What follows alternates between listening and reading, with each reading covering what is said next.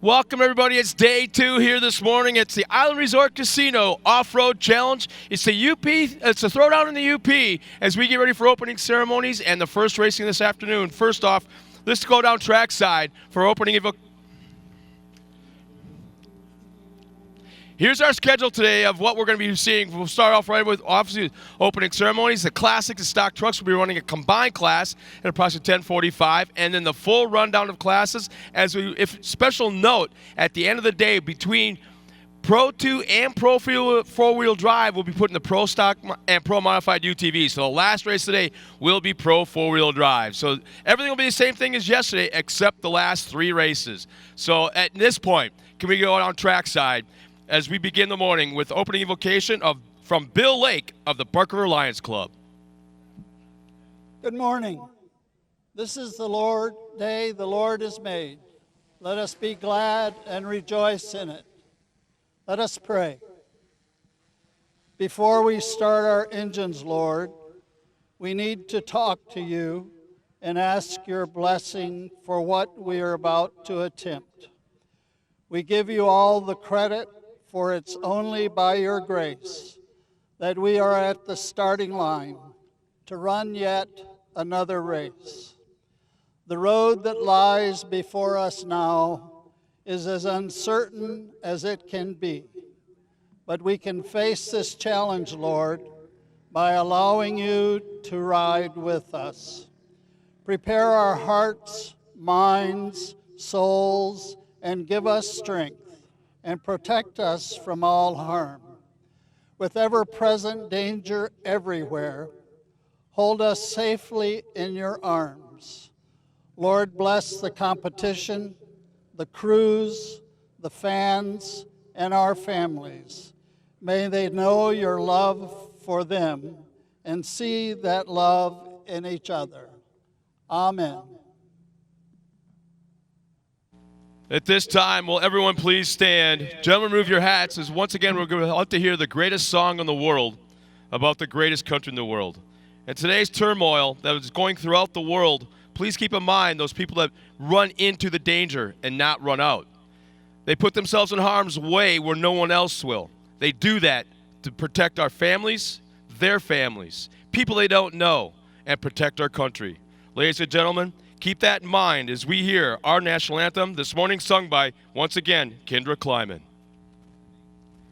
Oh, say, can you see by the dawn's early light what so proudly we hailed at the twilight's last gleaming, whose broad stripes and bright stars through the perilous fight o'er the ramparts we watched were so gallantly streaming, and the rocket's red glare, the bombs bursting in air, gave proof through the night that our flag was still there.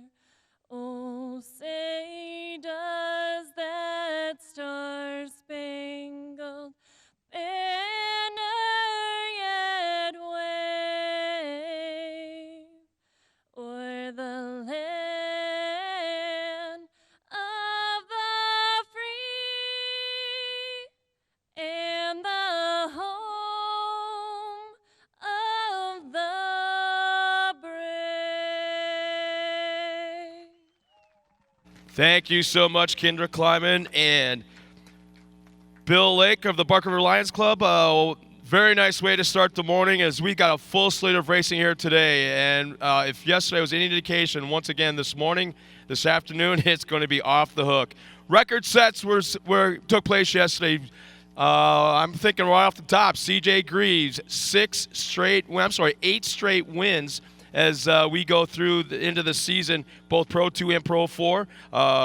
We have a couple of local guys that did very, very well up at the top spot of the box. And once again, this morning we'll be starting with the Classics and Formula 4x4 classes combining as we get ready to bring them out trackside. There's a lot of things going on today. Once again, if you didn't have a chance to yesterday, you weren't here yesterday, stop by, see Tim and Timmery from Racing Dirty and pick up that 2016 official TORC apparel, as well as the Island Resort Casino Off-Road Challenge Throwdown in the UP apparel that's made specifically for this weekend, and all the cool stuff that they have up there.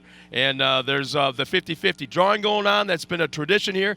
It wouldn't be Bark River International Off-Road Raceway if we didn't have that 50-50. If you're hungry, if you're thirsty, we have got the Lions Club and all kinds of organizations up here in the food booths. Man, there's no reason to be hungry or thirsty. Not at all. The weather's been fantastic. We expect another day like that today. Hopefully my mom is listening back home in Oconto, Wisconsin, and I want to wish her a happy birthday once again. I'm not sure if she's up just yet, but if she is, I hope you're listening. And if you are, happy birthday, Mom. I know this is your favorite track of them all, and you should be here in your normal spot watching the race. But we're about to get going. The track crew's heading back into its locations. Hopefully, if Brent Smith can hear my voice, he can make his way back to help us out this afternoon. He did a heck of a job, and sounds like the guys from MSI want him back to help out again today. So, again, we talk about social media, and it has been crazy active in 2016, and it's all because of the fans. And this is what we're talking about. You can let your friends know, your family that aren't here, let them know. Text them, let them know. Go to TORCseries.com. And they can watch us live right now on the live stream. And you can also follow us on Twitter, Snapchat, Instagram, at TORC Off-Road. And like us on Facebook.com/TORC. And here's the big one. All the pictures you take, all the content, all the captions you make, hashtag TORC16. Tag it. Hashtag TORC Off-Road.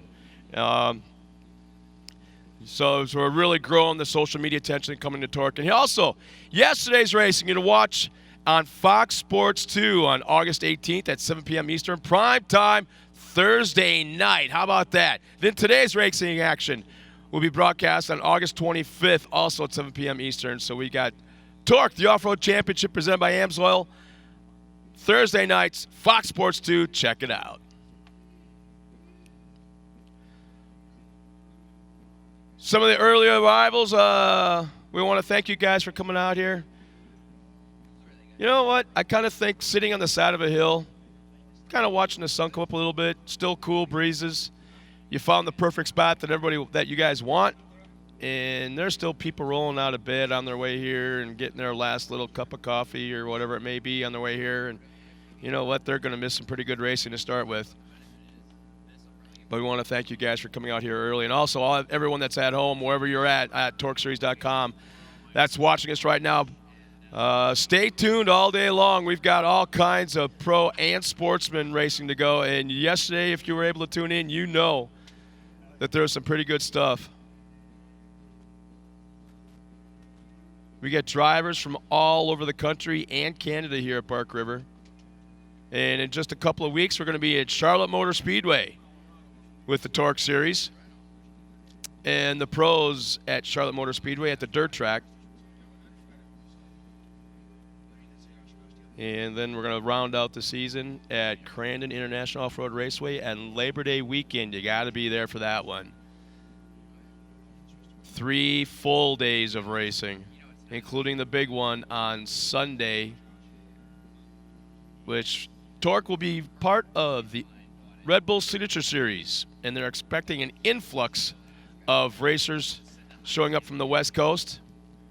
So darn near double the numbers of entries that we normally have on Labor Day weekend at Crandon. Good morning, Kimberly.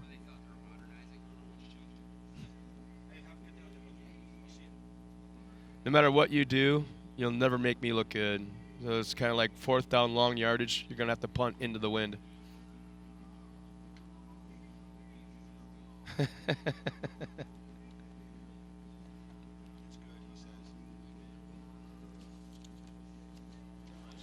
Hey, a special thank you goes out to the 2016 sponsors here at Bark River International Off-Road Raceway, Bark River Lions Club, the Lake State Industries, Northern Sun Winery, Rapid River Knives, Sage Point Financial Inc., Sakely's Candies, Made in the UP Toffee, and Whitney's famous Bloody Mary Mix, which, by the way, I haven't had my traditional Sunday morning Bark River Bloody Mary.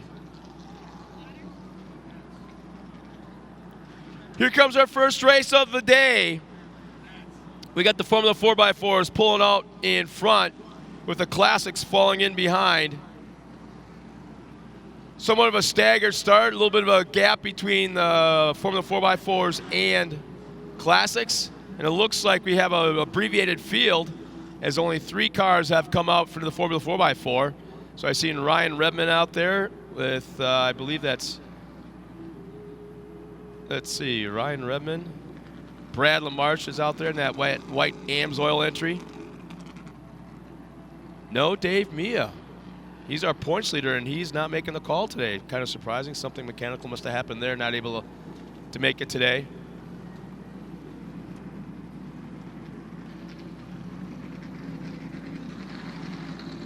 So it's Ryan Redman and Justin Monty on the front row with Brad LaMarche.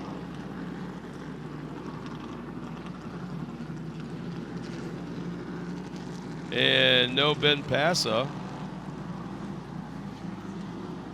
And in the Classics, it's Tyler Playman, Paul Passa, let's see, Galen Gee, Dale Chestnut, Aaron Connoisser, and Cody Wood.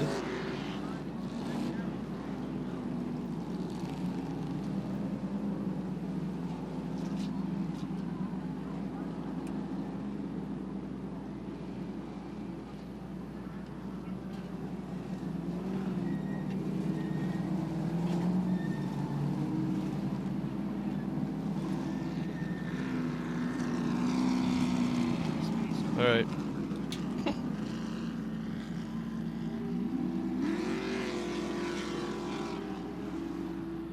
And green is out for the Formula 4x4 and Classics division.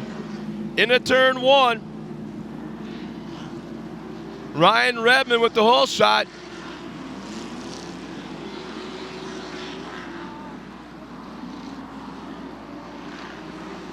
And we're back and we're underway now also with the Classics.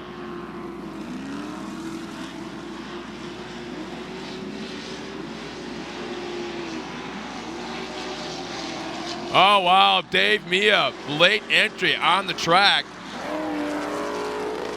So Mia just comes out onto the track after green flag is flown, and he's dead last in the field and probably about a half a lap back nearly on the rest of the Formula 4x4 field.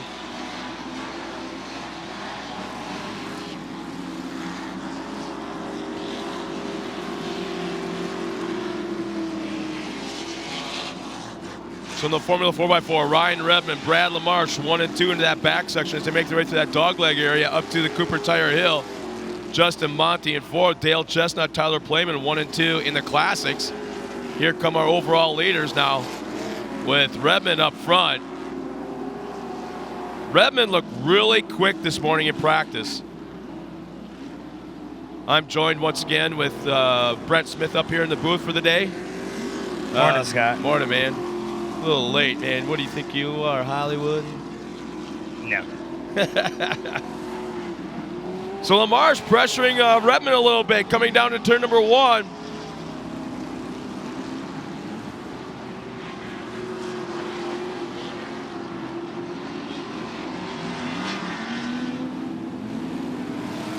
Trying to pick that line, trying to find the smooth line. Wanted to cut in, but checked up. And it looks like he's going after the outside line to try and make it work.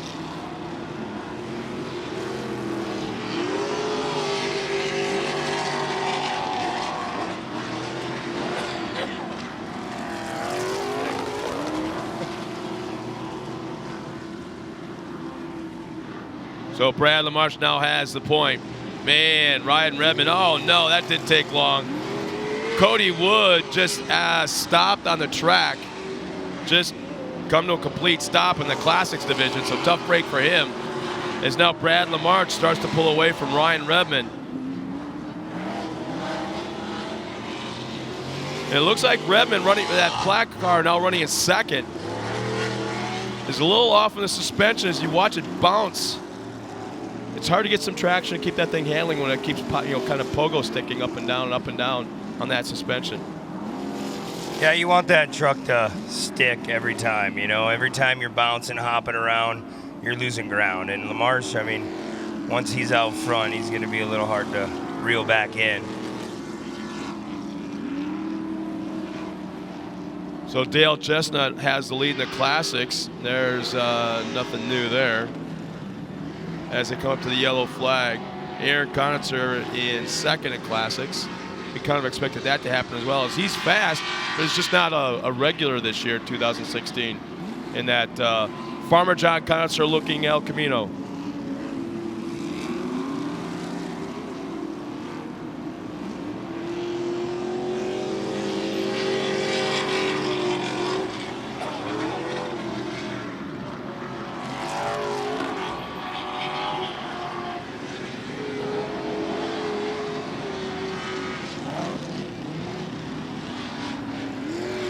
Tyler Playman currently third in Classics. Galen Gee, you see the whole line right there. That's Aaron Conitzer in that black and white cowl looking El Camino.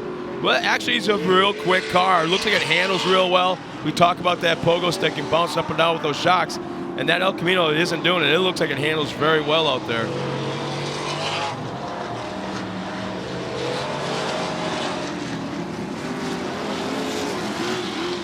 There's Dave Mia in that red Bronco. The race had started, and he wasn't even on the track, and they had gone around taking the green flag. They were about, from the 4x4 is about turn 4, and all of a sudden, out of nowhere, he comes out blaring onto the track. So he was dead last of everybody on the track,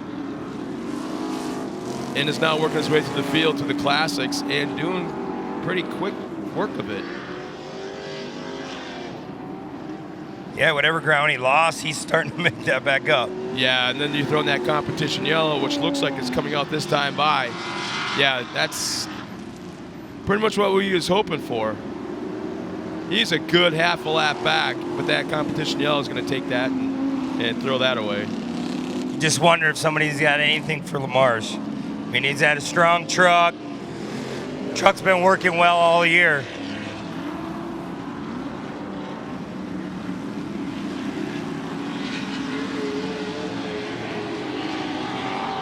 Yeah, I'm liking what I'm seeing from Conitzer so far in Classics. Hasn't allowed Dale Chestnut to pull away at all.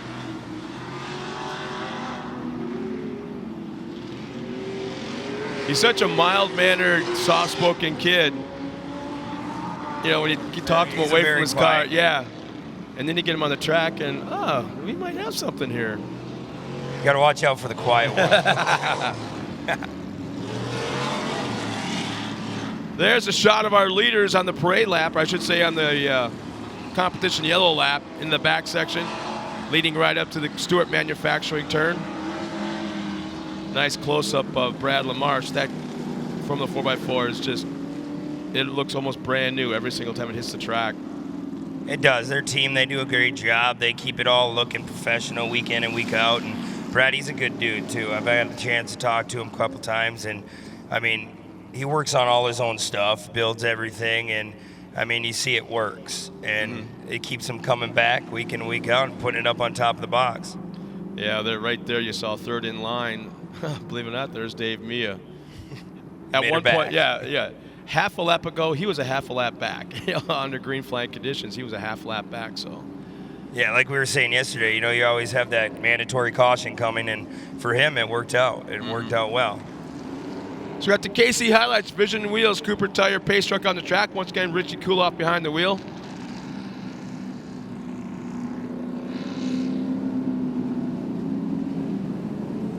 We'll see if Conitzer has anything for Dale. Yep, it's going to happen. It's going to have to happen pretty quick because Dale, is going to try and run away and hide. Galen Gee's right there as well, as he's showing flashes of being quick.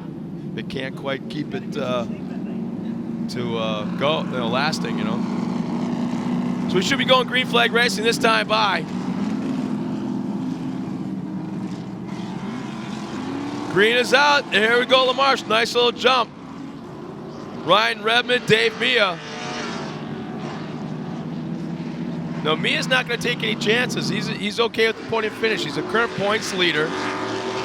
But right there, he had second place handed to him on a silver platter. He did. He gave him an easy road around the outside. And let's see if Mia has anything.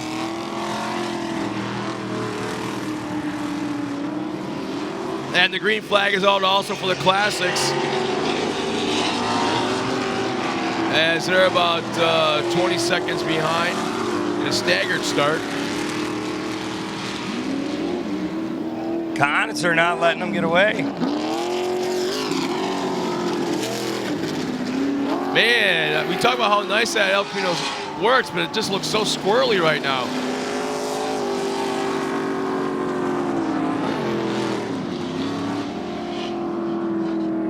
And Brad LaMarche about 3-4 truck length lead over Dave Mia.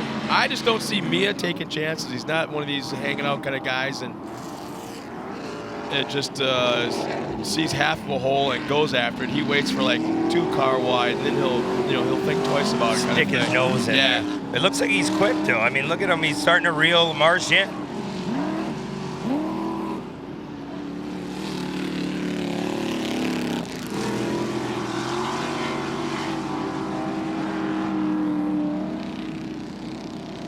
Yeah, Eric Concha looking real strong right now in that El Camino Classics, chasing down Chestnut. Only about a 2-car length gap right now as we go back to our from the 4x4s. There'll be 2 laps remaining this time by for LaMarche and Mia. Mia working that bank turn, slides up onto it, trying to get a run off the corner. Track looks absolutely perfect right now. LaMarche, he's starting to set his sail a little bit. He's opened up about a 5 truck length lead.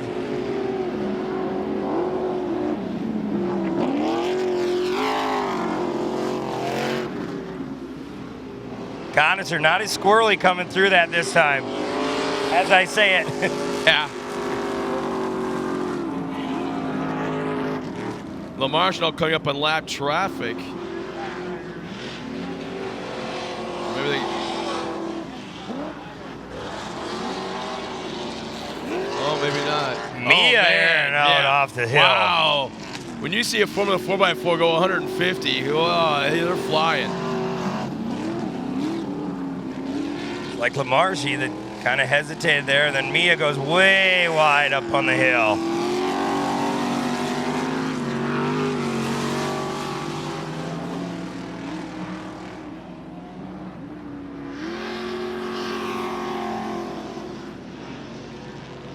Well, Eric Conster's giving it the old try right now with in the Classics division with Dale Chestnut, but it just doesn't seem like he quite has enough. And white flag will be coming out this time around for Brad LaMarche.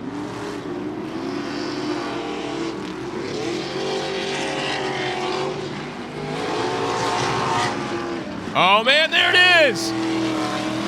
A bobble. Oh! A bobble by Dale Chestnut allowed Eric Conitzer right up alongside. Neither driver lifted. So a lot of rubbing going on, but somehow Chestnut comes out with the lead.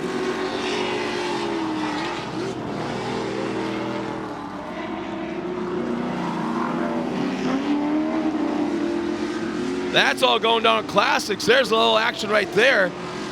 And here comes Conitzer again to the inside. If Conitzer can just keep it from getting squirrely, I think every time he makes up a little ground and then he gets squirrely. How about this? He takes over. And Conitzer over-rotates. Conitzer over-rotates that El Camino, and that hands it back to Dale Chestnut. And that's all it probably needed right there. You're not going to make up that kind of ground on Chestnut in half a lap. As our leaders are coming down to the Formula 4x4 into turn 1. Brad LaMarche, Dave Mia, and I think Mia Gonna have to settle for second once again. You know what? That's another podium. He has been on the podium so consistently the entire season. So coming around the final turn, taking the checkered flag in the Formula 4x4 will be Brad LaMarche. Second, Dave Mia.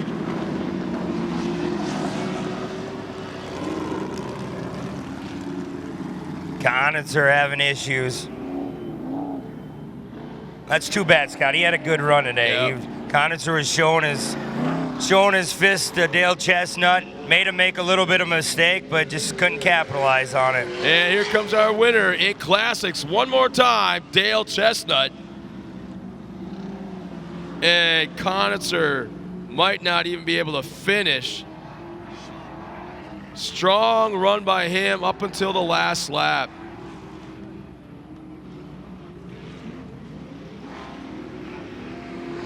As the rest of the field crosses the line, let's take a moment as we bring our top three in each class up to the podium. We'll be right back after this. When it comes to protecting your engine, AMSOIL offers the next level performance truck owners demand. AMSOIL provides 75% more engine protection against horsepower loss and wear than required by a leading industry standard, extending the life of pistons and cams. Give the vehicle you love the above and beyond fortification it deserves. AMSOIL, devoted to protection.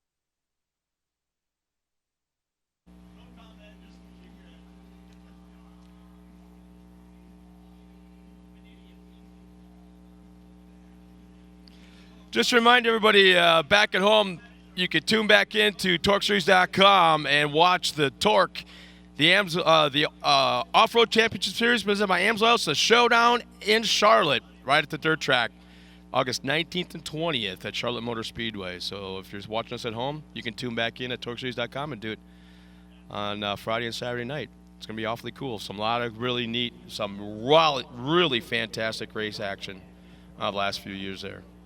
It's awesome though, Scott. You can tune in and watch it. I mean, it helped me and my brother for years, you know.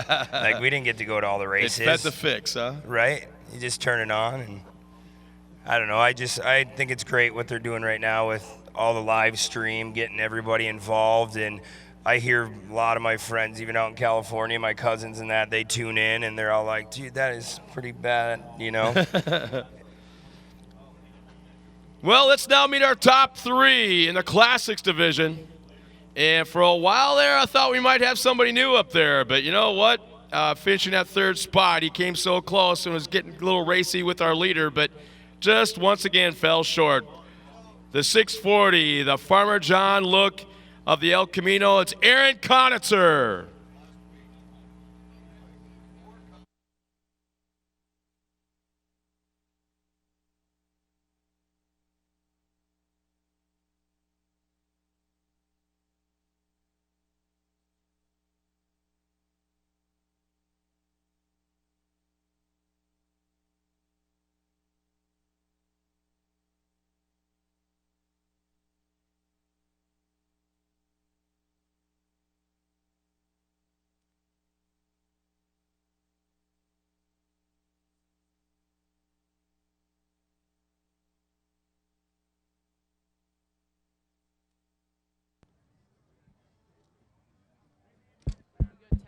Check. Well, it looks like we're having a little bit of technical difficulties. As you can tell, I'm sure the guys are working out right now. But between the TV trucks and the broadcast trucks and the live stream vehicles, there's just a lot of airwaves going on around here. So right now they're working on it. Well, you know what? Let's do it one more time. It sounds like we got to take care of. Let's meet one more time our third place finisher, Aaron Conitzer.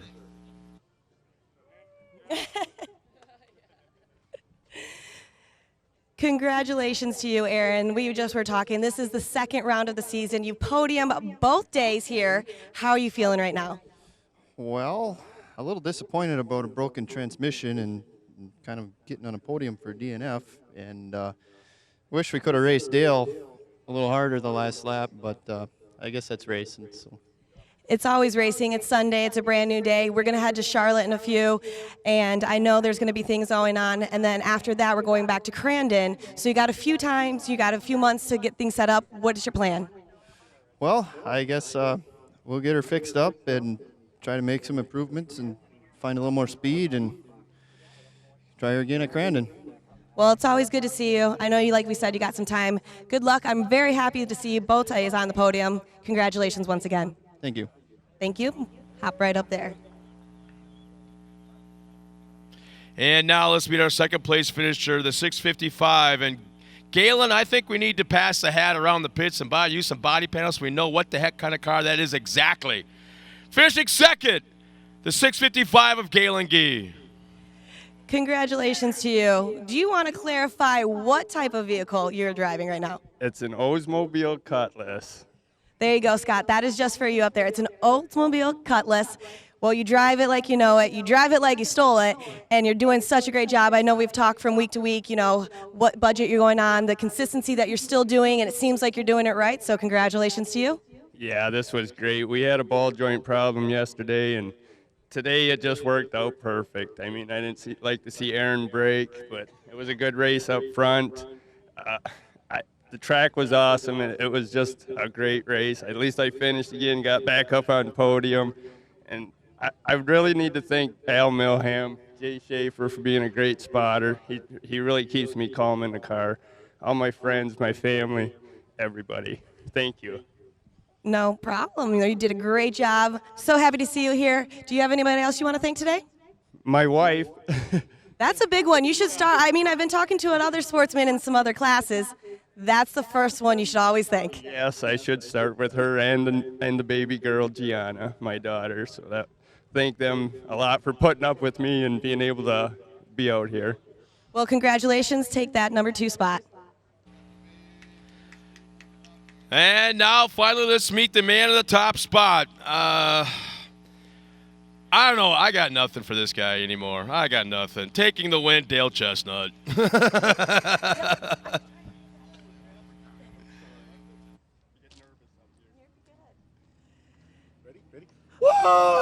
I didn't even have to tell you this time. You were already there for that. Congratulations. I think I should just hand you, like we've been saying before, I should just hand this to Dale. You're 8 for 8. Nobody else has done this in the class. I actually don't think anybody else has done it in the entire series. Number 1 spot, 8 for 8. How you feeling? I'm just feeling great about it. It was a lot of fun out there today. The track was great. I had some really good competition. You know, I knew Aaron was going to be right on me all the time, and I bobbled a little bit down here, and he almost got around me, and then unfortunately lost his transmission because I thought we were going to be side by side over the finish line, you know. Well, it's so good to see you here. Who else would you like to thank? Well, I thank Turo Tires for hooking us up and getting us up to the front and keeping us up there. ATD Transmissions for keeping us running flawlessly up there.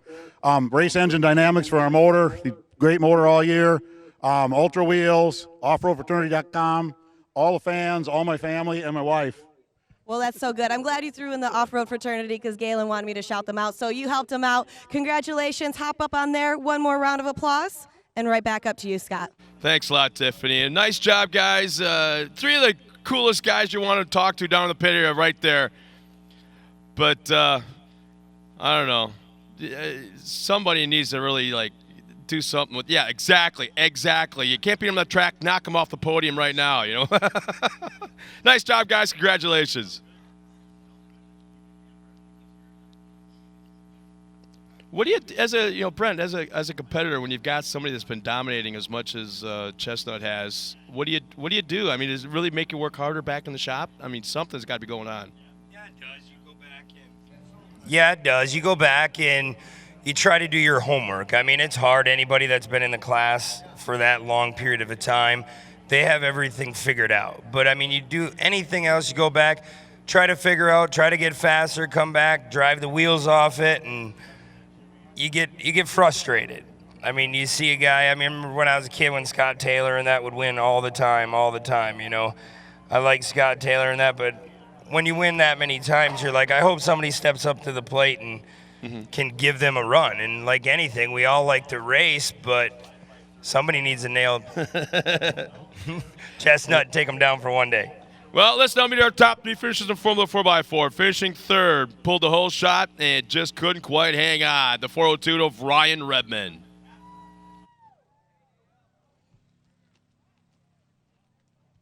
Hello, congratulations to you. How are you doing today? You feeling very proud?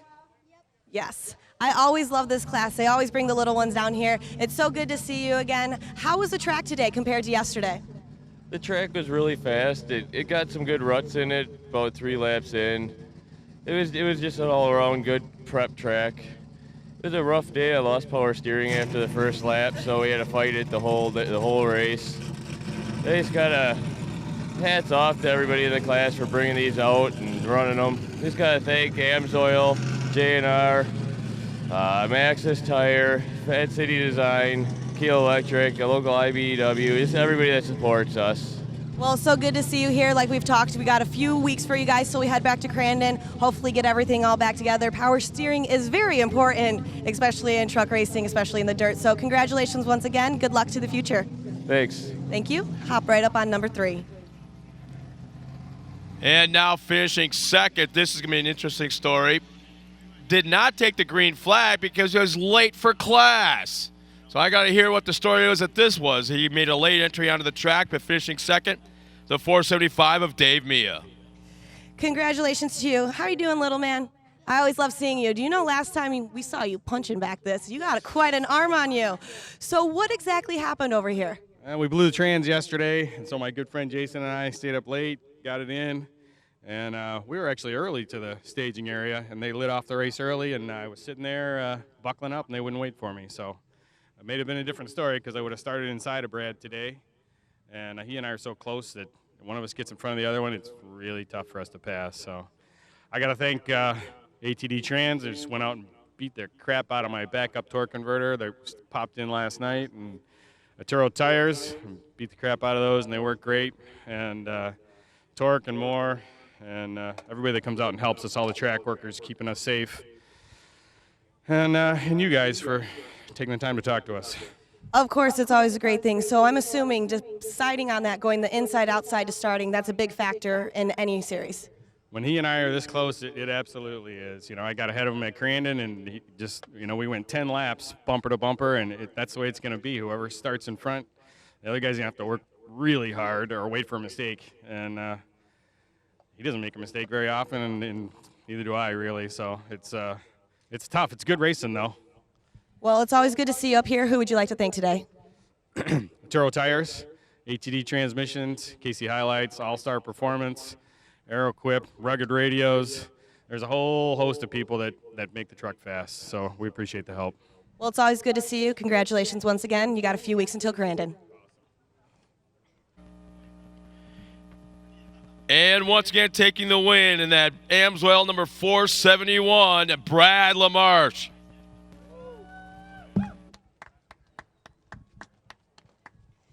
Here you go, darling. And how are you? Is it too loud? I'm so sorry. You're so adorable, though. Like I said, I love having all the kids here.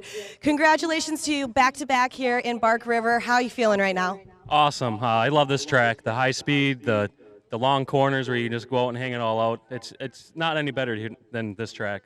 Unfortunately, my teammate Ben Pace is not here. I kind of miss him. He's a good competitor with the rest of the guys in the class. It sucks not having him here, so he'll be here at Crandon, I guess, or at Crandon, so can't wait to see him there and race against him. I can't do this without AMSOIL. Sit and Bull, Matco Tools, Insane Imaging, my dad and my brother, my family, makes it all that much better when we come under as a family. It's just great to be here. It's so good to see you here. Congratulations once again. Hop right there on number one. One more round of applause, and back up to you, Scott. Thanks a lot, Tiffany. And nice race, guys. Very cool. Some of the stories are behind the scenes. We don't always get a chance to walk the pits at night and hear everybody's story. So for you guys to give us a recap of what took place yesterday, what you had to do to get on the track today is kind of cool to hear. Once again, congratulations to Formula 4x4 and the Classics competitors as we get ready for the next race at the track. You know what? Let's take a moment and let's hear what Ricky Johnson here had to say about Torque Tech and some of the steering that it takes to get these things around this racetrack. Here in TORC, the Off-Road Championship, we're always pushing performance right to the edge. We're here with Jeff Howe, owner of Howe Performance Power Steering. Let's talk about the rack and pinion steering. Jeff, when it comes to the demands of a vehicle, especially for the TORC truck versus an everyday passenger car, can you give us a little bit of insight? Well, the biggest thing is really the ratio. The steering on these vehicles is very quick, so you can catch the vehicle as you're sliding through the corners. In your everyday street car, it's a lot slower to make the car more comfortable as a daily driver. But as the action is hot and cars are quick, people are running into you, cars are sliding around, you really need a quick steering to be able to recover from that sort of thing.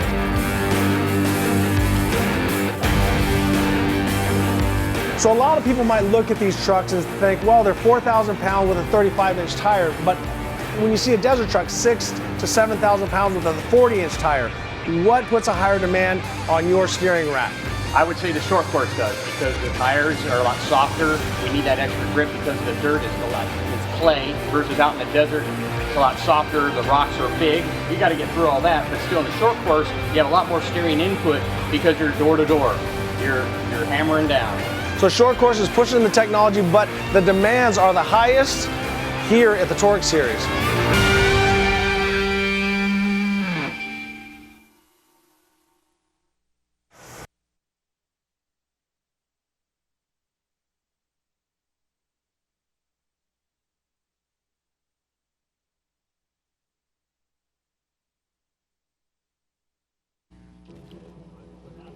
Brett, when you were on the track in your stock truck and then in the super stock, steering was a huge issue. When you lost power steering or lost a steering rack, what would happen to you guys on the track? Well, it just makes it hard. They're made to let you have a free steering, like Ricky was saying, I mean, when you lose that belt, you lose anything with the steering. It's hard. It makes it hard on a person. I don't care who you are, how many weights you lift day in and day out. You can't negotiate it. You can try as much as you can, but you're not going to run at your top of your game because it's always in your forearms and your body. I mean, it's a workout. And you see later in the bigger classes like Pro Light, Pro 2, Pro 4, it even gets worse with those. I mean, especially Pro 2, Pro 4, as you've seen. Like Johnny was having issues with his front end yesterday, but it's kind of like the same scenario. Like when you have problems with the front end, it just makes you work at stuff you shouldn't be worrying about. You should be focused, get to the front, or race a good race. And when your arms go numb, everybody knows. It's an arm pump. Yeah. It's like if almost everybody out there on that racetrack never has two hands on the steering wheel. It's always left hand or right hand. I should say left hand on the wheel, right hand on the shifter. And it's always and it's really easy. It's actually really easy. The only thing that's missing are the armrests in the seats, It's true. But, so yeah, when all of a sudden you lose power steering or lose the power rack, you got to have both hands on the wheel.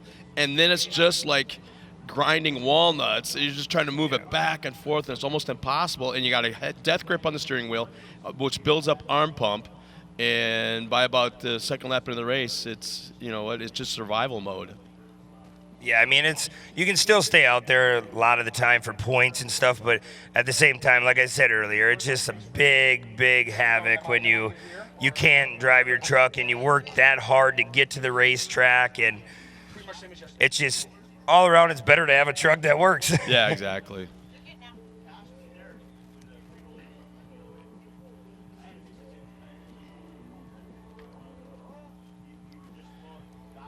Well, Bark River fans, I'd like to introduce once again Brent Smith up here helping us out this weekend. You went to broadcast school. You went to school for this stuff. Never had a chance to really jump into it. I think you were a DJ for a little while, if I remember right out of college. But your first chance to do some race calling here, you're not only anywhere, but at your home track to start with. A little bit of pressure? Yeah, a little bit, but I don't know. I enjoy it. As everybody knows, I like to talk. So, I mean, why didn't I go into this trade? And I get to sit and hang out with you and talk about, to me, the best sport in the world. Oh, yeah. I mean, I've been living since I've been 3 years old to this place. I mean, today I got to give a shout out to my brother. They're actually in labor as we speak right now with their first child, and it's his first time since he's been 3 years old that he missed Bark River. So, but tell the story. You guys were just on the phone right before he started racing, and he goes, "We're going into labor. Are you coming down to the hospital?" And yeah. you said, I just said after the races. One of us has to be there. My parents are going down right now to be with him and stuff, but he knows one of us needs to keep our foot. Well, did you tell him to watch us at TORCseries.com while they're in the hospital? Oh, yeah. He's sitting there right now as we speak. He's on his phone watching it, waiting for her to shoot out the baby. Hey, Brock, congratulations, you two. Take care of the lady, okay? Take care of the wife. Take care of the baby. The racing will be here. We'll take care of that. I'll take care of your brother. You just take care of business there in Green Bay, or is that where he's at, in Green Bay? Yeah, Green Bay. Yeah. Don't worry, you're not missing anything.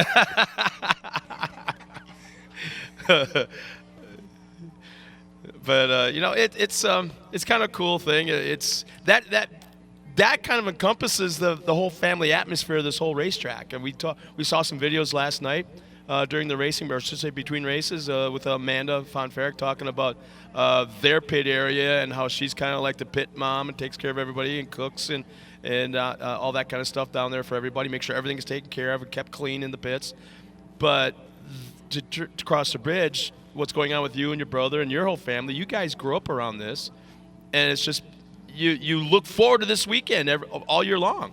Oh, yeah, we always have. I mean, since we've grown up, a lot of people, they like to do a lot of different things. You know, me and my brother, we've pretty much revolved our life around trying to race, if you think of it that way. I mean, but just to be here every year and get the opportunity to come and hang out. I mean, when I get bored sometimes, I'll just come and chill here. Like, I'll come and eat lunch here, and just the atmosphere is awesome. And anytime I can help out, like just doing the long jump signs and stuff, like, to me, that's cool. Like, because it gives the fans a better perspective of what they're seeing, and then we can call and how far they're flying, and it's amazing. Those signs are actually like 10, 11 feet tall to the top, because when we were putting them up, I was up on a 6-foot ladder and I was reaching to put them up. So, I mean, it gives you a great idea when they're coming off that hill how high they actually are up in the air. Well, it looks like we got our next race coming out on the track. It's the 1600 light buggy, and we have got 29 cars coming out here trackside. Brett, why don't you go through the lineup? Okay, starting on the pole, the number 112 of Brandon Graff. Right alongside of him, the 113 of Eric Lafrene. The number 122 of Dylan Marquardt. The number 188 of Bo Ambos. The number 141, of Jake Nelson alongside of him. Number 115 of Paul Hayward. Number 152 of Tony Keepers. Billy Booth starting alongside of him. Tyler Wyans in the 195. Derek Tilkins in the 121. And in the 172 of Greg Stingle. Hey, Stingle's actually also our points leader, having won yesterday as well. Starting the 13th spot, the 199, Pete Delory alongside of Cody Otson in the 104. In row 15th and 16th place, it's Colin Schultz and Anna Ribe. In the 124, Adam Lepik and Ryan Joss in the 118, 147. Corey Holter in the 100. It's Kirk Groff in the 137 today. Chris Vandenelsen, he was on his lid, tough break yesterday in the 166. Sean Springstrow in the 117. Tom Benevenuti, want to thank him for bringing up here a couple of hats and T-shirts with the Canadian logo on it. He's out of Ontario, Canada. Stephanie Padel in the 144. McKenna Envik in the 173. Josh Sakovitz in the 119. Chad Moigenberg in the 159. And rounding the field of 29 cars is Tracy Fleischman in the 120. So we'll get them lined up. It's crazy, Scott, though, how many cars are out there right now. You know, this is, I guess, probably the best starter class getting involved in off-road racing when you consider the price and the simplicity of it, the stock VW components, air-cooled motor, stock as well. I believe they also run a restrictor plate. But think about it, your butt's only about 6 inches off the ground, maybe, but you're racing against 30 other cars. Oh yeah, I had a chance to run one of those just in a parking lot, and I was like, wow, they're actually fun, you know? They're an overpowered go-kart, if you ask me. Yeah. Well, they're 3 wide through turn 1. Still nobody with the advantage coming out of turn 2. Let's see. Still side by side through turn 3.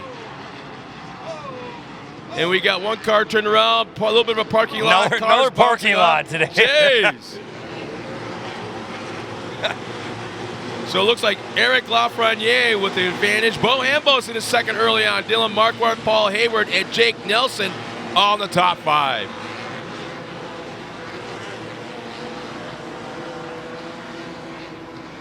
So they're still side by side. Bo Ambos on the outside. Has to check up a little bit as our leader over-rotates a little bit, but hangs on to the point. Ambo slides back into second, and they're 3 wide back in third, fourth, and fifth. Hayward made a nice pass on the bottom there coming through Cemetery Turn. Here they come up towards the Cooper Hill for the first time.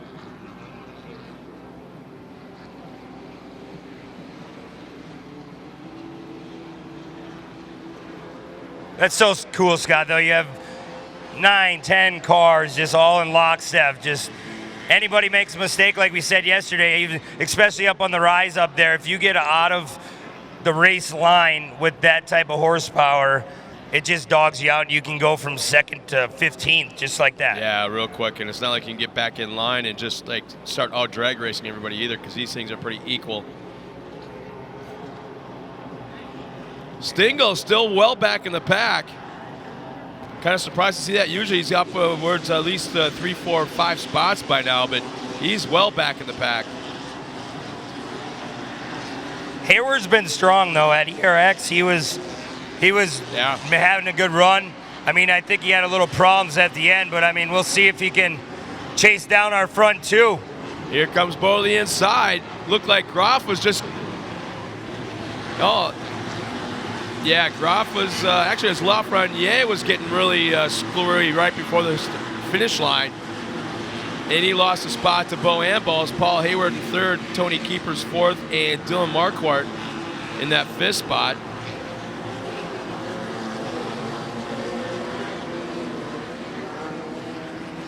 Hayward trying to run that outside line coming back to the hill. He's going inside, outside. He's getting held up. He looks like he's the faster buggy. He needs to get in some clean air so he can chase down our leader.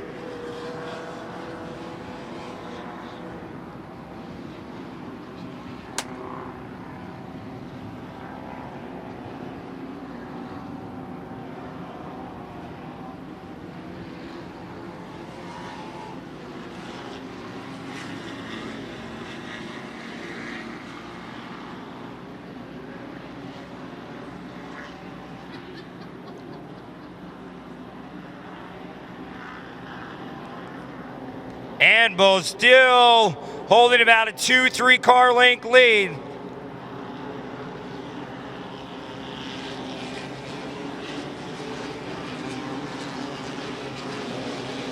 Oh, 112. Brandon Graff, he lost a little bit of traction coming on the bottom. It's a little greasy coming into turn 1 still.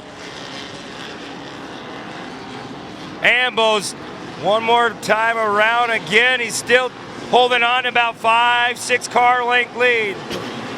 Yeah, he needs a top spot finish anytime now. It's been a long time coming. Stingle having it. He's taking his time coming through. You know Stingle, he'll pick away lap by lap, and all of a sudden you'll see that bright orange car. Yeah.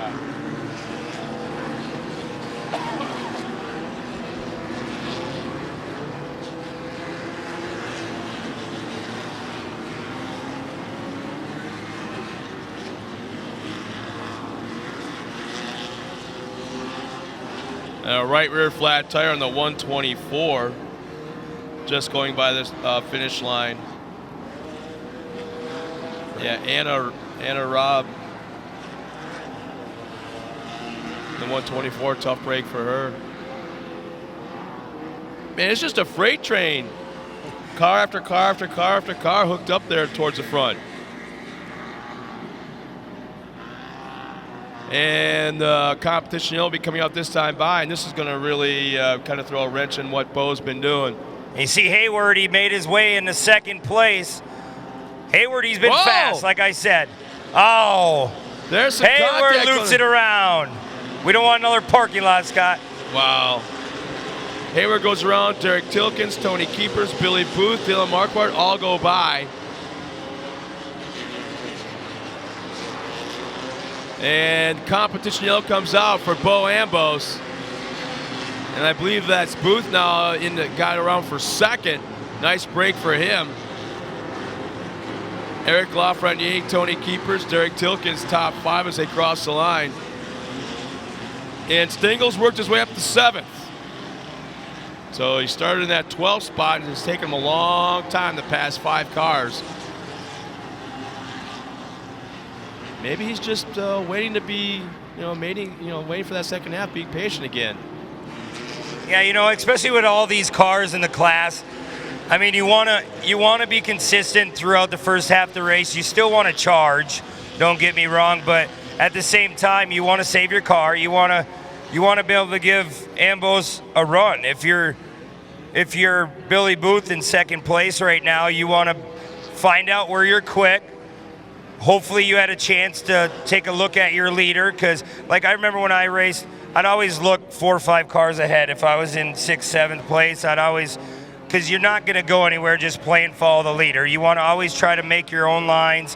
Wherever they're going, you can try different. If it don't work, you want to run with them and hope they make a mistake. I mean, Ambos is running a strong race today, and we'll see if he can hold on to that lead. He could sure use a win right now, and I think his time's coming. See Richie Kuloff on the track once again in that Vision Wheels Cooper Tire Casey Highlights pace truck. The famous Taco Bell.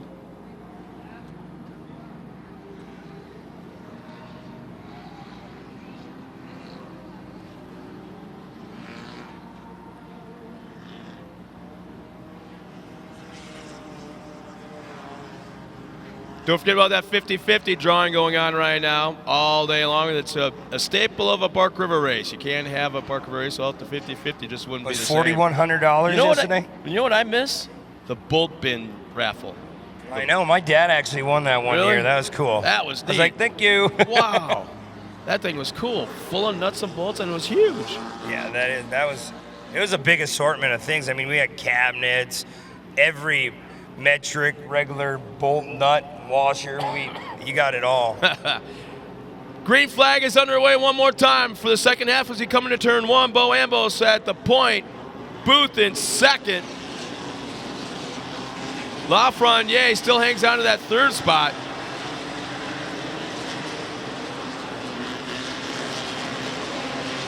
Keepers and Tilkins in the top 5. And look who's sitting there in that 6th spot. We said Stingle, he'll just keep working his way through as he's side by side. The 120, what is that, 121? Yeah, to Tilkins. At Tilkins.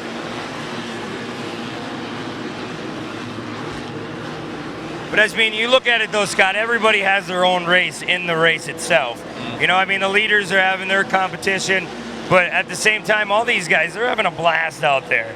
They're not just out there on a Sunday drive. They're out there trying to get around the guy ahead of them, watching everybody, and then there's carnage. Like we seen a parking lot earlier, like you called it. You don't want that, but that's all it takes is that one mistake, and it could pile up 10 cars. You see races like this, and Bo Ambos is usually a top 5 car, but you kind of look at the race he's had today, and you go, okay, where the hell's he been all season long? You know, to be running this strong today, and right now I think the hardest job of anybody here at the racetrack is the spotter for Bo, just trying to keep him calm down. Yeah, he's in there getting all wound up tight. You know he is. You know he can hear that other car just sitting right on top of him, like, and then it gets the old foot pedal a little jittery, like, oh boy. Yeah, look who's in that 4th spot now. Stingle up in the 4th.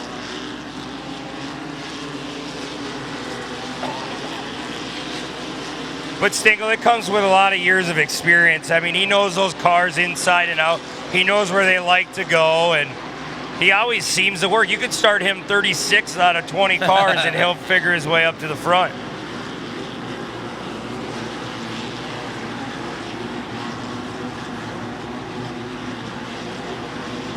And we've got somebody off the course right there. Oh, it's a 177. That is... Oh, Colin Schultz in the 177, so tough break for him.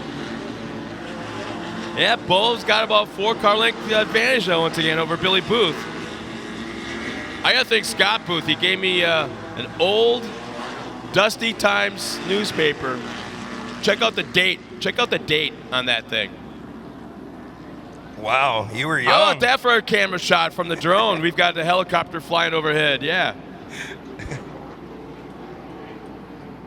Check out page 18.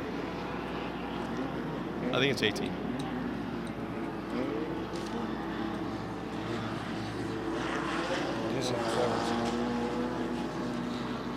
Yeah, but Scott Booth came up here and gave me an old Dusty Times. They had an article in here from the UP Off-Road 100.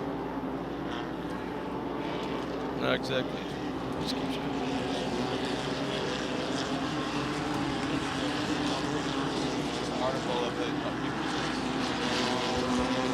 Man, another cool shot of the drone looking down. That's all live. That's not recorded and thrown back, but that is neat.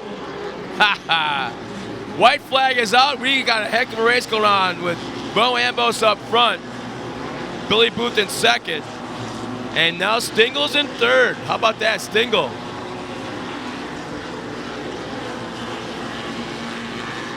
White flag. Oh, look at the pressure. Billy Booth is on it. Booth gonna try to run the bottom. He's running that protective line though, Ambos. You know his spotter's telling him where he's trying to go, and as a race car driver, you want to be protective, but you don't want to be too protective and overshoot a turn and give it to him. But Ambos is doing a wonderful job as we crest the Cooper Tire Hill. Now will Booth try that outside entrance, inside exit? He's taking a peek there. Now he's on this outside though.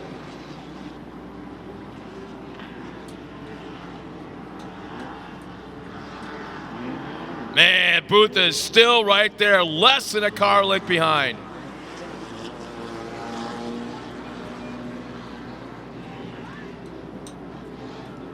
Last time into turn 1. Bull riding right on the grass, trying to hug and get as much grip as he can on that bottom. See if Booth tries to make a bonsai move coming into the final turn. Oh no, and Tyler Envik in 173 high-sided on the last lap, tough break, but here he comes across the Amsoil finish line. Bo Ambos will take the win. Billy Booth second, Stingle third. Eric Lafreniere in the top 4, Tony Keepers 5th, Dylan Marquardt, Tyler Weens 6 and 7, Derek Tilkins 8th, Cody Austin and Paul Hayward all in the top 10. So we'll step aside real quick, bring our top 3 to the podium with them for a quick word. We'll be right back after this. That's awesome. Let's bring the truck in. We'll swap those tires out so we can get you going down the road.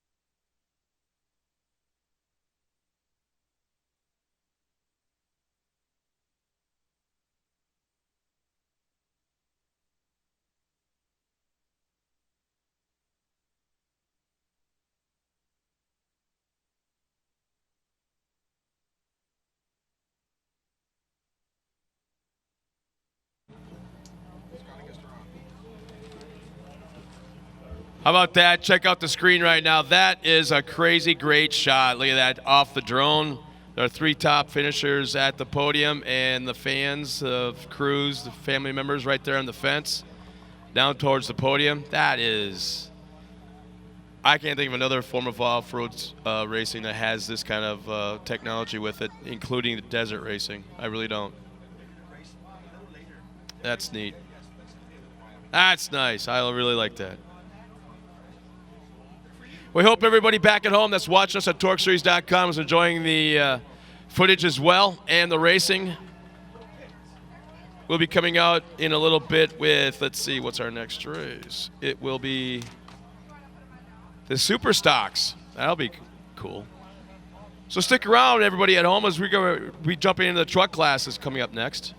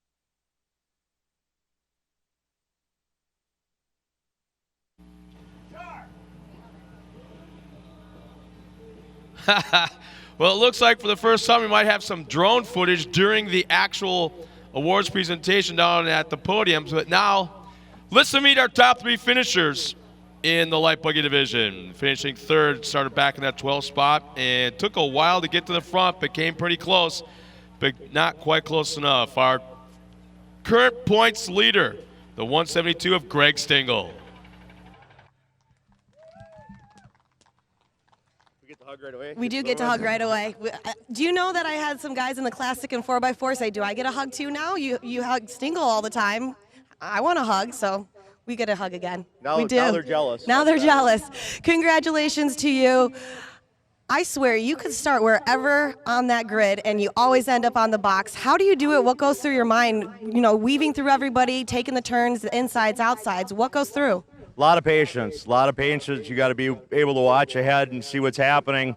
I mean, your car's got to be straight, good brakes, plus good motor to be able to do it. I actually got tagged back in the sweeper back there, and I was actually at one time aimed the wrong way in traffic, and about 5-6 cars got by us before I got aimed the right direction. And then you just keep working, and when guys start fighting with each other, you pick a different lane and hopefully you can get through it clear. But there was a lot of people spun in a lot of different directions.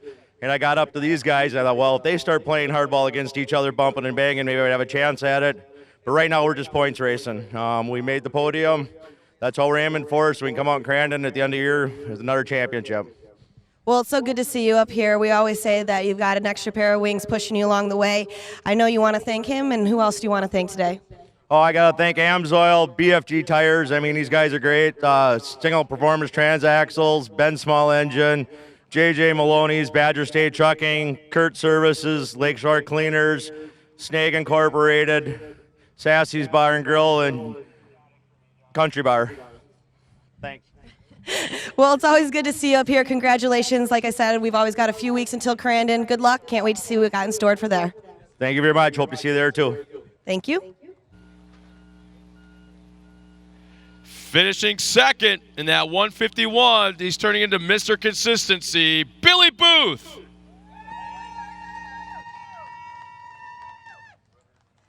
Congratulations to you, Billy. It is true. You have been consistent here. You podium top of the box yesterday. Here again on number 2. How are you feeling right now? Pretty good.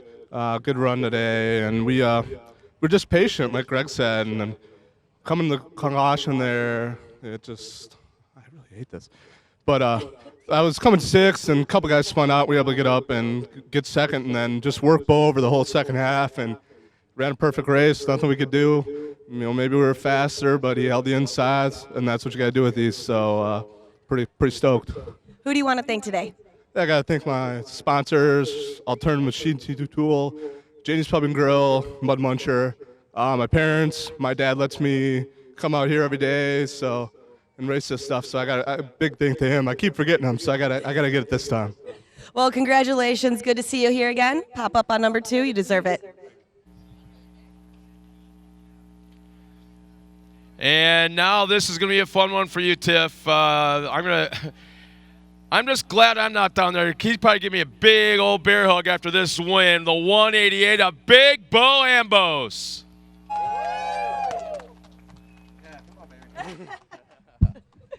Congratulations to you. You did such a great job. Placed 17th, made it all the way to the top of the box. Highest podium of the season, guys. Congratulations to you. How you feeling? Unbelievable. You know, but first and foremost, I got to thank my fine-ass wife, KK.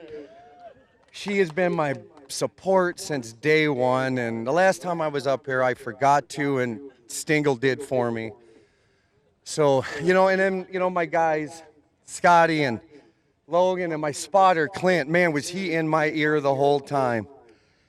It's an emotional, it's a great win. It's, you know, we had speed. Yesterday we got a flat, so, you know, today is just a good day, a very good day. Well, congratulations to you. I know she's very happy. I tell all the guys, you got to say thank you to your wife, number one. She's the number one person. She goes here every weekend with you, supports you, so I know she's very happy. Congratulations. What was your spotter saying in the ear when you had Billy pretty much on your tail for the last lap? You know, hold the inside, make him pass outside. He's on your 6, you know. And I just, you know, I knew going in the corners that he was going to have to go on the outside of me or go through me. That's, you know, typically that's what Stingle does. You know, hats off to Greg and Billy for a great race and a clean race. As far as I know, I don't know what happened behind me, but you know, just an epic day. Well, I'm glad you're probably happy that you don't know what happened behind you, because that means you're number one. Hop right up on there. I'd like to thank my sponsor. Oh yeah, of course. I thought your wife was the number one sponsor. She is number one, but I also have some other sponsors. Tri-County Heating, Victory Sign. They make my car look bad. Now I gotta look at my car. Performance Diesel, Midland Plastics. Oh yeah. You want to say them for me? Fox Shocks, K&M, Butcher Speed Shop, Spectrum Insurance. We're good. Let's go. Okay, we're good now. You can hop up on that box. One more round of applause, and right back up to you, Scott. Thanks a lot, Tiffany. And that's really cool right there. Bo, you could still step on the ground and set that top spot on the podium and still be taller than those guys. You know that. I still think also, as I look at Billy, nice hair, man. Nice hair again today. Congratulations, guys. We're going to step aside real quick, take a break.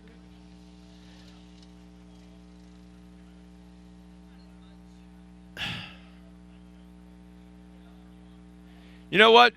Before we step aside, take a break, how about we get another look at a recap of yesterday's pro racing yesterday afternoon. The day is done here at the Bark River Township in Bark River, Michigan, Bark River International Raceway. As they prepare to race the second day, let's talk about the first day of competition. Kyle Kleiman with the whole shot, the great start. He started in front, he stayed out in front in the pro lights. Yeah, that clean air is definitely helpful. We have a tire coming across the track. You see me here set up a pass. Getting a little door love from Travis Dinsmore, but I ended up with the better end of that stick for now. You see Kleiman still sending it out there. Kyle Hart giving it everything he's got, throwing up a bike. And then, he wasn't able to make that pass. He just didn't really have the setup. But the guy who's next to me, Luke Johnson, you had a bad day. And it started off right there. A little hiccup, but nice little brap back on the track. A little wide brap back on. And then this happens. And then we had this happen. You know, and we were able to drive away, but not the way I wanted to end my day. We had a fast charge coming back up. But it was the man of the day, Kyle Kleiman, bringing it home with that top finish.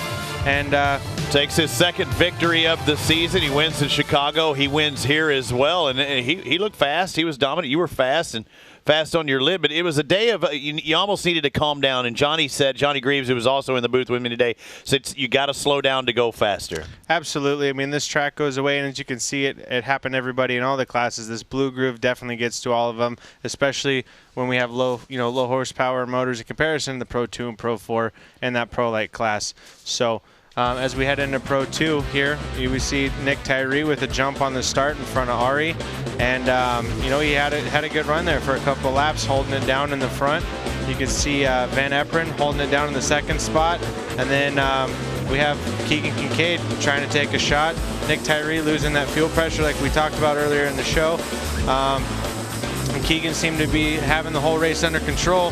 CJ Greaves making a good charge up behind him. Van Eperen with that pirouette. Donut. Yep, he brought the donut. Looks like Tyree was trying to bring him a coffee. And CJ did stick that pass for the lead, and as you can see, Keegan Kincaid losing that power steering and having to retire early on in the race. And handed another victory to CJ Greaves, who he earned it. He won the race, but he had to work his way through the field to take the checker flags first. He does it like he's done so many times. He's won 3/4 of the races this season in the Pro 2-wheel drives, and he just extends that series points lead over Keegan Kincaid. What's it going to take to stop CJ Greaves? CJ's just going to have a bad day in the office, it looks like. I mean, this kid's unstoppable right now. He's swept the entire weekend ERX, and now he's off to a great start here in Bark River. You kind of let the cat out of the bag. We still got Pro 4s left. Out of the bag. He swept this last race, but he did do well in Pro 2.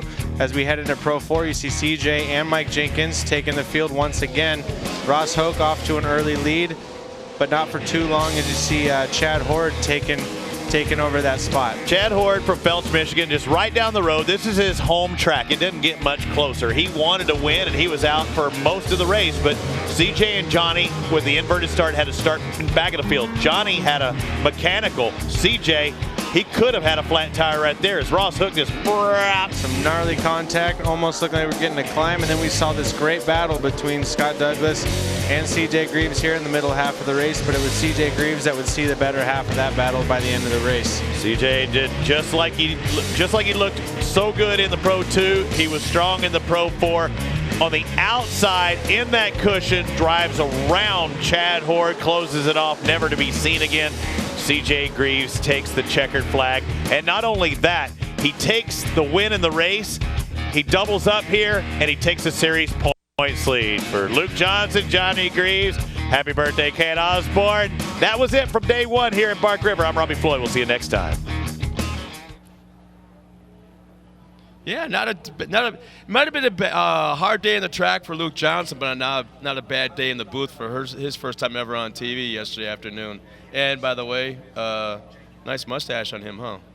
Right. That kid's something else. A good boy. I mean, it's cool to see him up in the booth. I mean, Ricky Johnson, obviously, everybody knows that he does that. It's cool to see him step in and like take his father's footsteps, and if he knows a quarter what Ricky knows, he'll be all right. Yeah, it's one of those deals where I think we're starting to see not only the next generation of racers on the track and the CJs and the Lukes and the Keegans, we also starting to see the next generation of guys in the booth like yourself coming in yesterday and this afternoon. I want to thank you so much for jumping in here and helping out, because this turns out to be kind of a long day with this much racing. Well, I appreciate it. Oh man, it's awesome. If I gotta let you know, awesome. I got a picture message from your brother and sister-in-law down in Green Bay.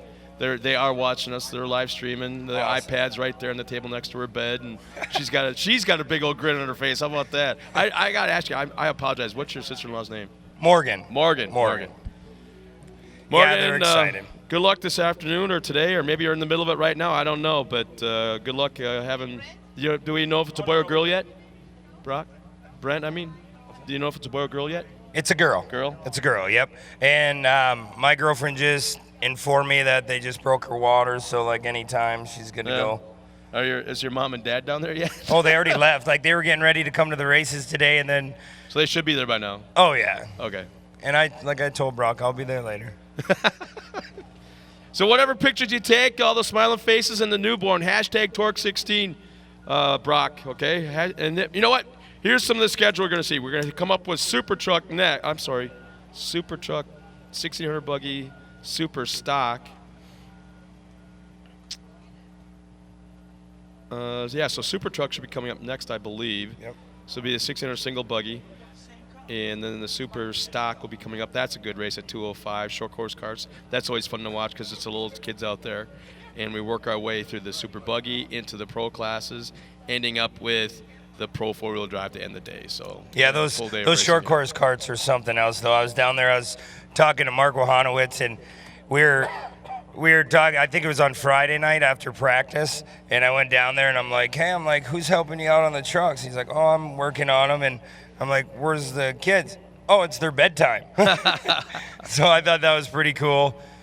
Mark's a good dude, and he's been around the sport for a long time, getting those guys all set up in the best carts he possibly can. And he's even, I know he bought a couple cars, but he's starting to put them together fully from the ground up now, and it's cool. We have, I don't even know how many of those carts we have now. It's just outrageous, but it's good. 15 on the track yesterday. Yeah, 15 It's awesome, though. I mean, I would have loved to have that as a kid, for a stepping stone. And you're going to see a lot of those drivers come out of those carts later in life and probably be in our Pro Light, Pro 2, Pro class. 4. Yeah, once again, don't forget, follow us on the social medias. During the week, Monday, Tuesday, Thursday, Friday, off-race weekends, go to TORCseries.com and stay up to date with anything going on with the racers, the series, potential sponsors, whoever it may be. Go to TORCseries.com, stay up to date with what's going on, as well as follow us on Twitter, Snapchat, Instagram, at TORC Offroad. Big time right now. Like us on Facebook /TORC. And here's what I just told your brother to do. Hashtag TORC16, hashtag TORC Offroad. With everything that's going on, well, not everything in the hospital, but, not grandma, everything. Grandma, yeah. But so right now we got one eye on the racetrack and the race action of one eye down in Green Bay. looking forward to the next generation of the Smith family. So very instrumental in, being It's involved a girl, with the so off-road. they're good for a while. They didn't Yeah. have one of me a Brock yet. There's a short course cart waiting for you. What's the girl's name? Morgan. Morgan. No. Oh. The baby. I don't think I'm allowed to say yet. Oh, really? Oh, okay. You can spill it in the World Wide Web. Well, maybe he'll Everyone's let us listening. know. But you see our lineup. Let's see, we have super trucks and super stock sitting down there. So it looks like we got... we have stock truck. Stock trucks, there we go. Stock truck coming out first, I think.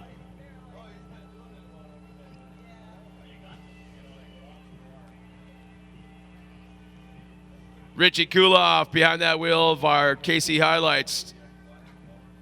Cooper Tire Vision Wheels Pace Truck coming out onto the track.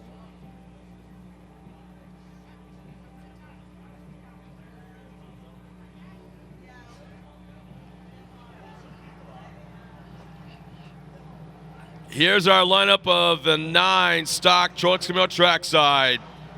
Starting on the pole, it's the 537 of Chris Holstein alongside the 593 of Diesel Shannick. Row 2, Dylan Sharkey in the 541 and Stan Wood in the 512. Nick Visser starts on the inside of row 3 as our current points leader. Austin Stesney outside him in the 536. Brad Millen in the 520 starts 7th. Mike Kirkham in the 556. And Gary Gottschalk starts last in the field in the 566.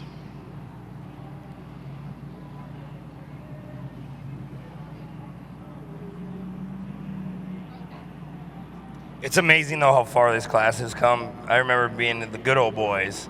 Yeah. And now, I mean, they're not just a truck off the shelf. They fabricate those things and make the suspension work. That truck on the outside of the pole there, that 593, that's a friend of mine's old truck, Matt Ives. That's his truck, still looks the same other than the stickers on it. And him and his dad, Gary, they got that thing to work, won a couple championships with it, and just talked to him yesterday. It'd be cool to see him back out in a truck someday. You know, here's something else that I wasn't quite aware of. I know he's just a little guy, but I didn't know he was this young. Dylan Sharkey is actually 18 years old, builds his own motors from top to bottom. Hey, he builds them all himself, including the tuning in his race truck. And so it's kind of, he's also running a manual transmission. Wow. So yeah, that might be part of why he's been pretty darn quick lately. He has. He's shown a lot, though. Yesterday he was fast, and we'll see if he can work his way up to the front, starting in that second row. So you gotta like it when they're that young and they're that knowledgeable to be able to do stuff like that and make their own decisions to, you know what, this is how we're gonna do it. Green flag is out, we're underway, and stock trucks, 9 trucks coming into turn 1, here we go. And Dylan Sharkey, hardcore outside line.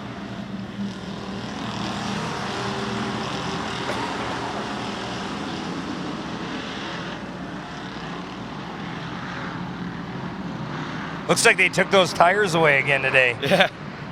I think they're getting sick of people kicking them off. They're like, well, we might as well just take them out. First across the line is Diesel Shannick.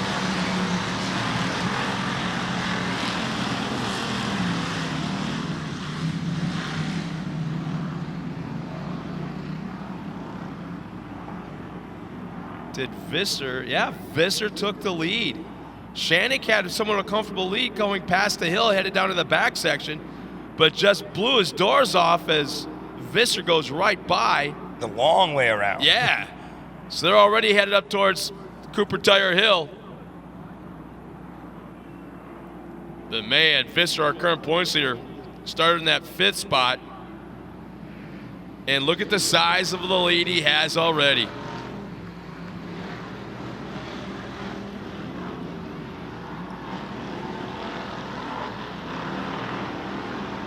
It's like we said earlier, I mean, you want to be patient at the same time, but like Visser, you get out front, clean air, you don't even have to take a tear off, you know what I mean? I was talking to Kyle Kleiman yesterday, and he told me that, you know, when he was in the lead all day yesterday, he's like, I just pulled one off, I think he said at the mandatory, because it had a little dust on it, he said.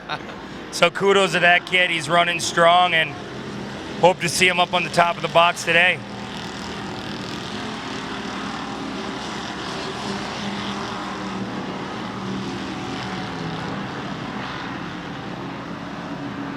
Now, what is it about the dynamics of this whole thing when the first part of the race, you see what you find out what you see now is they start to gap out. And then towards the midpoint of the race, all of a sudden, for whatever reason, they all come back together. I can never figure that out. I can never, but it always happens.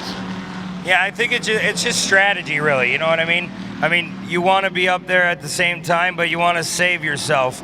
Because if you have anything for the leaders, that mandatory. I was always a fan of that when Jim Baldwin brought that back. That was awesome because it gives a guy a chance. I remember when I was a kid watching here, I mean, Rob McCackern to get out to 200 car length lead and just check out. There was no mandatory to bring him back. But now you see in every class, it gives a guy another shot. You had a bad first half of the race. The second half, you can take care of your mistakes, whatever you made, and charge. But right now, our leader is just, Visser has opened up 8-10 car lengths and just in that clean air, though, Scott. Yeah. That's what's the best thing. So Visser, our points leader, as well as our race leader, is picking up right where he left off from yesterday afternoon. Wasn't quite this easy, though, but man, he's looking good. I think it has to be the first year I've seen an enduro truck underneath a beautiful pro awning, nice semi. They have a beautiful setup, but I mean, it shows they're not just putting the money into their haulers and that. He's out front.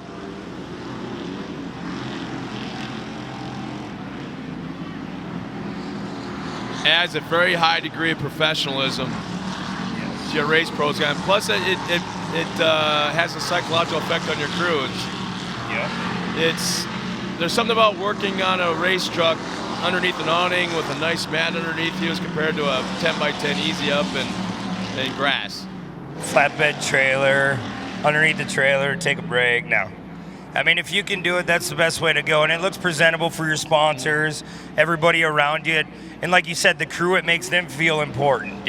I mean, come over to our awning, come check out our stuff. And to have a awning like that when you're in an enduro truck class, you just wait to see what they'll have when he starts stepping up.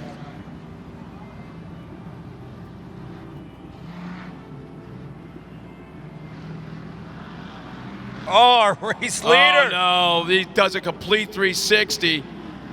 And here comes Diesel, Shanik, Visser back underway. Sharky's right there as well. This is right before the competition yellow. Sharky goes inside of Shanik.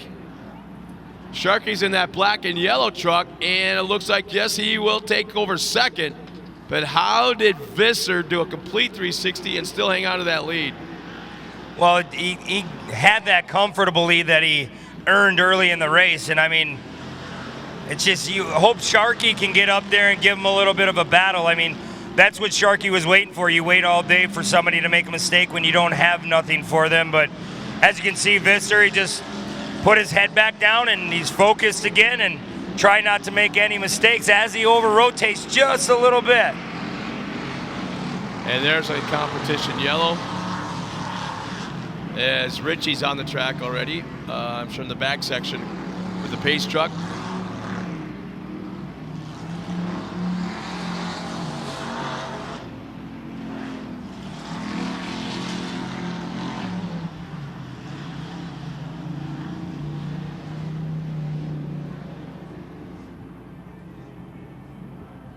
It was about a lap and a half ago that Brad, I think it was Brad Millen that in the 520 had a right rear flat tire. So he had to duck into the pits to get that tire changed.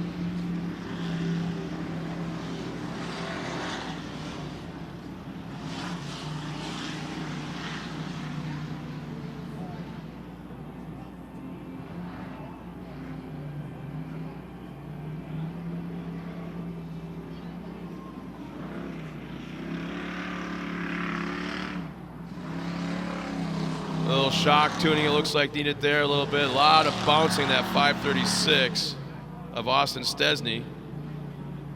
Still working out a little bit of the handling. There's what we were talking about a little bit earlier. Brad Millen. So he's off the track, out of the truck, and looking at his truck going, you little piece of work. So he went by about a lap and a half ago with a right rear flat tire. It looks like maybe he didn't have anybody in the hot pits or something to help him out, and not a spare, so it looks like he pulled it off the inside. If nothing else, maybe with another issue even. Yeah, because I think he would have limped it around, tried to get something fixed on it, but sometimes they just shut off, or it's too bad.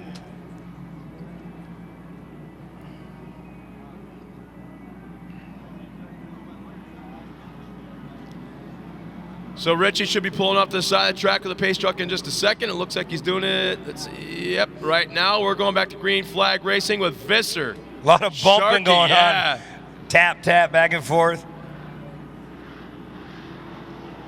But it helped. You see when you do that, Scott, though, on that restart, you try to outsmart the guy behind. You give him a little brake check. They really don't like when you do that, but any little bit of advantage, it opened up that 3-car length lead. Yeah.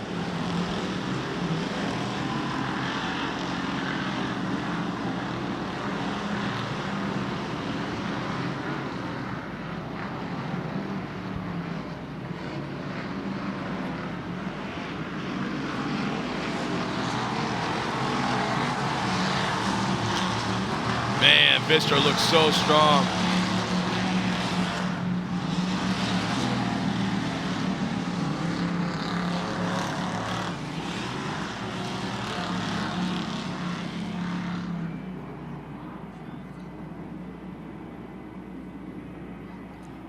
As you look in the background, you can see the campground and part of the pit area. Man, can you remember when everybody was right there in on this whole side, camping and pits? Oh, and yeah, now it look at expanded. yeah. It's just, it's huge. Barkerver's done an awesome job. All the Lions Club, the facility itself, I mean, has just grown. You go back, I watch a bunch of old race tapes all the time, and you see, like, just the trees that were there from before. Like, there was no camping, you know? Yeah, for all the fans that are watching us at TORCseries.com back home or wherever you're at, this is definitely one of those destination tracks. You got to put this on your bucket list. You got to come here sometime. It's quite the experience. It's got a little bit of everything, though, Scott. That's why people like it, you know?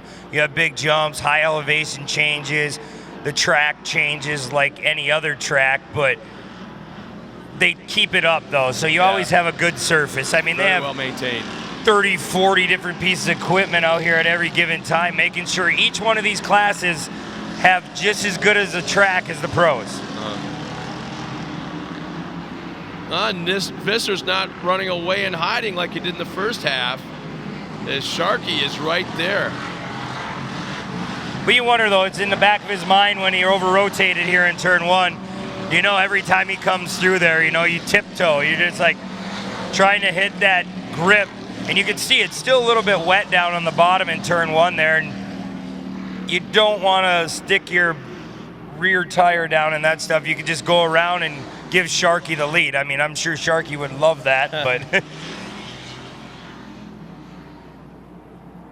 the truck lands so nice, like Visser's. Doesn't bounce around or rebound, I should say.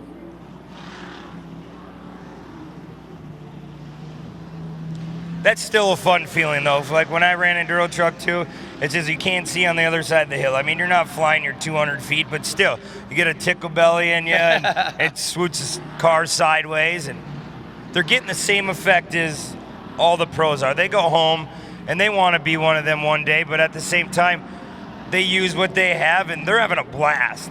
I mean, Sharkey, he's hunting them down. He's trying every little bit and not trying to overdrive the truck. Looks like the white flag's coming out this time around for Visser, our leader.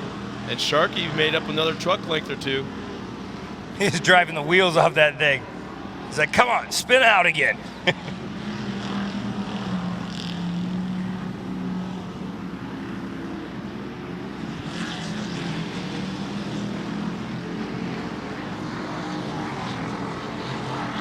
There's the white flag waving for our leader, Nick Visser. Also our 2016 current points leader. Headed down in that back section for the last time, coming around Stewart Manufacturing turn.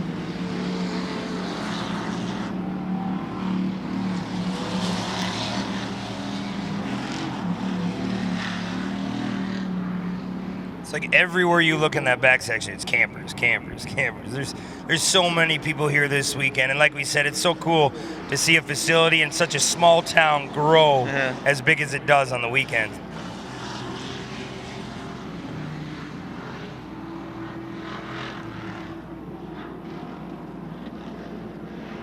Sharkey is still right there within 3 truck lengths. Just a few turns remaining, about less than half a lap.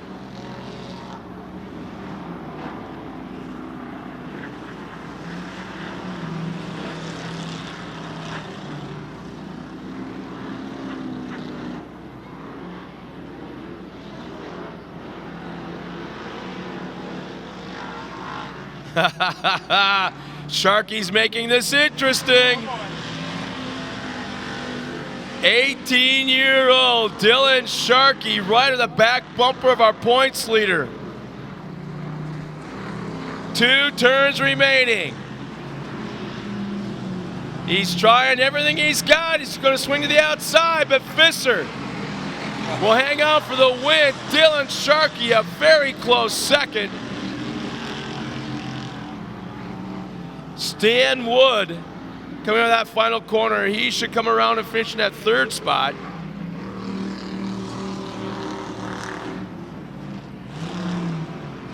And Diesel Shannick has dropped out somewhere. He was running in 3rd in that last lap, but he's nowhere to be seen right now.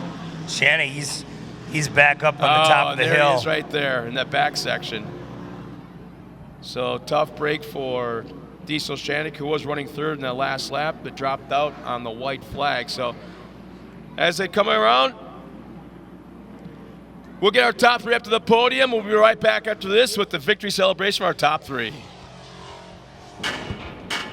What would happen if a side-by-side had more power than it ever needed, a smoother ride than ever expected, and as much storage and customization as a pickup truck?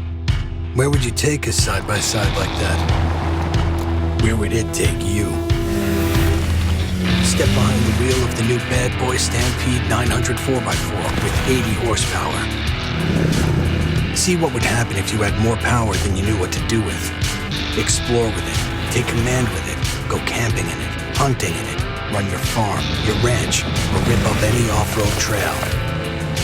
Because we didn't push every limit of engineering and design to see what a side-by-side was capable of. We did it to find out what you're capable of. This is the Stampede from Bad Boy. Get yours and find out what would happen. See it in action at badboystampede.com.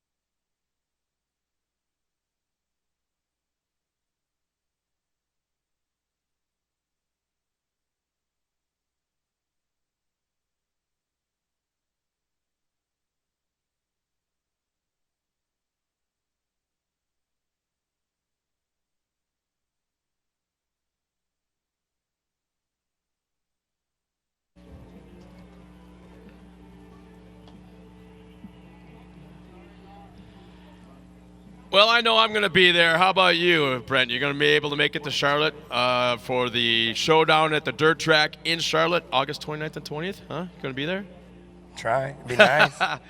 At Charlotte Motor Speedway at the dirt track, some very historic sprint car races have been down there, and what's neat about it, it's located directly in the middle of the ZMAX 4-lane drag strip, 4 wide, and the Super Speedway, the NASCAR track. So it's a really, really, really neat facility. It's so cool there. But you got to be there if you're able to. Make the drive August 19th to 20th in just a couple of weeks. Or you can watch it at TORCseries.com just like all the fans at home are doing it right now. Oh, yeah, it's great coverage. I mean, they Friday see and Saturday everything night. we're seeing, like, if not better, in some sections at different tracks we go to.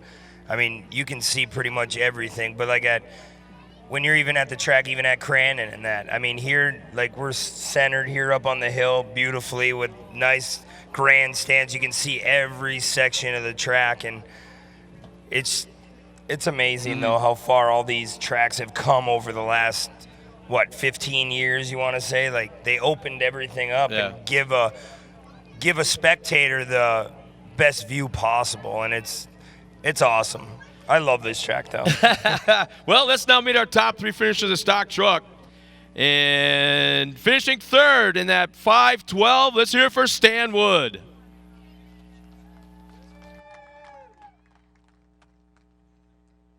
Congratulations to you, Stan. Such a great honor to see you again here back-to-back. We're at Bark River, Michigan. You got a few weeks off.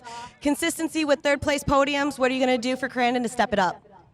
We got a lot of work to do. We need some more speed, maybe a little pilot work. I'm making some mistakes out there. When you say you're making mistakes, what goes through your mind? What are you thinking about? Do you get down on yourself, hard on yourself, or do you just kind of push it out, say lap by lap, or do you do race by race? Push it off to the side and just tell myself, don't do that again when you get a ball peen hammer upside the head. Okay, well, I hope that you do not happen to you, but it's always good to hear you. Who do you want to thank for bringing me here today? I want to thank my friends, family, the Vape Escape, Corey's Crank and Nail, BF Goodrich, and all the fans out here. This is great. I love doing this again.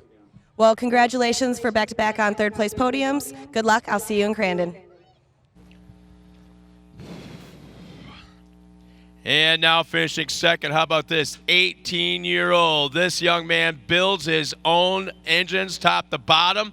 And from what I heard, he's running also a manual transmission. The kid may have found something that nobody else has figured out. Finishing second, Dylan Sharkey.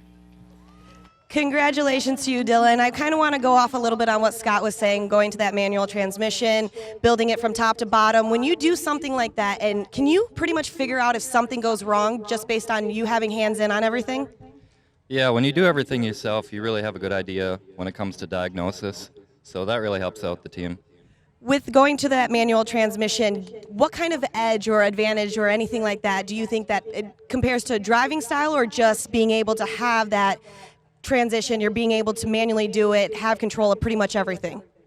Honestly, I don't know. There may or may not be a power advantage, but it's just my driving style. It suits it very well. Well, it's so good to see you here. Seems like you found out something with consistency. Who would you like to thank today? I'd like to thank Launderville Steel, Buffalo Wild Wings, Hilltop Auto Wrecking, my grandpa, grandma, and the rest of my family who can't be here. Thanks to all the guys that make it possible. Congratulations to you. Hop up on number 2. Nice job. And taking the win again this afternoon, the 580. I'm going to start to call him like clean air, because he's had nothing but clean air almost every single race. How about it for Nick Visser?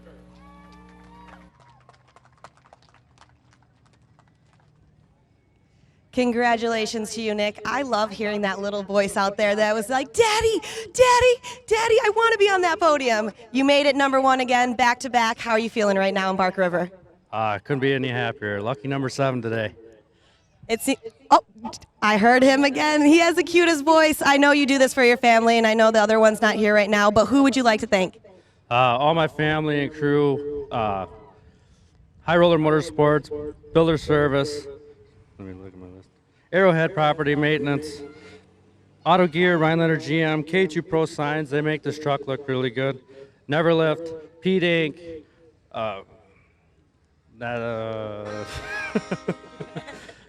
Forklift management. That's it. No, you're good. It's good. I seriously love hearing that little man. In the future, if you keep on going, he's probably going to be a great spotter for you, just yelling at you in your ear, telling which way to go. Congratulations. Hop up on number 1. You deserve it. One more round of applause, and right back up to you, Scott. And once again, thanks a lot, Tiffany. Once again, congratulations to our top 3 finishers here today. As we get ready for our next race, let's step aside for a few words from our sponsors.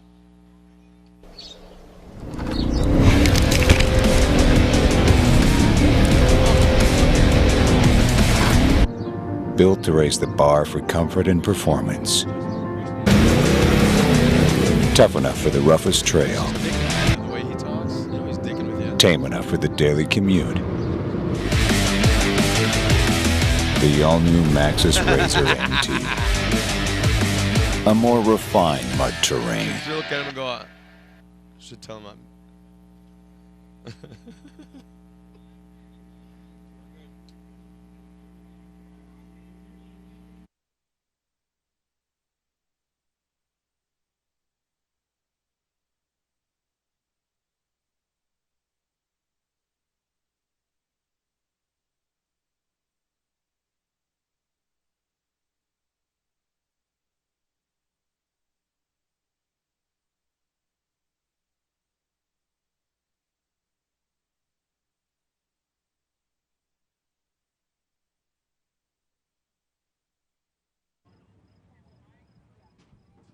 If you guys have ever seen Bobby Runyon Jr. with his beautiful blonde hair, he's racing in that Thor. You've seen him yesterday in his pro light. He has me written all over it, number 9. Make sure you check out this video. It takes a lot to stay fit. We were talking to him yesterday. He met up with Kate Osborne to show what it's all about to get fit. I know they're rolling some tires, they're doing some sprints. I don't know if Kate can hold up, but she did. Bobby Runyon, watch it, learn something, get fit. Crandon is all about speed, power, and endurance, and Bobby Runyon Jr. has a few tricks for that. Yeah, I focus on being an athlete. It's a 100-mile-an-hour chess match. If my body can fail last, then my brain can focus. So we're taking it to the track. We're getting our workout on. What's up first? Tire flips in turn 1. Yeah. Yeah, is that good? So, yeah, exactly. I'm trying to flip it twice because it's lighter. Okay. So, flip one. So what happens next? Now we're going to take a short jog to the start-finish line turn. Like right now? Yeah. Okay. What's your game plan? We're going in the box jumps. So those are your boxes. I'm going to these are my boxes. That's why he's an athlete. These are my little guys. All right, Bobby, it's official. My heart rate is up. Well, now What's that next? we're warmed up, we're going to do some sprints over at the world record jump. So this is Crandon's record jump. We're going to do some sprints up it. Ready? Okay. My sprint is not as sprinty. I basically won. Okay, now sprints are done, so we're jogging to the gravel pit. For what? Lunges. One of the things I find really interesting about you as an athlete is you had one of those crazy crashes at Sturgis in 2014, and you've been able to recover. If I had not been physically in shape, I don't think my body would have healed anywhere near as quickly as it did. We're gonna go take a quick little run over to the Argon corner. I like the evil things, like burpees in the Argon corner. Okay, let's do this. Burpees. So, ready? Okay, your burpees are quite a bit different than my burpees here. Well, Spartan race, chest has to touch the ground. Feet have to leave the ground. On to the final turn. What do you have for us? Jump ropes. Bobby, I have to let Ready? you know, I can't jump rope forward. This is our workout at Crandon. I hope you guys have enjoyed it. Yep, 98. I've got my butt kicked. 99, 100. All right, that was fun. Right? That was fun. Thanks. Yeah, it definitely was. That's round 1. So, ready? Round 2. Let's go. All the way again? Let's go. Round 2. We gotta It's go a long again. track. Go again. Yeah, it's a long track. Woo!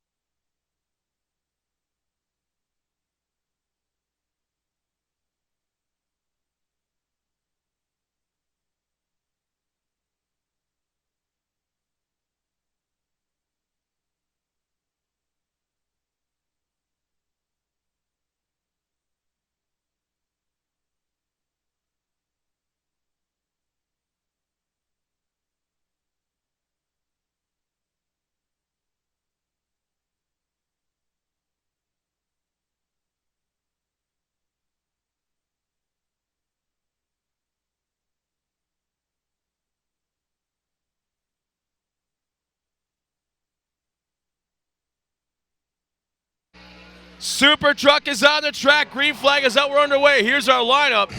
Number 205 of Randy Runhog. The number 223 of Kevin Hanegraaff. Cody Conrad in the 297. Jerry Edgerton in the 220. Mark Peterson in the 222. Eric Ruppel in the 237. And Ryan Van Haren in the 270 round out our field. Got to apologize for that momentary dead silence that you heard before this race as we were recording some TV content. So that's what that was all about. So we got to apologize once again for the silence. We were doing some TV content recording, and we got kind of caught with the race coming out of the track. So we'll get back underway, as right now we're watching right out front. So every time that there happens to be dead silence between races, keep in mind that we're more than likely shooting something for TV. But going back to the race action, it looks like it's, let's see, Randy Runhog right now up front is at Cody Conrad in second. Yeah, Conrad running in that second spot. That's Kevin a cool Hanegraaff shot, Scott, right there coming off the hill.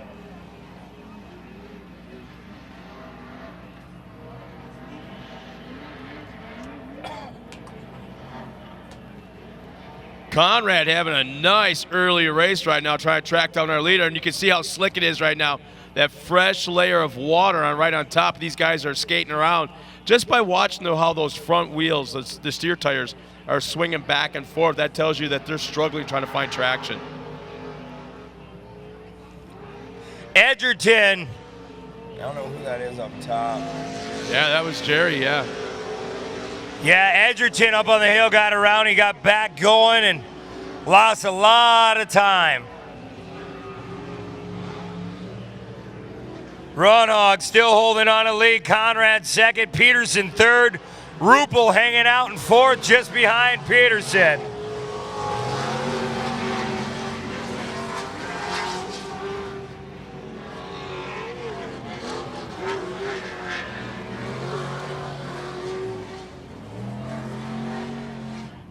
Boy. That corner right there, though, Scott, that's just a blind corner. You come over and you either commit or don't, and if you don't commit, you end up on your lid 90% of the time. That's one of my favorite turns in all of all the racetracks, the entire series, because you go up to the hill, you got almost pitch that truck sideways before you get to it because the suspension's unload, and if you're not already turned, when it comes back down, you will, like you say, you're off into the toolies, and you want to get that thing rotated. Yeah, I remember when Kyle LeDuc was running Pro Light back in the day. He'd come around that turn, and he'd always up on the bike in practice, and I'm like, what are you doing? He's like, you have to keep it wide open. He said, the minute you let that weight transfer, you're going for a ride. Boy, nice race between first, second, third, and fourth. They are tight together right now. Eric Ruppel in that fourth spot. They're all in lockstep. Yeah. Ruppel goes outside of Peterson coming into turn number one. Here's Peterson to the inside. Peterson pushes hard and will lose the spot to Ruppel. Look at that roost, though, going right into Ruppel's truck. He's just trying to find a little bit of breathing room on the inside of Conrad, and Runoff. He's got company. He better go.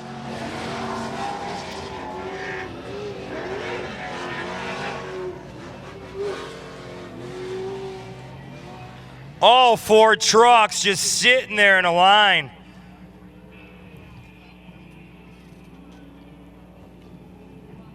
Our leader pushes way over the cushion. Oh, man, he's going to lose everything. Hands the lead to Conrad.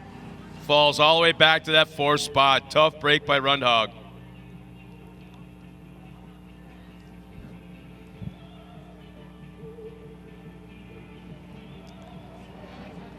As the track's starting to dry out now, you can see the trucks, Scott, they're starting to launch off the hill a little bit more. And as we go on with the day, the trucks get a little bit more faster and faster. And you're going to see those guys, I think, who was it yesterday in Pro 4? I think Chad Horde. Horde was laying next to the 200. Might have to go back home, make a 250. How about Peterson coming back to the inside? On Ruppel, Peterson still right there. Man, I still got to call out Conrad. Nice race for that young man today. That truck in the lead there, that's a ex-Mikey Vandenheuvel chassis.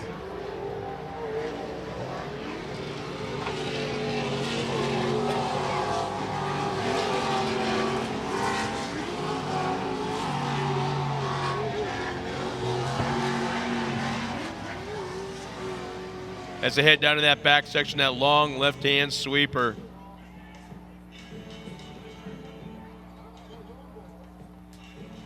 Edgerton taking a peek to the inside. He's trying to move up one spot on Rundhog. You see Conrad, he's having a little trouble getting that truck to turn in that back sweeper. It wants to push. And when it does that, you want to try to keep it in the throttle. I mean, try to ride the brake, get whatever you can do Just to try get that truck to rotated, turn. Yeah, and rotate it.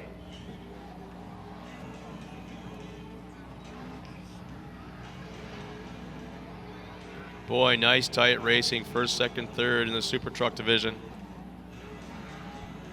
And like I said yesterday, Peterson, he's starting to come around, that guy. But anytime you have a Greaves in your pit, yeah, you have Kurt Greaves working on your stuff, the guy's a genius. He'll figure out anything. And as you can see, that truck just keeps getting better and better. And when you have a good truck, it makes it a lot easier to drive. You can go out there, let the truck do the work and not fight it. Well, the truck was built and designed to be, if the opportunity arose and you got a couple extra bucks, maybe a sponsor jumped on board, change the motor, change the transmission, and you're in the Pro 2 just like that. That's how that truck was built. That pretty much right there. Both of those trucks in the front. I mean, Mike Vandenheuvel ran in Sporty 2 a little bit, and I'm not sure if he ran that one in Pro 2, but that truck's a beautiful truck. You can eat off that truck in the front. Mikey does clean work. He's a heck of a fabricator, and anything he's ever built has worked. So, I mean, that's why Conrad and their team, they jumped on board. We got a little bit of drama right there as it looked like Ruppel pulled out a line, passed the pace truck right away. He's headed to the hot pits. So there is some issues going on for yesterday's winner. Passes the pace truck. In fact, ladies and gentlemen, the race fans here at Park River, we've got Ben Wandasega and Aiden with cool toss-out, looks like General Tire stuff to be tossed out. So T-shirts, some hats, some sponsor stuff. So as they walk up there, the young Aiden Wandasega, go on out there, guys. You got some people looking for some swag, some hats. Some of the stuff that they used to give away back in the day here at Park River, they're headed out into the crowd. So I want to thank the Wandasegas and Aiden in particular for coming out with some cool stuff for the race fans. And you see Ruppel, he's chasing to get in the pits. You wonder what's going on with him. Yeah, he's got to go all the way around. He's got a right rear flat. The way that truck is sitting, I wouldn't doubt it. Let's see. Yes, yep. Yeah, they go right to the right rear. Yep, you're right. Good call. And that's not your normal tire.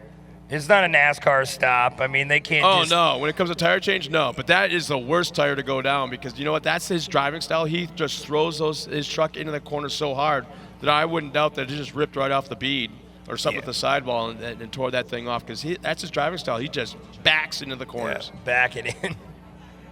So now what should happen is what we saw yesterday a couple of times is they get that tire changed as fast as they can. They send him on the racetrack, and he's got Tara all the way around the racetrack to get into the back of the pack before the green. Well, they changed that. So what's going to happen, they'll get that thing changed as fast as possible, hold him till they take the green flag, and he'll just fall right back in line and still be on the lead lap. Oh, that's nice. Yeah. I mean, it takes a long time to get around this 1.7 mile. He's already got the mile. tire changed. He's been sitting there for about 15 seconds already, so his tire's changed, and he's waiting. So they give a guy a second chance, though. Yeah. I mean, they don't have a mile behind. Right now, we'll see what Ruppel can do. I think they're going to let him go the minute they go by. And I can guarantee you Ruppel's going to be fun to watch. Back it in again.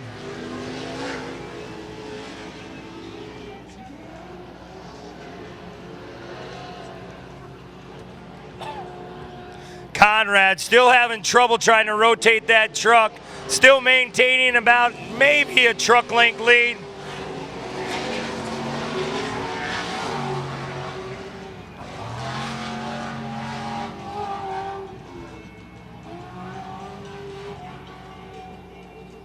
Conrad, Peterson, Edgerton, Hanegraaff, 1 through 4. Rundhog right behind them, about 10 truck lengths back. But, man, nice battle going on. Looked like Peterson may have gone off the race line. No, it was Conrad. Conrad, our leader, went off the race line, high-sided the berm. He's falling back to third now, and Peterson's running up front. Edgerton in second. Good to see Edgerton back up in the top two. Yesterday he kind of struggled a little bit, and that Monster Energy truck just starting to work. I mean, Peterson, it's going to be hard to run down Peterson like we said earlier. That truck has got what it takes to win, and he's doing a wonderful job driving it. But Jerry's not no spring chicken. You know he's going to be chasing him as hard as he can.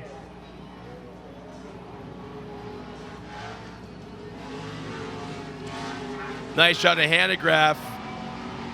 Running in that third spot, racing for the Allies for Autism. Hopefully get a chance to talk to him this afternoon. He wanted to stop up and say hi. I know he's got one of his sons here, and I think the other one is back at home watching.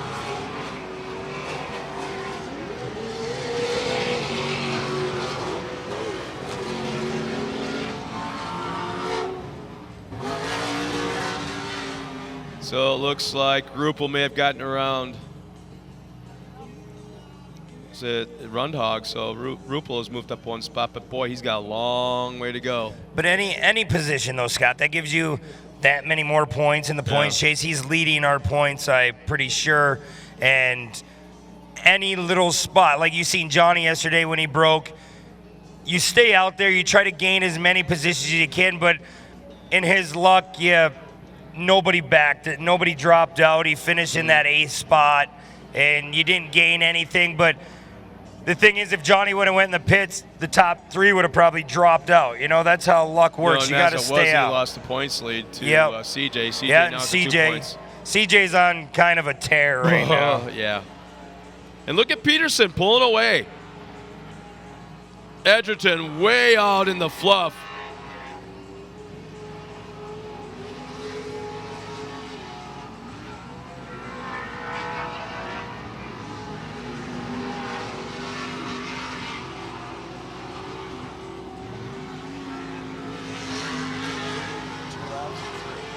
Says 3 on there.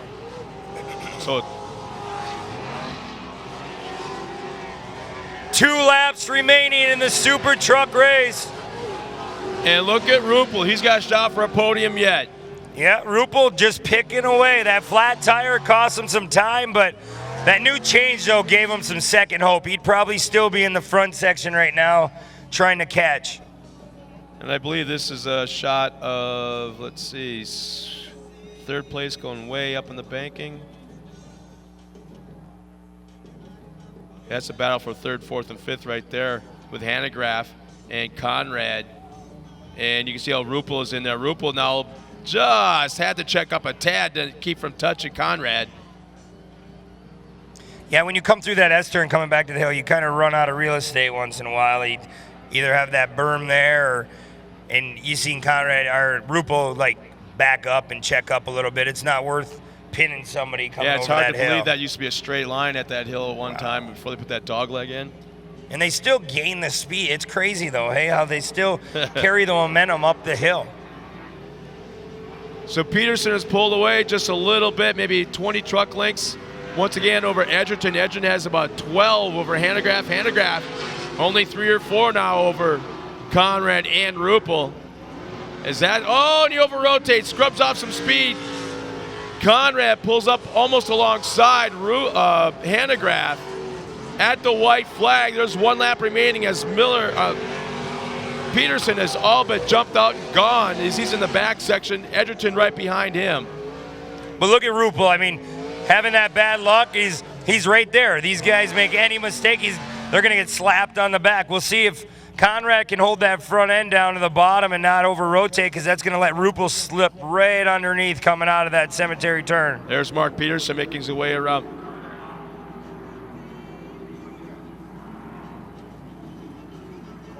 Mark Peterson, our leader, well out in front. He's going to be a happy guy. You know what? I predict if Tiffany asks the right questions or handles the podium right, you might see a tear out of him today. I mean, it's a lot of hard work. It's hard work to run one of these trucks. A lot of maintenance, a lot of upkeep week in and week out to make it run out front. He's got a lot of dirt on front of that truck, and it took a little bit of work to get out front, but I think he hasn't used a tear-off probably in about 4 or 5 laps. Well, the checkered flag is coming out as Peterson has a sizable lead. Conrad has gotten around Hanegraaff, and Hanegraaff comes in hard into Ruppel. And Ruppel ends up back on his lid, but Hanegraaff came into the corner super hard.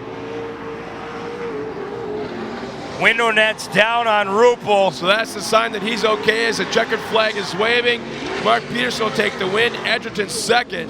Conrad will come around third. Hanegraaff fourth. And that's the first sign to let everybody know, particularly the safety crew, that you're okay to drop that window net.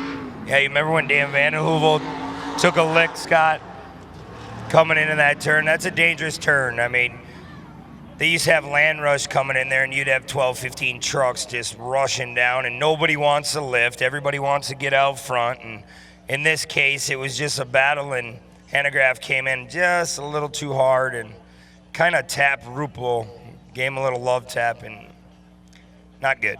We're going to have take a quick minute, step aside, and bring our top 3 as drivers up to the podium for their celebration. We'll be right back after this.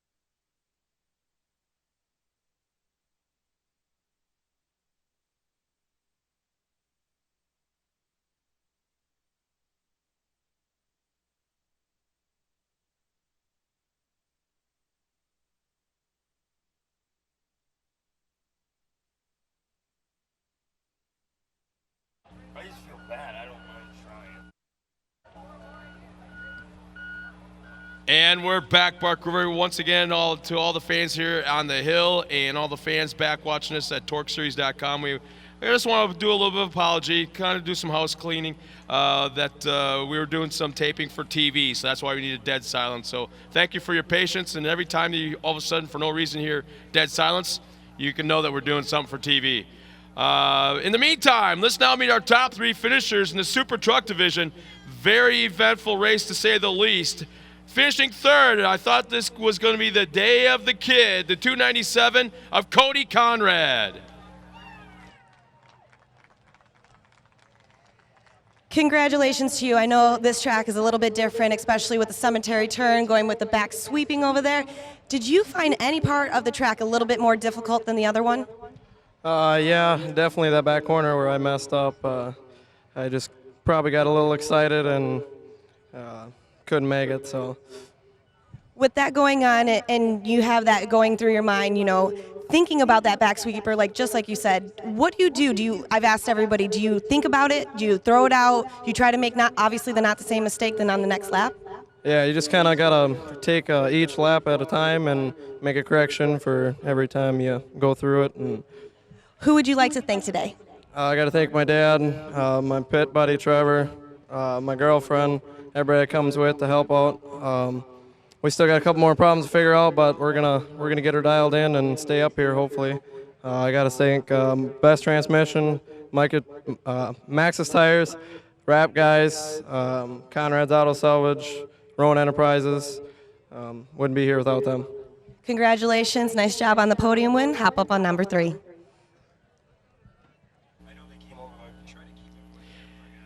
And now finishing second. I'd like to hear what happened yesterday, but right now it's more important about today's race.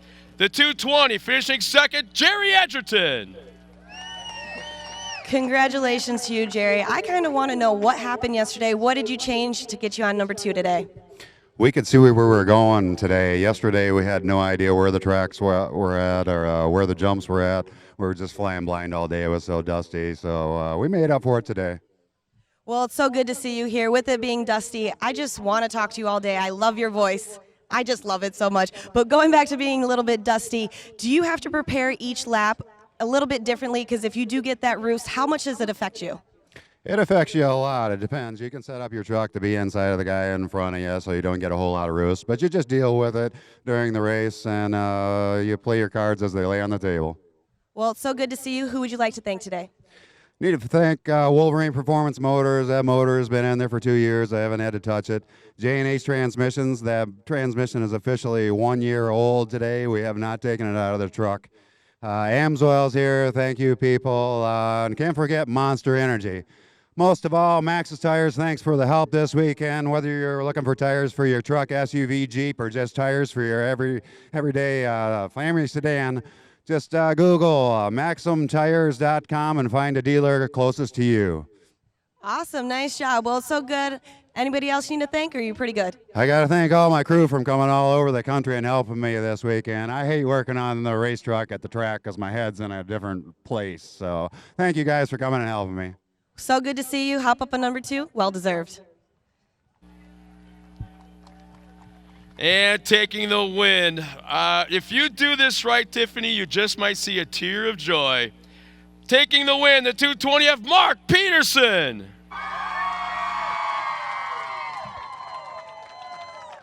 I won't be able to see the tears of joy underneath those sunglasses. I know you're happy, excited. It's so good to see you here. You boxed number 2 yesterday. You're a number 1 today. What did you go back to change?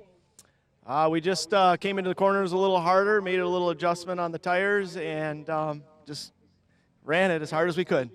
Well, it seems like you did a lot. You changed it. You got a great fan base out there. They're so excited to see you. Any words to them? Oh, yeah. First, I want to thank my family, my wife, my kids, all the support that they give me to let me go out and do this. I got to thank the guys that helped me on the truck. Kurt Greaves is amazing. I can't thank him enough for all his help. John Shabala for all the help he does with us on the semi and on the truck.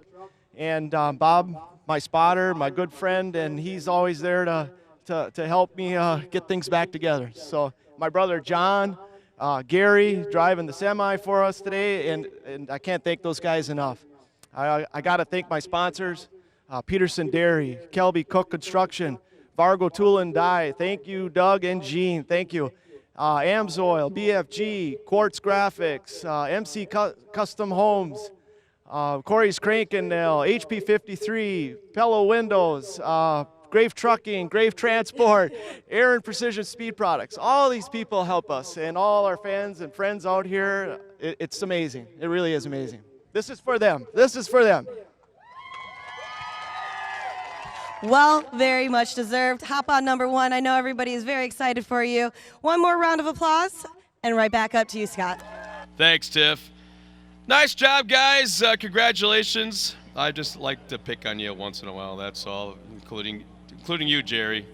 We got to get you a razor sponsor, man, I swear. You know. All right, nice job. We'll be right back after this with a few words from our sponsors.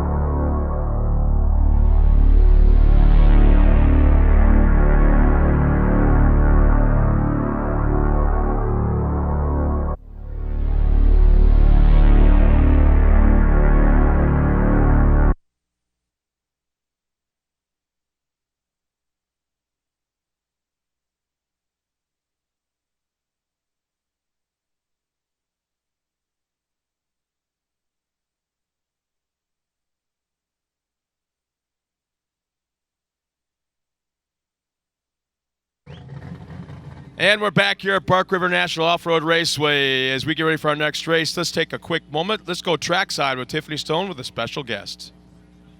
Scott, I have two special guests, and you guys have seen them. If you've been to this racetrack before, you've seen this face and or this face. Well, you saw this face in Pro Light taking that box. But what's so nice about it is this is their home track. I've got Cody Kleiman, Kyle Kleiman. It's so glad to see you guys here. It's so good. How is it being in your home track and being able to race here? It's huge. You know, the sport we get from the fans is huge. We can't thank them enough, and it's, you know, the energy that you get from them. It drives us a lot. Well, it's so good to see you guys here. Cody, how's it feel racing with this guy? Same class, everything, teammates. When something happens to him, do you think about it, or do you just kind of think about Cody at that moment?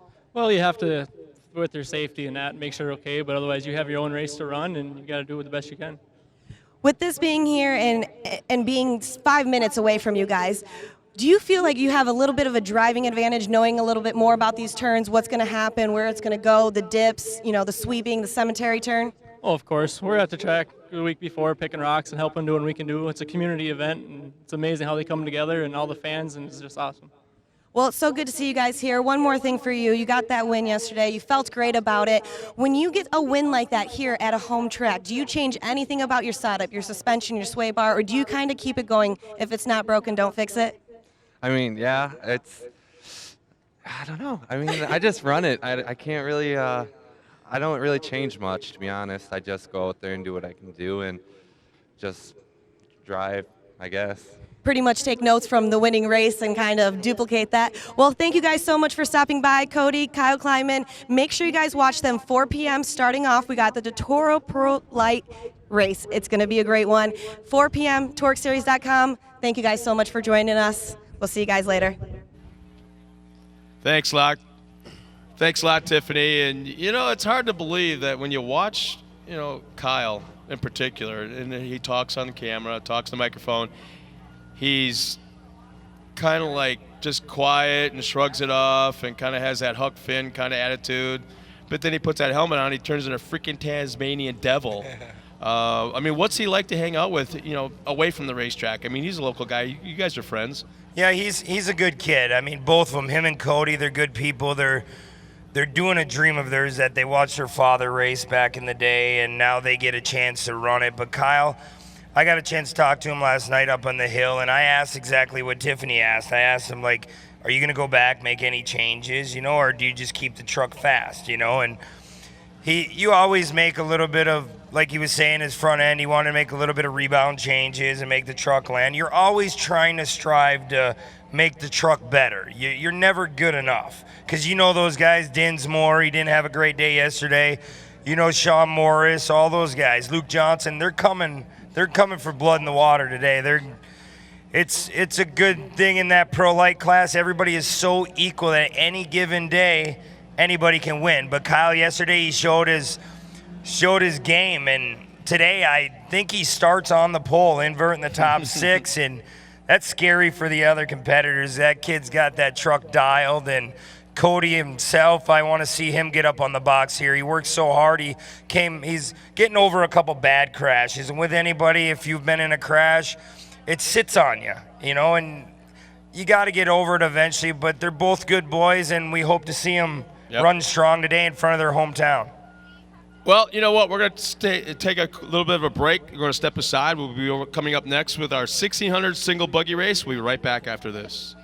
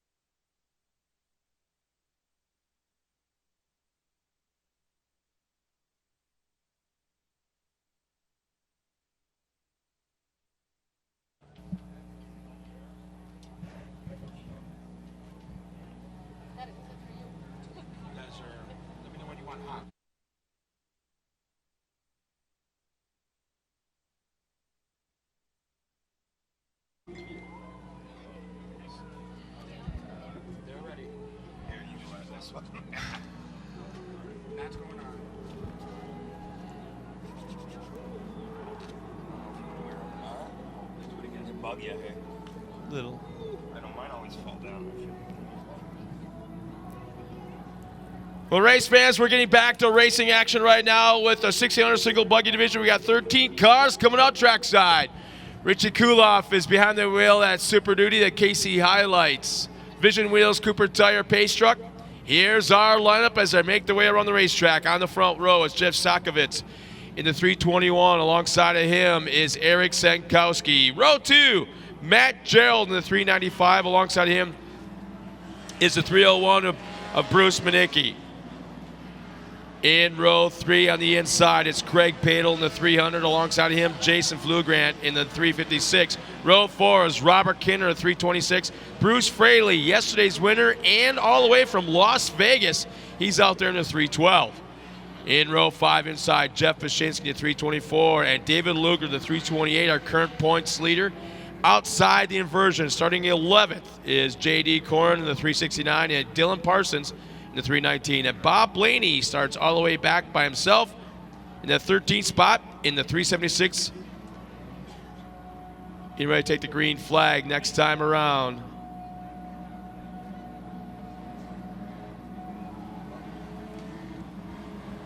So as I look, there's a little bit of a shakeup or a little bit of a maneuvering in the lineup, as it looks like Matt Gerald's actually on the front row.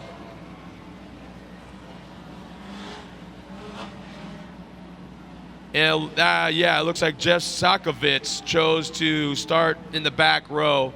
So that moves everybody up one spot. So that puts Eric Senkowski and Matt Gerald in the front row. So that's what that's about. And oh man, somebody's going off on the hook right off the get-go. And I want to say that was that Senkowski? I'm not sure.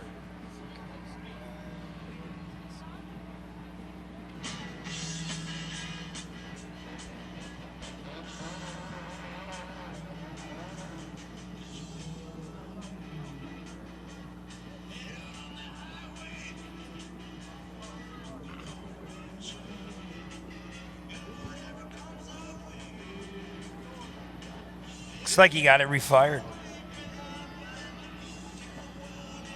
Yeah, tough break now as he's going to have to sit there and wait. And he'll be released once they go by. Green flag is out. We're underway. Matt Gerald opening up an early lead.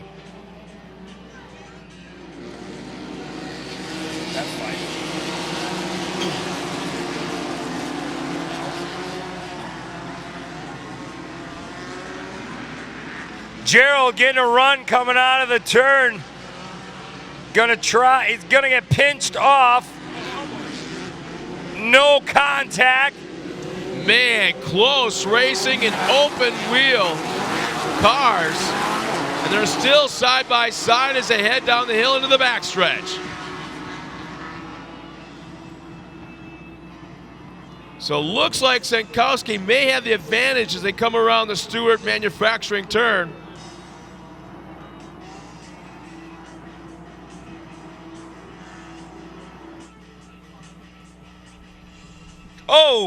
Oh, big rollover. Who is that? Is that Kinner? It was a yellow car. It appeared just for a second. I saw, I think, a flash of yellow. I think it's Kinner. But 2, maybe 3 rollovers. You can see him moving inside the cars. Our safety crew's right there. Not exactly sure what happened. It looked like he got on the outside. As we go back up front, it's still a battle for the lead. Our leader goes around. Senkowski goes around. That will give Gerald the lead. Oh, man, tough break on the opening lap as everything's still a little bit wet, a little bit slippery. And still you can see that bottom of turn 1. Look at it, still water laying. Everybody trying to just straddle outside of it. You don't want to get down in there. That's where the spotters come in handy. That's where the spotters are telling you what they see on the track, so you can anticipate it by the time you get there. Yeah, when you come out first at the race, your spotter, that's what you want them to say. Especially when you're staged behind the hill, you can't see how much the water truck is putting on the track at the time, and it gives you a good look. And another car goes around just on top of the tabletop. Holger. Looks like Holger, yeah. Craig Holger.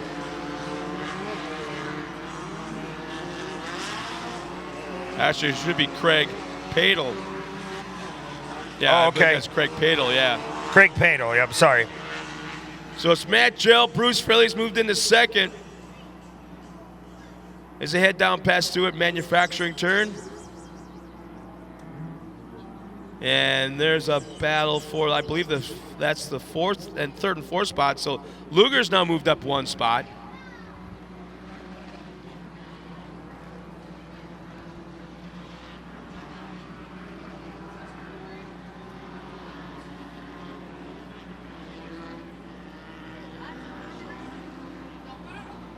Bashinsky now looks like he might be trying to move up 1 spot as well, and that's a battle for the lead with Matt Gerald up front, Bruce Fraley in second. Matt Gerald, he's always had a very strong first half, very strong. And then after the competition, he always seems to fade back a little bit. Not much, just a little. Right, but still kind of finishes that 5th and 6th spot. So I'm wondering if it's just a conditioning thing, if he just starts to get tired after a while. Because look how strong he is in the first half. It's.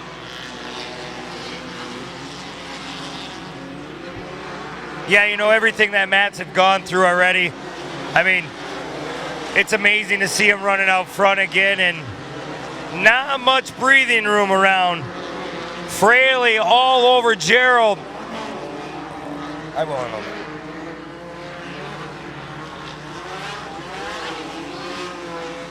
Fraley on the inside of Gerald going into cemetery turn.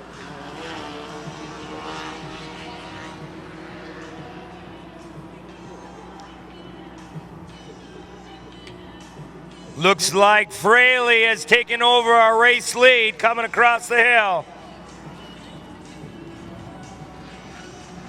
You just get out of that line this 1 split second and you lose 2-3 car lengths almost every time. It gets so loamy up on the top side of the track, and you want to stay in the race groove. When you get out of that groove, it'll turn into a bad day very quickly.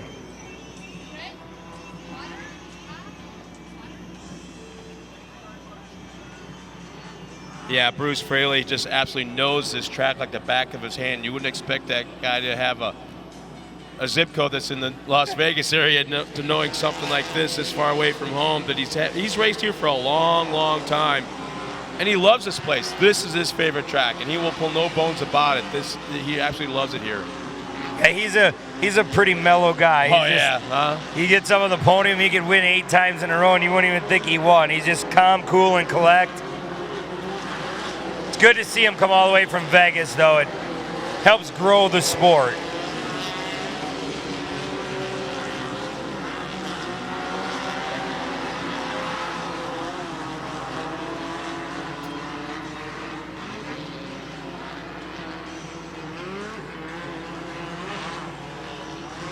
See, Blaney made it back out on the track. He had some problems in the pits. Not a normal day for Blaney. Normally he's up in that top 5 all the time. And Yeah, Sinkowski went past the line just in front of him, and boy, he just hasn't been able to recover since that early race mishap. Matt Gerald still holding on to the second spot. Yeah, I think Luger will be going after second, but not crazy aggressive. If it happens, it happens. But he's not going to push the issue until, I'm sure, the second half. But you know what? He's going to be getting some pressure from Bashinsky. And if the spotters are telling him he's got somebody coming up behind, he just might have to go after Gerald. So we'll see how that plays out. But it's like right now how you have to be kicking yourself in the butt there if you're Gerald in that. It's like, how do I catch Fraley? What do I do to try to reel him in? You could hit all the same marks he's hitting, but I mean, that car's dialed. He's been in the class a while, and it shows.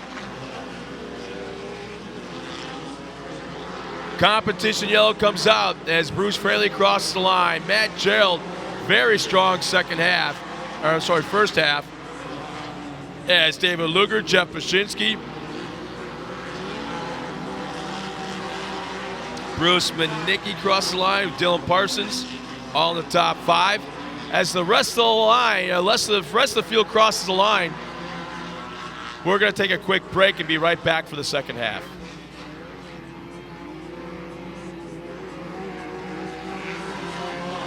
Or not. Or not.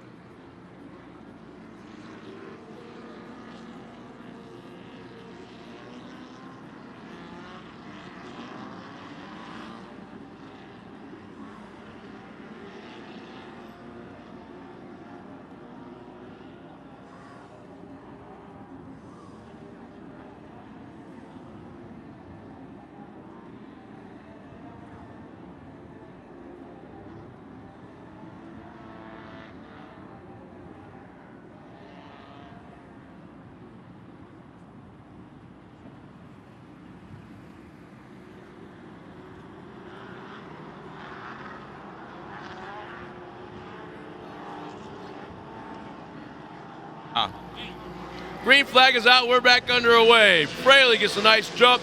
Bashinsky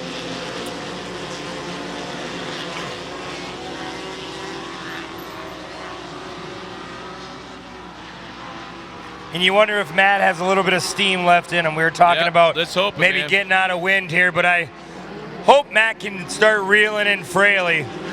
Yeah, Luger's awfully strong though in the second half in that 328, that green car. Right now running in at third. Machinsky in fourth, 324. Like I said though, you get in the back section here, anybody can make a mistake and you can capitalize on it and move up a couple spots. If you're a leader, you just want to take your time and hit your marks and win the race.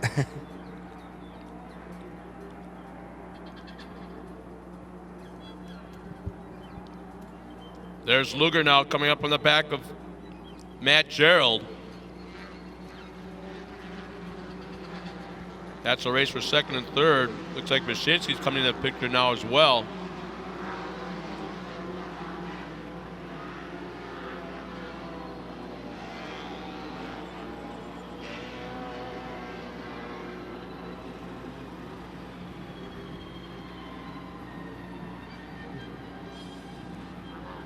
Fraley gets a little squirrely coming off the top table. See if Matt Gerald can reel him in a little bit.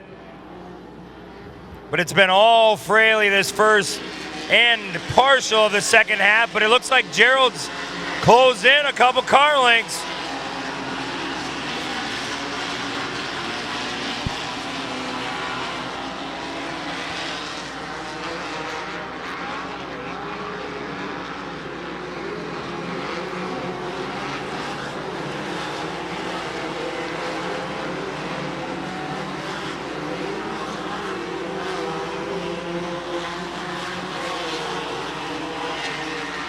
This is Matt's best run in a long time. I mean, he's been on the podium a few times this season, but always been running up front, but has faded right around this part of the race. And it would be so cool to see him stay up front. Because this is a very, very equal class, very equal cars. And that's why I kind of questioned it. I didn't question it, I just kind of wondered about his conditioning. But keep in mind, he's not running with the same kind of physicality that some of these other guys are at. He's kind of hampered a little bit with his physical issues, so he's still up there doing one hell of a job. Oh yeah, I mean, it takes a lot to run one of these cars, and Matt, with all his issues he had to go through in life so far, I mean, it just gives you a good feeling to watch somebody like that stay and run in that second spot. As we see, he's getting contended for the second.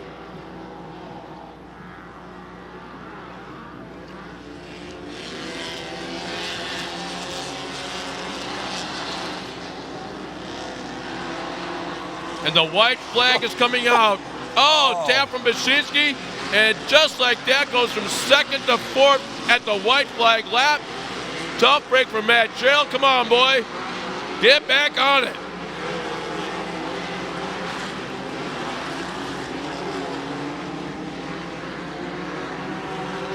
And like we were saying, you run up front that first 3/4 of the race for Matt Gerald, and it's just heartbreaking to open up the door and somebody scoots underneath you. But sure, Matt put his head back down, and he's trying to catch our second place car. He's going after David Luger right now. He wants that podium spot in the worst way, but that's kind of what happens. It seems like as the race goes on, his lines go a little bit wider and wider, especially in the turns. As you can see, there's Jeff Wyszynski right now on screen, the 324 coming up to the top of Cooper Tire Hill. And you wonder if we had a couple more laps, if he could maybe reel in our leader, but I think coming up here, Fraley, he's driven a flawless race today, and just like he has in the past. I mean, all the way from Las Vegas, Nevada, and coming all the way to a small town of Bark River to get a W. Two of them, yeah. Back to back. Like I said earlier, Scott, look at that bottom, just still wet. Nobody wants to even take a chance, which you just straddle the outside of it. If you put your left front down in there, it just turn you right around.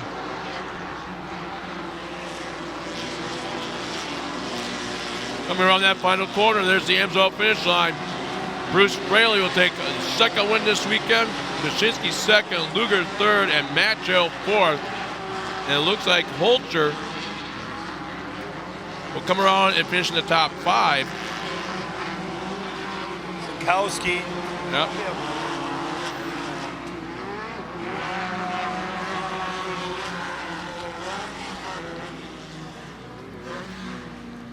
We'll be right back after this with our podium interviews and our top three finishers.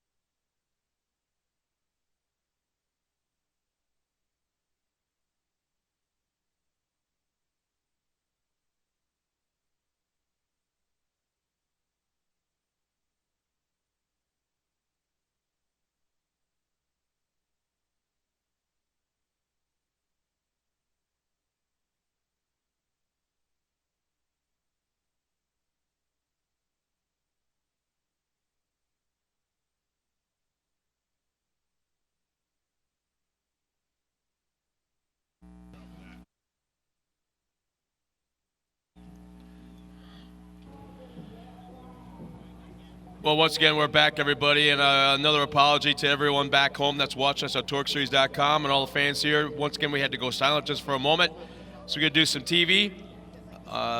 So that's what that's all about. So keep that in mind, is if that happens again and we go dead silent for a minute or two, that's exactly what we're doing, is we're doing some recording for TV. So thank you for your patience, and we'll be coming up next with our 1600 single buggy division race.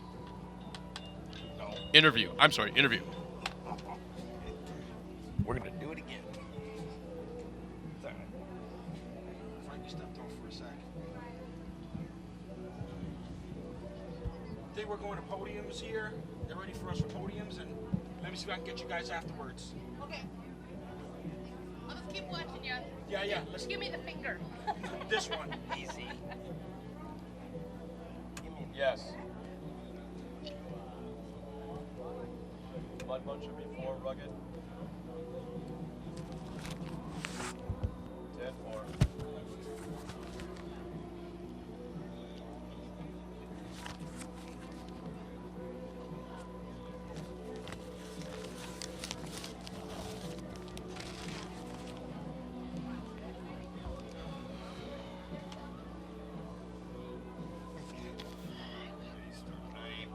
Let's now meet our top 3 finishers in the 1600 single buggy division. Finishing third in a very strong race, started 10th, finishes third, the 328 of David Luger.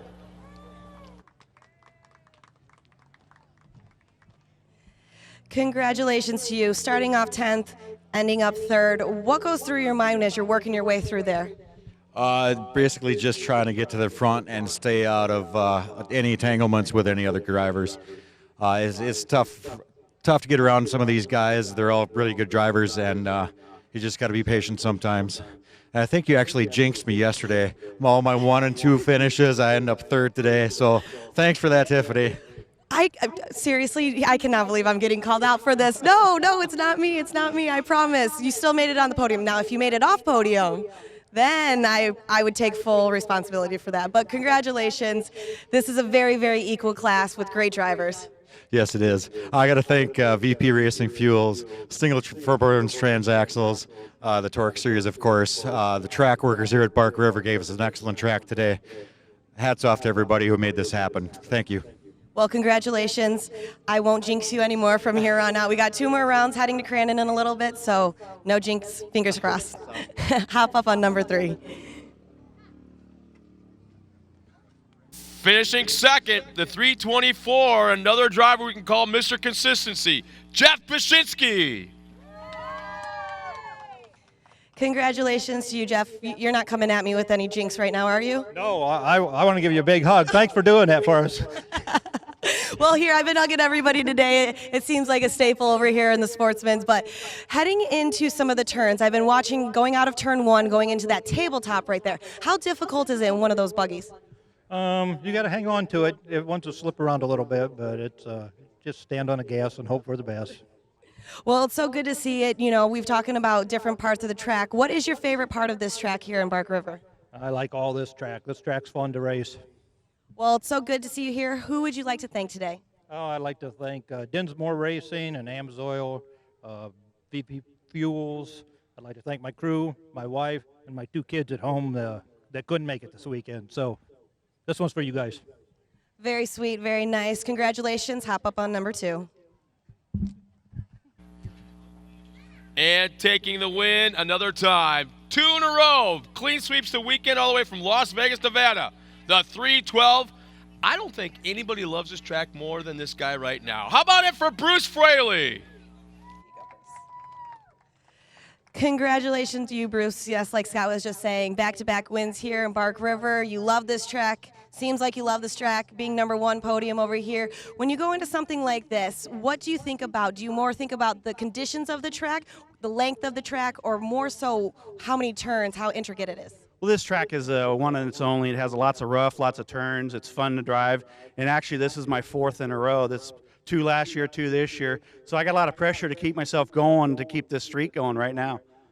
Well, I'm not going to jinx you because I don't need you to come over to me either. But congratulations. Who do you want to thank today? My wife at home, Larry and Glory Hammond, who give me a place to stay. Sean Morris for giving me a place to keep my car during the races and all the hospitality they give me. Freeman's Motorsports out west, Dave Foltz Trans, Fat Performance, BF Goodrich Tires, VP Fuel, and everybody else that helps me and keeps me here. Well, it's so good to see you. Hopefully you get that karma, rub it off on Sean Morris and Pro Light. Hopefully he can bump it up, get on top box as well. Congratulations. Head up there. Another round of applause. And right back up to you, Scott. Thanks a lot, Tiffany. And once again, 3 very happy guys. Nice job. And Bruce Fraley, enjoy the cool weather because you're going home tomorrow. 115 degrees. We'll see you there. Then hold it up close. Well, ladies and gentlemen, it's always fun to have some of these guys that are behind the scenes that are innovators, that come up with something for the sport to make it easier for the drivers, easier for the crews. And right now, I guess it's something easier for the TV crew. I got Mark Peterson up here, who's behind the scenes of, I'll call you the mad scientist of the Mud Muncher. Now you've come up with something not only for the helmets, but now for the cameras. Exactly. We took the same technology that's been so successful on the helmets. We integrated the same features into this camera. And what we have here is a 100-foot roll of film, clear film, that's going to roll in front of a GoPro camera. It's all done by program. I can set up sequences. The first couple minutes of the race, I can. So you can see there's the film right here. Yep. That's the roll of film.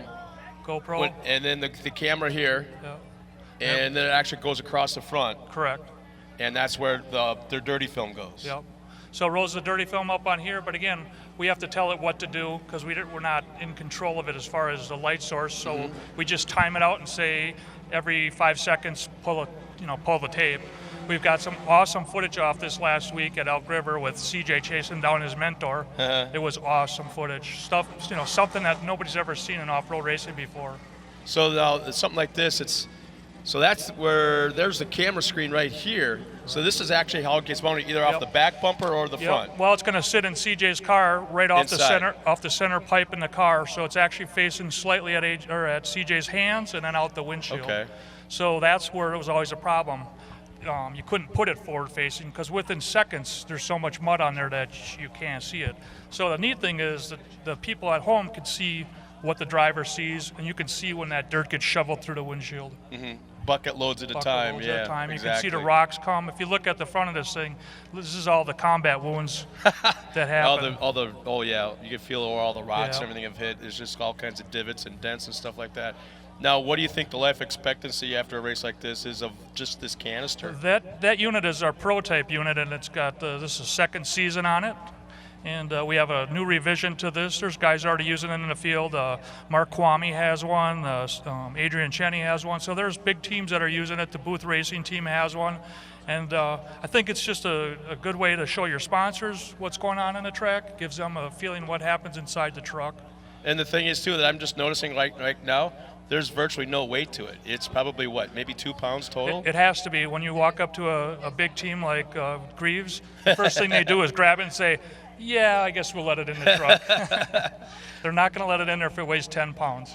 Well, Mark, I want to thank you so much for coming up here and showing this. And where can the fans go if they want to adapt this theory or this idea to something for them at home? Where can they go? They can go to mudmuncher.net.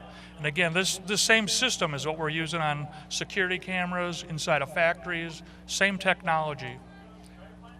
And I'm sure you're going to be getting in the government markets as well with some of the special services. I'm hoping. Well, again, thank you so much. It's, this is a really neat little piece of machinery, and the thing is, make sure to go to, watch us on Fox Sports 2, because that thing's going to be utilized in a few trucks on our TV shows. So. I've seen some of the footage from Elk River that is going to be, aired soon, and it's awesome. A lot of forward-facing footage that you don't see. Well, thank you again, Mark Peterson, Mud Muncher. You guys are doing one hell of a job. Thank you so much. Yep, thanks, Scott. All right, we'll be right back after this with our next race this afternoon. In the meantime, hang tight. Let's go. I got you. Nice job, nice. Outside of 1 is not where you want to be. Affirmative, sir. You're doing good, relax. Everybody getting ready for more ride? That worked fine for me.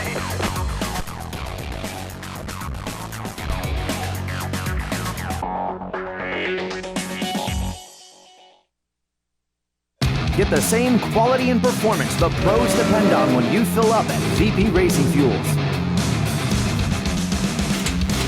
And while you're there, check out VP Mad Additives, formulated by the mad scientists to give your ride a seat-of-the-pants boost.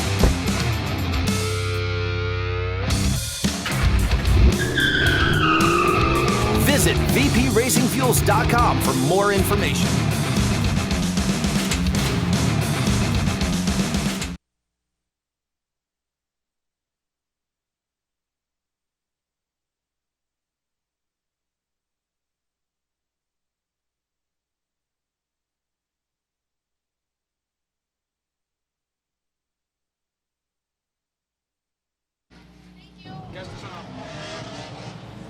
Well, race fans, here we go with probably, I'm going to call it out as might be the best race of the weekend, let alone the day, as we got 20 super stock trucks on the track, and we got a little side story on top of that. Troy Shaden, who normally drives the 829, right now starting in the inside second row, he is out of that truck. They changed the number to 826, and listen to this. Guess who's behind the wheel? Danny Beauchamp out of Bark River, Michigan, behind the wheel of that bright green and yellow and I guess grayish truck, second row inside. Well, here's our lineup of the rest of the field. On the front row, it's Kenny Platt in the 812, Jay Schaefer in the 806. There's Danny Beauchamp along with Scott Heichel in row 2. In row 3, it's a Tom and Tom show. Inside in the 837, Garrett Lohr in the 819. Mike Funk and Nick Bing make up row 4. Row 5, Joey Machosik, yesterday's race winner in the 851, and Mitch Dorr, our current points leader in the 897. Row 6, Jamie Kleikamp and Robert LeGrand in the 825, 870. Ken Wilson, Roger Shade in the 803, 867 in row 7. And in row 8, in the 813, it's Scott Allison and Natalie Lottie in the 883. In row 9, it's Harvey Lewis in the 855 and Sam Jock in the 808. And the final row, row 10, in the 877, Matt Dale and Tyler Playman in the 814. Oh, that's a mouthful when you got 20 trucks. We're going green right now!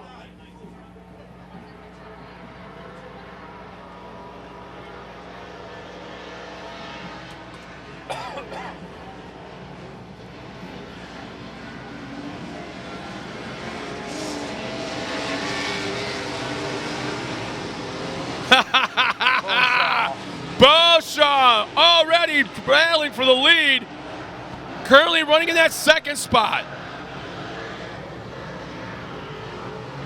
But right now up front, pulling the whole shots, Kenny Platten in that 812. You just see all those trucks just slipping and sliding on this first couple laps here, trying to get any bit of traction you can.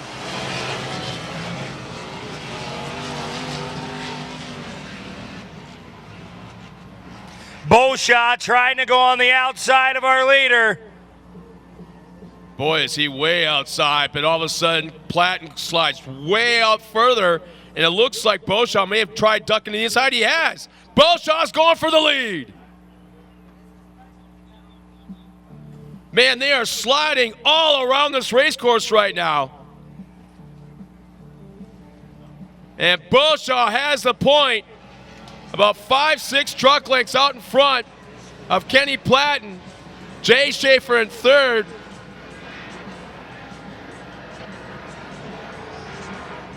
Scott Heichel in that 4th spot in the Tom and Tom show, currently running in that top 5.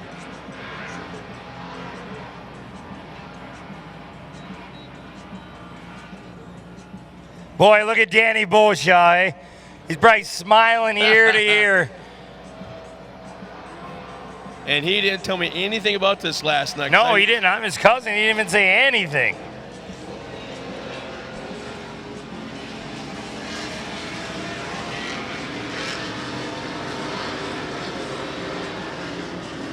Scott Heichel slides wide through turn 2. He'll lose 1 spot for sure as Machosik moves up into third.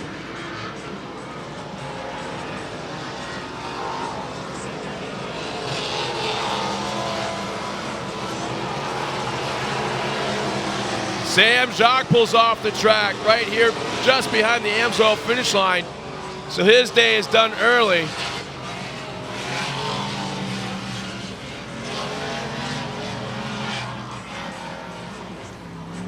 So a sizable lead by Danny Beauchamp at the moment with Kenny Platten in second. Joy Machilsik. Oh, somebody just. Bing and Schaefer get into each other. Yeah, there's somebody going up in smoke right there. You see him slowing off the track. I believe that's Scott Heikkila. Heikkila, yeah. Beauchamp starting to show some smoke coming into the turn. Could be just an overflow or something, bouncing off of something that's warm in that truck. Still, he's maintaining a big lead, 10-12 truck length.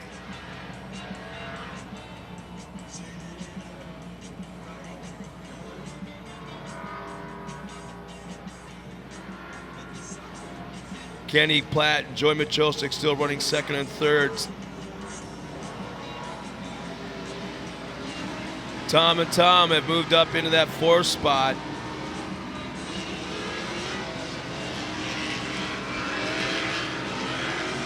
Nick Bing, here comes Tom and Tom, the inside of Machilsik.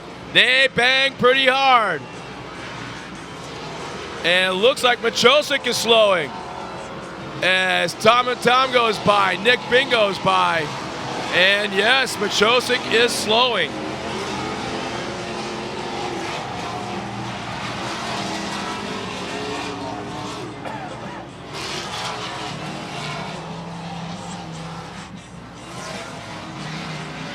Mitch Dorr right behind that black and white truck, right behind Nick Bing.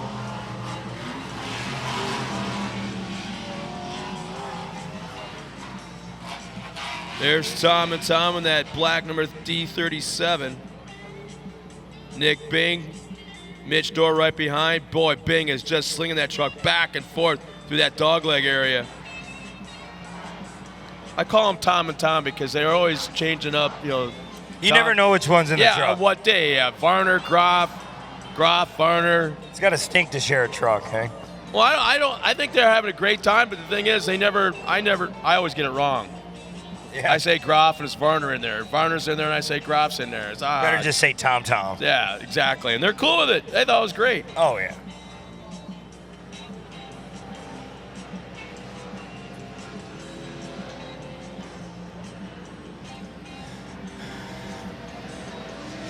Boy, Danny Beauchamp starting to check out. Oh, yeah. Not exactly sure what took place to Troy jump out of the seat and put Danny in it, because Troy looked pretty good a couple weeks ago in ERX. Well, I was talking to Dan not too long ago, and he had the itch. He's been out. He knows what it is. He was asking me and my brother, like, how do you handle not being in a truck, you know? And he's doing a wonderful job. It doesn't look like he missed a heartbeat.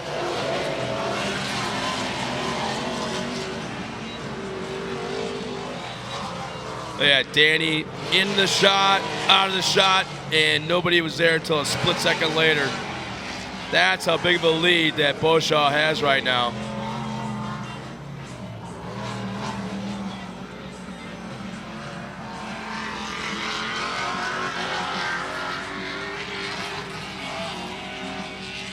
And he was giving me this load of bull last night about not missing it.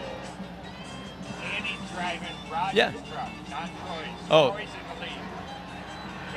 Danny's driving Roger's lead. All right, my notes have it that, yeah, I got the notes saying the other way around. His dad just told me to tell you. Okay. Well, we just gave him credit. Yeah, right. You wanted me to correct it? Yeah, they said that. Well, we just got word that our leader is unfortunately not Dan Beauchamp. It is Troy Shaden in there. Danny's in Roger Shaden's truck. Troy Shaden still with a 12-14 truck length lead, and Nick Bing trying to work in the top two. Dorr fourth. Tom, and look at Clycamp. Clycamp having a good run. Coming to the mandatory.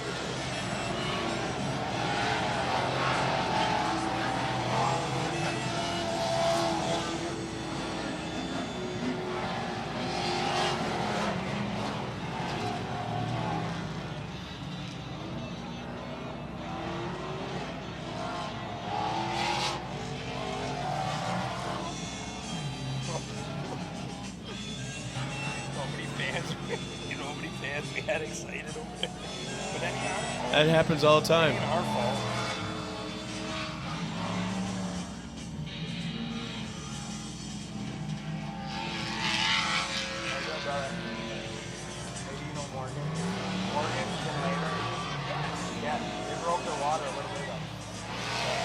I'm going down there. I'll be down there tomorrow and put all this stuff. We'll meet up.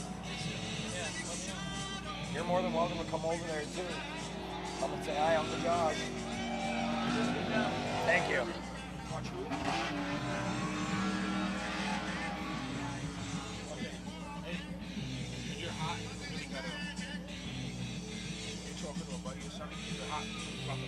Sorry. Okay. Sorry about that. Yeah, we just want to reiterate once again that we got our wires crossed up here. We thought it was Danny Beauchamp driving Troy Shaden's truck when it actually was in Roger Shaden. So it's Troy Shaden that's leading the race and has been the entire time. Danny Beauchamp a little bit further back in the 826. Normally the red, white, blue and white truck of Roger Shaden. So either way, it's a great run by Troy, picking up right where he left off a couple weeks ago at ERX Motor Park in Elk River, Minnesota.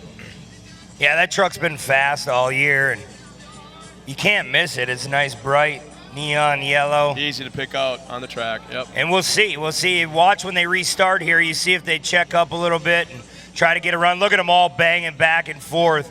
Everybody is waiting for the leader to take off.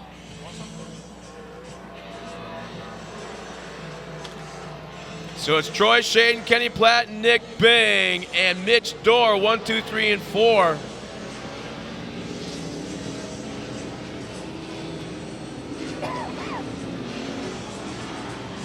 You notice one thing. Look at the driver's side of Nick Bing's truck, okay? Look at the driver's side. Now look at the passenger side when it comes along. Look, see a little tore up. The whole passenger side. You know what that tells me? He does a lot of passing on the inside of corners, trying to outbrake everybody. Yeah, well, when he was back here in the sweeper earlier in the race, I see Nick, he was leaning on Tom, I think it was. Yeah, it looked like Danny Beauchamp just went around in turn 1, so he's trying to figure out that truck a little bit. And it looks like he might even be pulling off with issues. So it's still cool to see him out back on the racetrack. Yeah, good for him. I'm glad he got back in a truck. I knew he was itching to drive something. And look at, here comes Mitch Dorr on the outside of Nick Bing. Nick Bing is going to come right back, try to go to the inside. Mitch Dorr is able to hang on to it, and Mitch Dorr just moved up 1 spot. Meanwhile, Troy Shaden. Bing trying to take the driver's side now. He's going to mark us wrong. He tried using that inside body on Dorr. But Dorr has been fast all year long.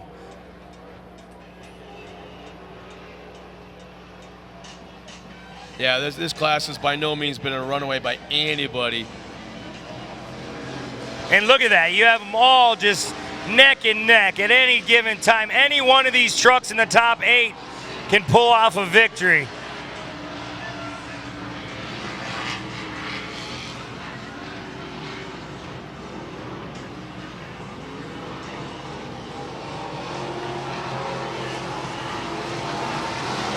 You see Dorr, he's just being patient. He's just waiting his turn.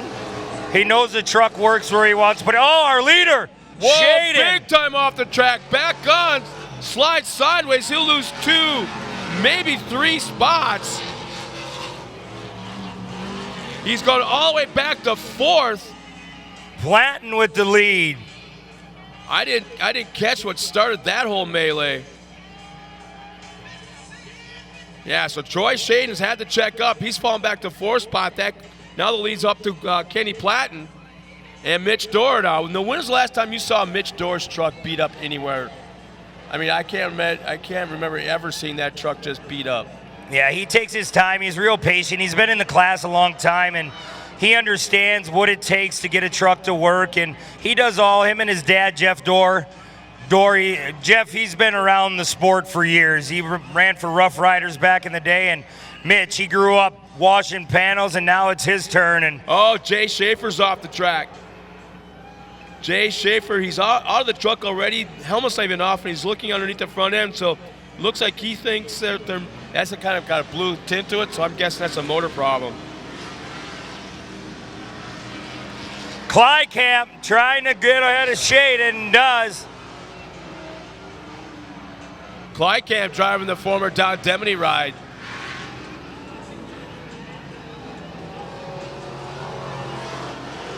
Got to give Platinum credit. You know, Platinum, he's running out front of one of the best in the business in this class, and you can tell he knows he's back there. And like Mitch, he's conservative, he's patient, and there he goes.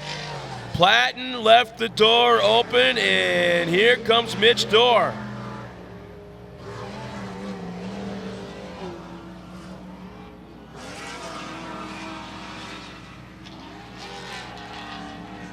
Ford versus Chevy, and right now Ford made it look too easy.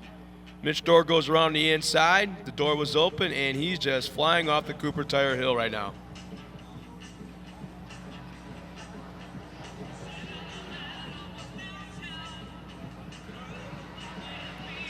Clycamp goes inside. Clycamp moves up one spot into fourth.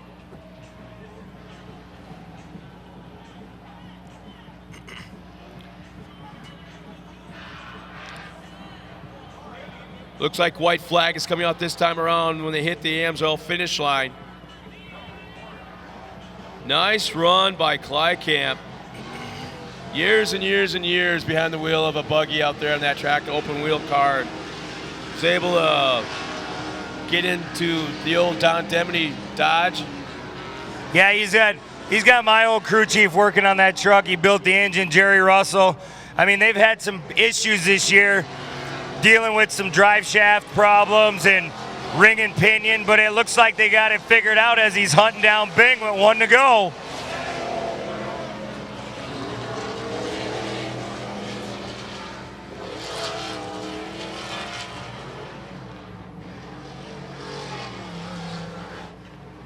So Kenny Platt still hanging on that second spot. Mitch Dorr's all but checked out with about half a lap remaining. There's the battle for second, third, fourth, and Clycamp over rotates. Was so close to a shot at a podium, and now he'll lose multiple positions and almost dead last in the field as he finally gets back on track and underway.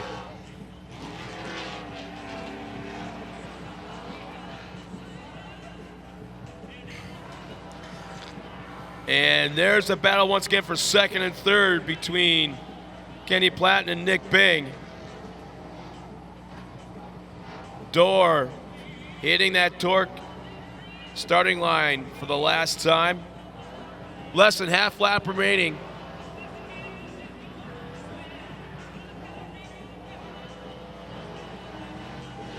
Around turn one, making it look so easy. Again, there's no tire marks, no dents, no scrapes. No, Mitch, he didn't start up front today. He just was patient, and that truck may be muddy in the front, but there's definitely nothing hurt on that truck as he brings it into the checkered flag. Dorr from Rockford, Illinois. Coming across secondly, Kenny Platten. Third, Nick Bing. Fourth, the Tom and Tom Show. Troy Shaden comes back and finishes in a strong top five. Robert LeGrand, Mike Funk, and the 877 of Matt Dale. Clycamp all the way back in the ninth. That little mistake there hurt him, but not in a way. I mean, that truck is running good. So we'll step aside real quick, get our top three up to the podium for their celebration. We'll be right back with our Super Truck interviews.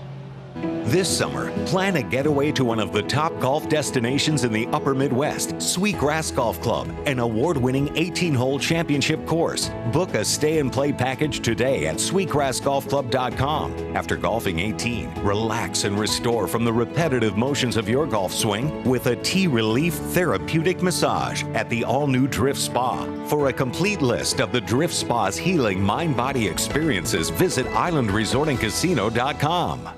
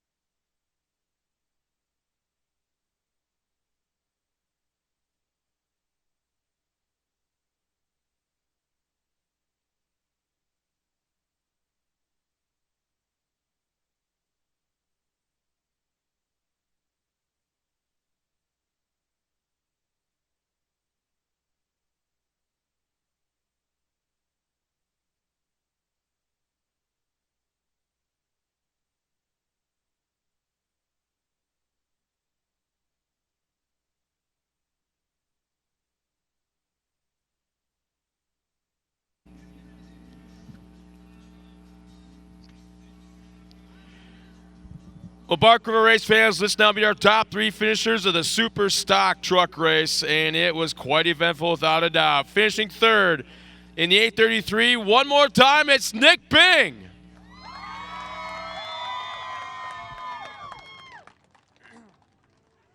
Congratulations to you, Nick. You have been on a nice, consistent run. You've got that momentum going. We got a few weeks going off. Then you guys meet us back in Crandon for the end of the races. What do you have planned for all of us and all those fans over there that are so happy to see you? I want to get a win. I've been everything else but first, and I want that so whole bad it's just bugging me. So hopefully we can get that Crandon. When you have so much time off, since we're going to go to Charlotte in a few weeks and then we come back to you guys in Crandon and you're joining us again, what do you do to prepare? Is it just a day-by-day just like this, or is it you have a plan and you kind of work, test? What do you do? Actually, we're thinking of going to extra ray in 2 weeks in Hartford, Michigan. So we're going to be right back racing right again.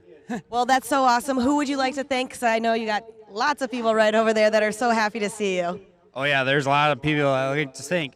Lucas Oil, JR Enterprises, JBS Trucking, Green Bay Anodizing, Arrows Coating, G&H Forestry, Fleet Pride of Green Bay, Dale and Jane's Pub, and many, many more. My crew, Clint, Andy, Brent, Alex, and Jordan for putting hours in the shop, making it work. Girlfriend Jess for putting up with me and to make it last. So, and my whole family for supporting. So thanks everybody. Well, congratulations, well deserved. Hop up on number 3. Our next driver had one hell of a run this afternoon and came so close to getting that top spot. The 812 finishing second, Kenny Platten. Nice job over here. You can take, if you're a little warm, you're good. Don't even worry about it. You know you've done a great job when the gentleman right behind me is cheering for you as you come up. This is your highest podium of the season. You're doing well. I saw that cheer. I feel the excitement from you. How are you feeling right now? I don't even have any words. But I did tell Nick, I said, I'm going to beat you today. And it just worked out like this, so it's pretty cool. Well, that's so awesome. I know you got to thank a lot of people for bringing here. It's been a long journey to get you up here on the second place box. How are you feeling? I got to thank Local 139, operating engineers, home team for my apparel. Obviously, you can see all the red out here. So, Legend Erecting, Iser Inn, P&C Sanitation, all my crews, my girlfriend Jodelle that hates that I spend all the time in the shop. So, anybody else I'm missing? Oh, Haystack for the vinyl graphics. Truck looks amazing. Well, it did in the beginning, but it is fun racing with these guys, and I love it. Everybody at home, mom and dad watching, it's for you guys. And also, we were racing for Monty Burnett, or Al Burnett, that passed away from cancer. So this is for him. Well, I know somebody's looking down. Very much appreciated. Nice job on that. Congratulations once again. Hop up on number 2.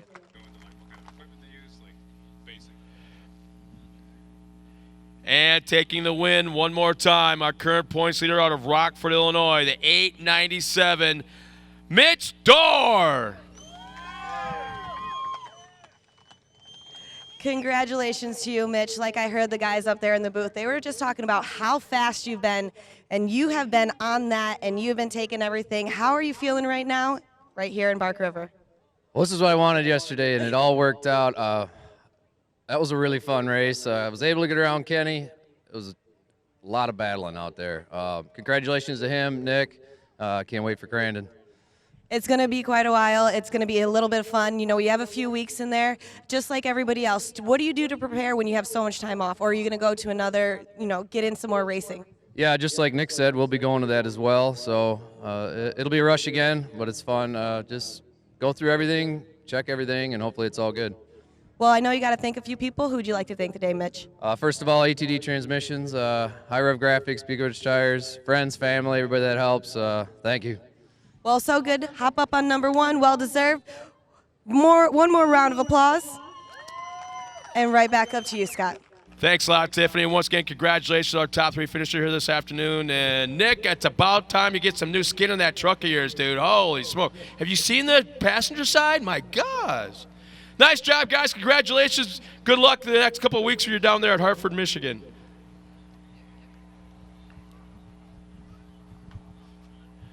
Once again, race fans, I got somebody pretty important up here from Rugged Radios. In fact, they've got a nice little display down in the pit area you need to check out. But Steve from Rugged Radios, welcome to Bark River. How do you like all this green, the grass, the trees, and all the water and everything? It's a big change from California. We pretty much, we're right on the coast, luckily, so we do get some green, but California, most of the places we go is pretty much all desert. So it's a lot of fun to get out here and see some beautiful, beautiful tracks and just great scenery all around. Well, with your involvement now in the TORC Series this year, this track right here, probably more so than any other, communication is at a paramount, especially Absolutely. on the opening lap or two when the track conditions, the driver's in one spot, you got the spotter up there on top of the grandstands, and he's the eye in the sky telling the driver, okay, it's wet here, wet Exactly. there, and this is where you guys come in. Right. Well, imagine you're in the driver's seat, you've got a bunch of gears strapped on, you got a bunch of bars and tubes and everything around you. Visibility is at a minimum. So you need someone in the sky basically looking down, telling you what's going on. And your driver has to focus on what's ahead of him, what's coming up, who's in front of him. He has no clue who's behind him. Yeah, these guys have mirrors, but they're tiny, you can't see. That's where the spotter comes in. Well, how does Rugged Radio come into play now? I mean, you guys got such a huge product line and a ton of accessories. How are you able to actually help a race team? So in a lot of ways. One of our mottos is work, race, play.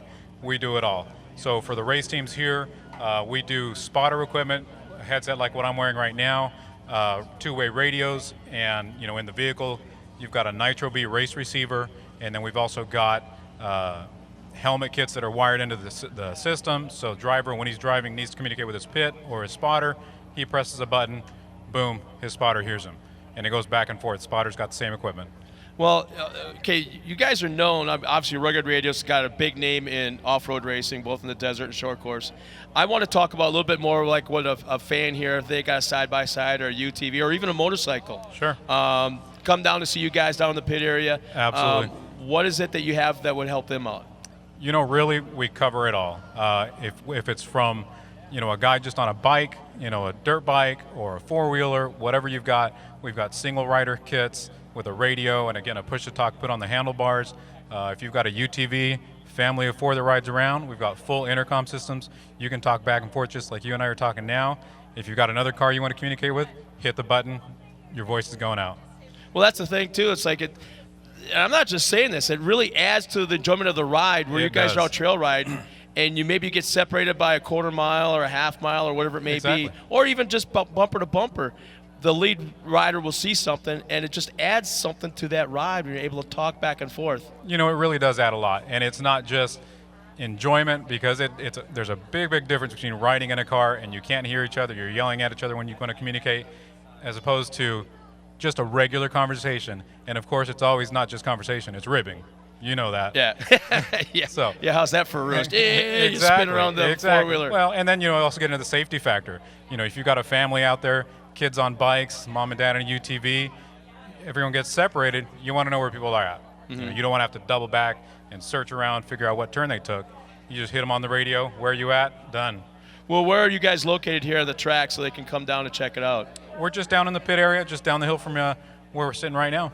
Okay, and now for the fans that are watching us at TORCseries.com on the World Wide Web, where can they go to get more information on Rugged Radios? RuggedRadios.com.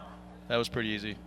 Yes, right. sir. Well, Steve, thank you so much for coming up here. Once again, you got to go, if you're here at the racetrack, stop down at the bottom of the hill. You'll see the big Rugged Radios tent, and they got all kinds of stuff for you, not only for the racers here, but also for your UTVs, your ATVs, or any kind of communication radio-wise, even if it's mom and dad, and they're at their motorhome, and they just got to go for a walk. So, hey, like I said, work, race, play. We got are it. the communication Thanks a lot authority. once again. Steve from Rugged Radio, stop down, check it out. And people at home, go to RuggedRadios.com. Hey, race fans, look up. You'll see a tiny little white drone. Wave at the drone when it comes overhead. The cameras are rolling.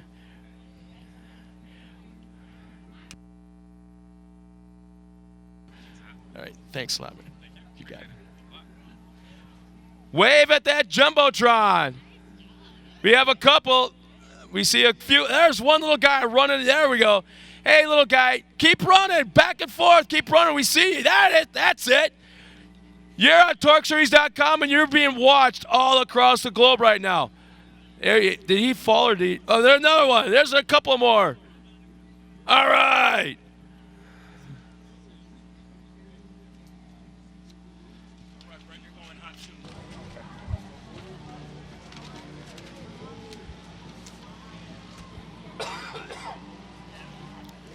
Here we go with our next race this afternoon. It's a short course karts. We're running about, 12, 14 horsepower?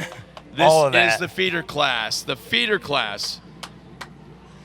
The future of off-road racing is now at the track. We got 15 karts out there strong. Starting on the pole, the number 11 of Troy Johnson. Right alongside of him, he's handing out shirts and apparel earlier.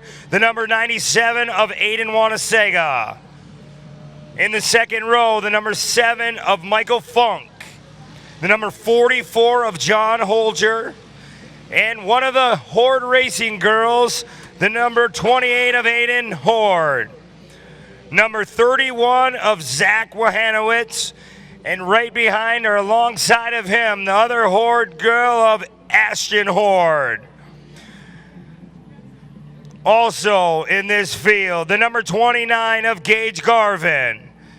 Paige Wahanowitz in the number 5, Easton Sleeper in the number 13, Carter Vandenhoevel in the Flying Dutchman number 77, Owen Van Eperen in the number 45, and from Escanaba, Michigan, the number 20, Armor Truck of Braden Boshaw, and the number 90 of Sam McCart. And rounding out this 15 truck field, the number 97C of Hope Conrad. Green flag as though we're underway into turn 1. Here we go. Troy Johnson with the early hole shot coming into the turn. Holter in second. Wanda Sega running that third spot. 4 wide.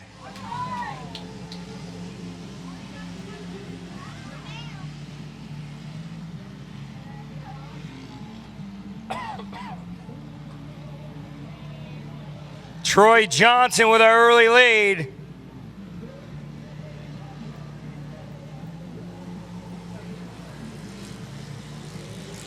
Zach Wahanowitz in that 4th spot. Gage Garvin right behind, Horde right behind, and yesterday's winner, Easton Sleeper, back in that 6th spot. Owen Van Eperen, 7th, our current points leader. Paige Wahanowitz, Carter Vanderbilt. And we got one car outside. We got a safety crew member right there right away. I know exactly what's being said in there. I know exactly. Kid's fine. Mama's on the hill passed out right now thinking her little Johnny's all, scraped up. But no, the kid's screaming in there, get me on my wheels, get me on my wheels. I want to go.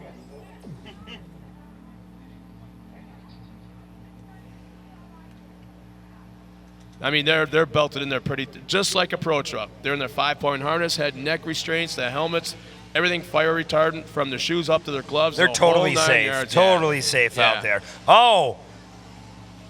A little bit of contact with, was that one of the Horde girls and Aiden Wandasega.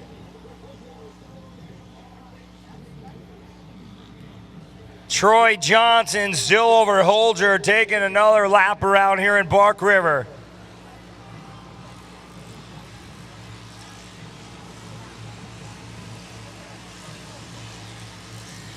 Gage Garvin still running in that 3rd spot alongside of Aiden Wanasega in 4th. Vandenhoevel just all over the back bumper of Wanasega. Van Eperen starting to stick his nose in there.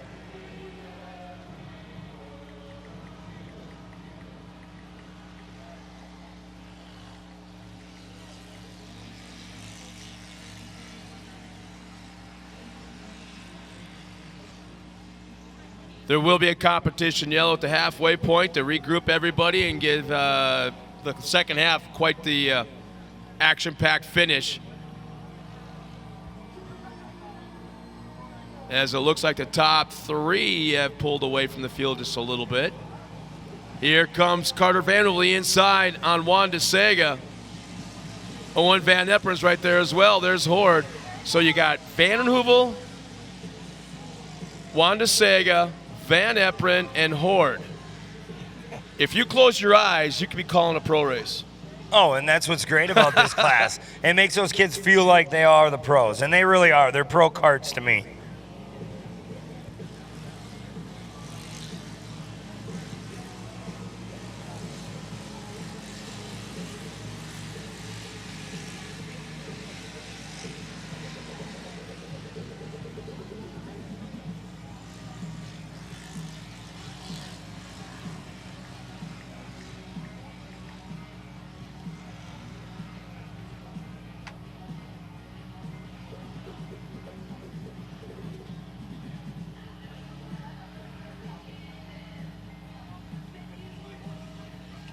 So our top 3 or 4 are gapped out pretty far away from the field as they've pulled away. Tell you, Troy Johnson's not going to want to see that competition yellow come out when it does, that's for sure. Hulcher, Gage Garvin, Carter Vandenheuvel glued together for 2nd, 3rd, and 4th. It's so cool how Carter, he's so competitive. He don't like to lose, and he just lays it all on the table time and time again. And he's not animated at all. No. Not even a little, no. Gage Garvin goes inside of Hulcher. Garvin now up into 2nd. And right at the competition yellow, here comes Vandenheuvel. Inside of Hulcher, right at the line. And Vandenheuvel will have 3rd at the competition yellow.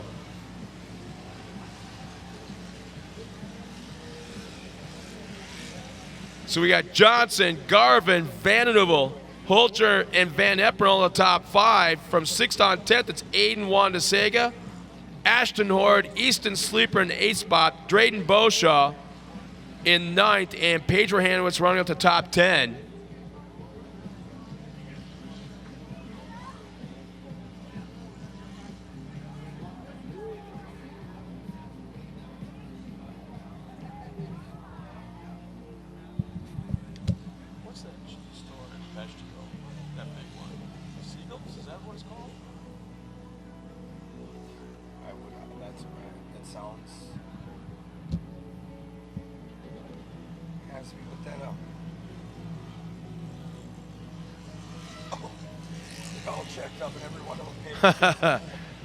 Trying to give everybody a chance to catch up so the pace vehicles slow down a little bit.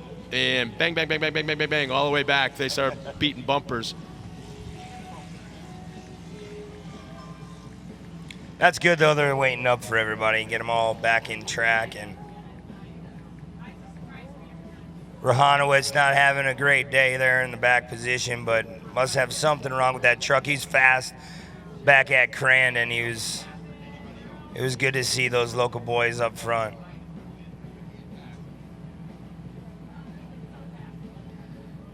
Going back to green this time by with just a few laps remaining. Green is out. We're back underway with the short course karts.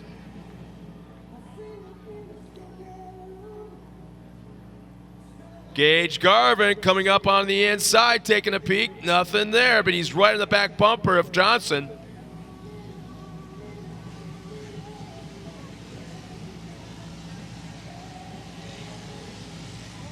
Carter Vandenheuvel starting to look on the inside.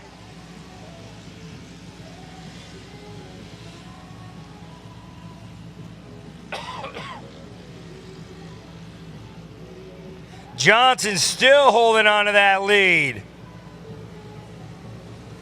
And let's see, here we go, side-by-side action with Hulcher and Van Eperen.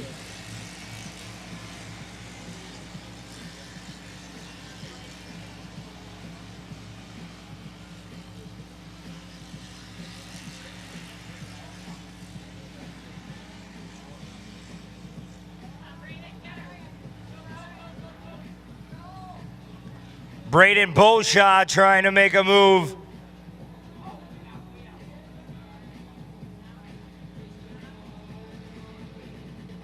Nice battle up front between 3 karts for the lead.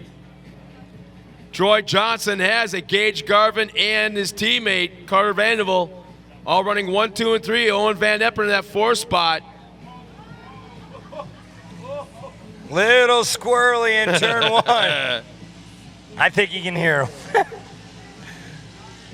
White flag is coming out this time around the AMSOIL finish line. Here comes Gage.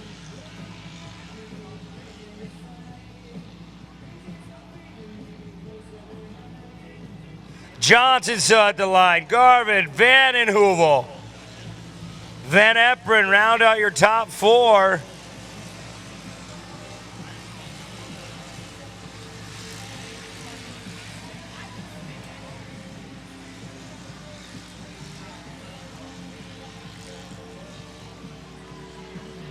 Gage trying to still look inside of Johnson.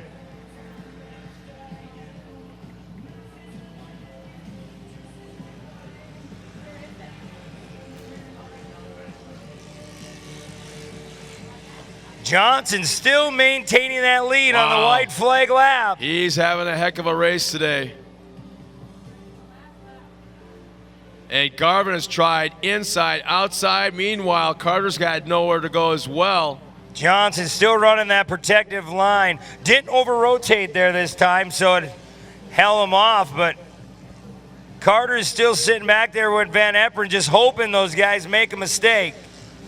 You know, this is how competitive this class is. You look at yesterday's winner, Easton Sleeper, and he's mired well back in the pack, back in like 9th or 10th place, 8th place or something like that. And look how competitive this is. There, ladies and gentlemen, there's a checkered flag coming across the line. Troy Johnson with the win, Gage Garvin 2nd, Carter Vanderbilt 3rd, Owen Van Eppen, and here's a crazy race for 4th on back. And how about that? At the line. Did they see the checkered flag?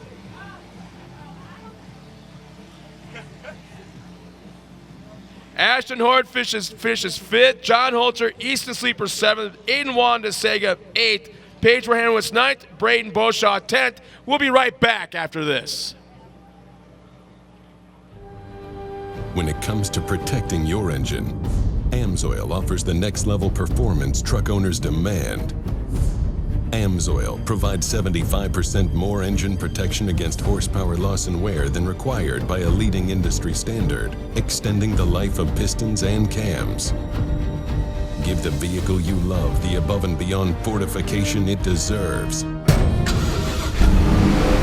AMSOIL, devoted to protection.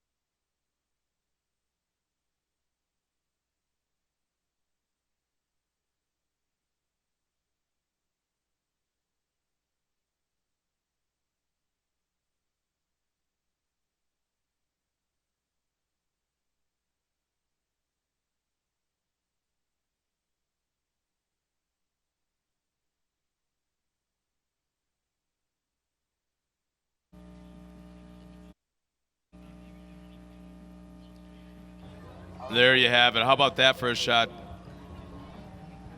That's pretty cool. That's the family involvement right there. He's a local boy, just from down the road. There's Mikey Van Nuvel. Oh, that's awesome. Hey, There's, how about that, Carter? High five.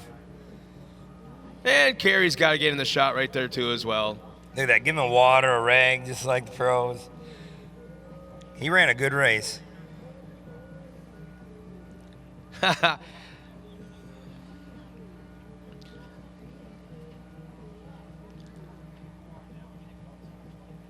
That's kind of neat that a local kid did it at his home track. It's not very often that as a racer of any kind, I don't care who you are, you don't get to race at your local track because it's usually a practice track. It's not something that's on the schedule of a series.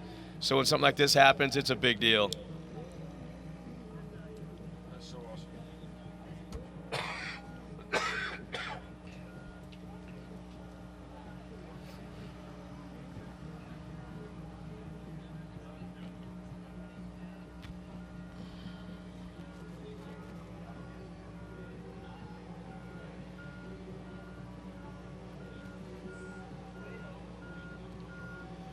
Well, let's now meet our top 3 of the short course kart world. Finishing 3rd, this young man started in the 11th spot. Nobody passed more cars than Carter Vandenheuvel.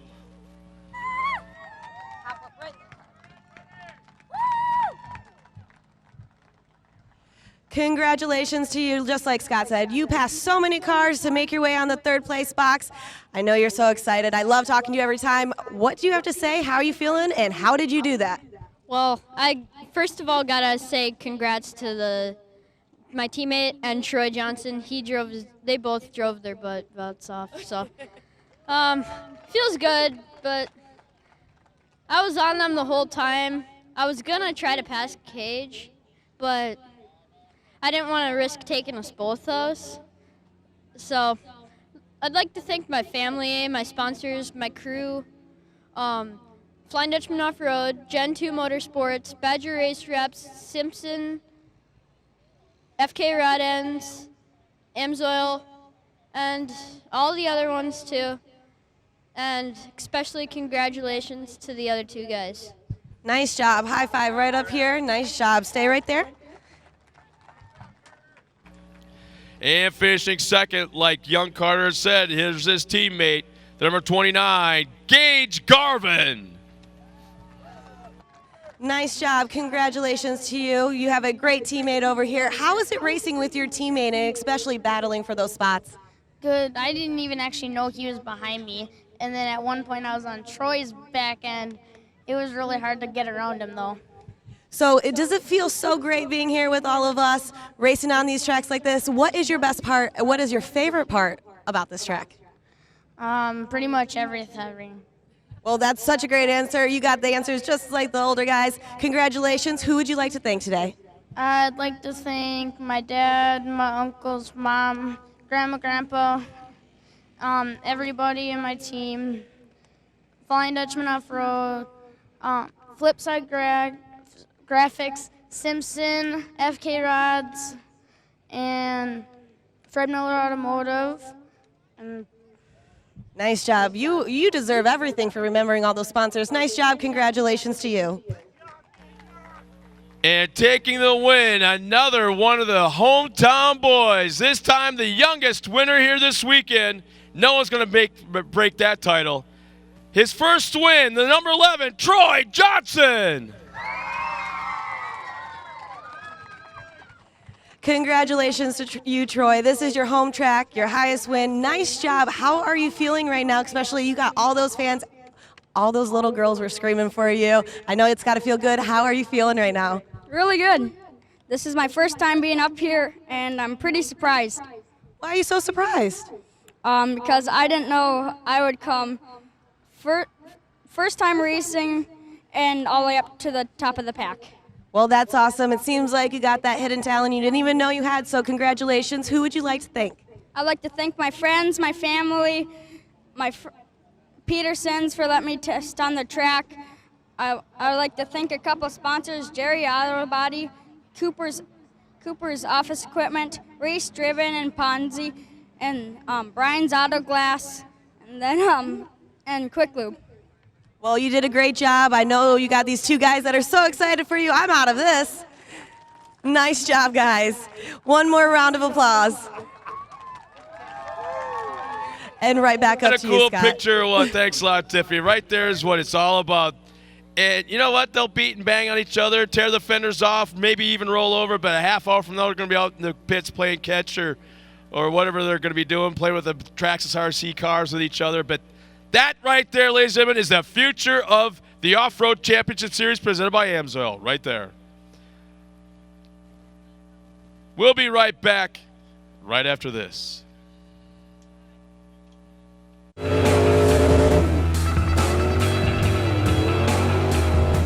bring the truck in and we'll swap those tires out so we can get you going down the road.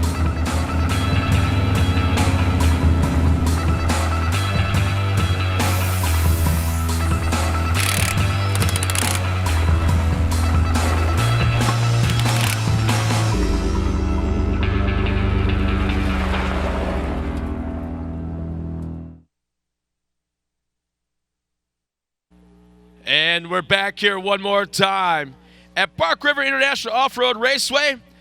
Welcome everyone to the Island Resort Casino Off-Road Challenge. It's the throwdown in the UP, and we are having a fantastic day. It's gorgeous weather. Track is perfect.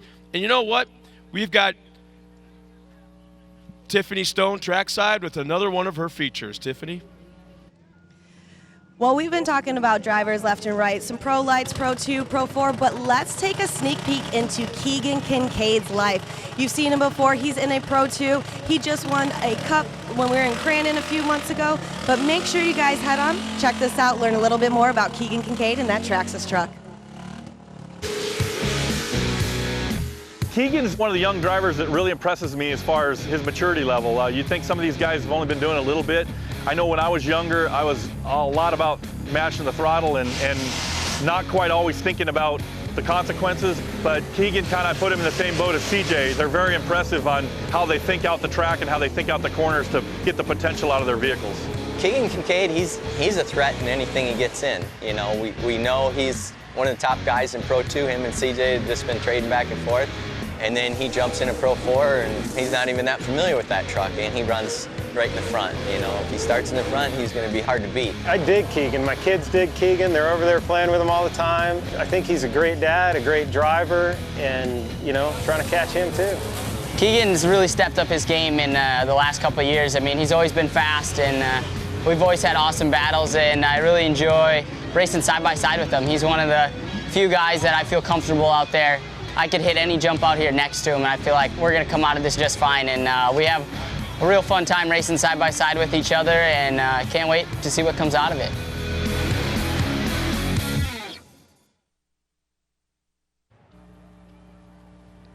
Yeah, one of those shots you saw or scenes you saw in that video where it was CJ and Keegan Kincaid jumping off the big jump at Crandon. It is so reminiscent to what we saw when you were young, Brent, at Crandon, where it was Jimmy Johnson and Brendan Gaughan. Same shot, the trucks up in the air, kind of pointed toward each other. Look where they're at, and where do you think these guys are going? Yeah, both of them are elite drivers. I mean, they're both nice kids. They trust one another, and that's huge when you're racing against everybody. And like it's hard. You come into turn one, especially like at Crandon or even coming off the hill at Bark River. It's like they call them no-touch zones sometimes, but at the same time, both of those guys, they can drive a truck. You can put them in anything. I mean, Keegan's in SSTs. He's driven them countless times. CJ's driven circle track, off-roads, dirt bikes.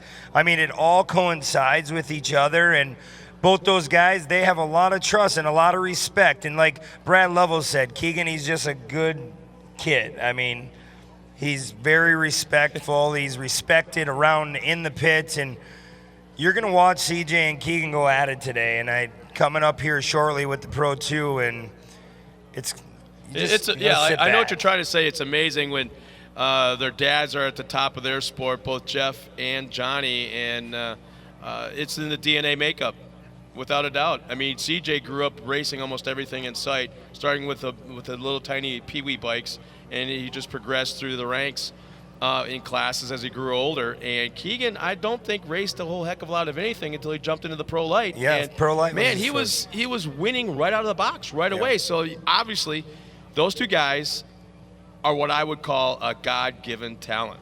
Oh, they are. They come along only once in a while. And when you were younger, I know you remember watching Jimmy Johnson around this track in particular, and you just knew there was something special about that guy. Just something was different than anybody else, and he had it. And look where he's at, 7-time NASCAR unbelievable. champion. And just think, he raced here Yeah. back in '96, and didn't just race, he won. You Yeah. know, he won countless times. I mean, that was way back in the day, but it's good to see, and I when you were hope a kid. the best. Yeah, I hope the best for both CJ and Keegan, and can't wait to watch them later on today. Well, once again, as we get ready for our next race, which is the Super Buggies, I believe it's our last Sportsman race of the afternoon, last Sportsman race of the weekend. I want to take a moment and thank everybody that's watching us back at TORCseries.com, TORCseries.com, watching us at home. I hope you're having a great time. We got a lot of racing to go yet this afternoon. But here's our lineup now of Super Buggy drivers, as we have 10 cars coming out of the track. I like to call this the Formula One of off-road, the open-wheel cars, on the front row. But it looks like he's choosing to give up his pole position to go to the back of the pack. Yes, that's what he's doing. Joe Eppers in that red and white number 99 has chosen to go to the back of the pack. So meanwhile, on the front row now is actually yesterday's winner, Ken Mosh in the 26, is on the pole along with Ryan Schwabe outside of him. Row 2 will be, Michael Meister and Mark Steinhardt, the two teammates. John Fitzgerald starts on the inside of the next row. He is our current point leader, number 14. Larry Pegram, very fast, but he just keeps having those mechanical issues. Yep. I talked to him yesterday. He goes, the car's fast. It's just doing stupid mechanical things all the time. So look for something good out of him this afternoon. Herman Barma's out there in the usual number 22. Chris Hainland always comes out here to Park River in the number 72. Brian Bosia in the number 32. And again, Joe Eppers in that red and white number 99 in the back of the pack. And you might remember Joe Eppers from when you were a kid, where he was out here in that Baja Bug, those 1600 cars. Yep, that was a Yeah. long way. Just like Barnum, I remember that buggy for how many years? He's had that same color scheme forever, I think. It's good to see him still out here, and we'll be taking the green flag coming up here pretty shortly. So it's Ken Mosh on the pole, Ryan Schwabe outside of him. This is going to be more than likely Holy Terror into turn 1. And that did not take long as they come into turn 1. Mosh just roosted everybody coming off that line at the drop of the green flag. And it's Steiny and Meister. Oh, whoa! Problems with their points leader, John Fitzgerald.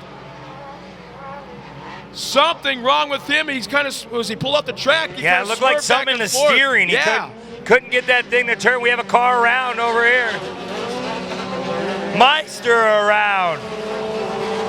And it was Meister a moment ago, and then now Fitzgerald's back underway. Meister was battling for the lead early on, the turn number 2.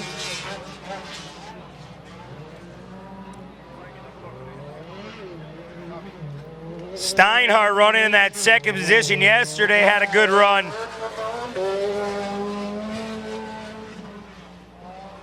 There's Steiny and Mosh battling for the lead. Now here they come towards Cooper Tire Hill.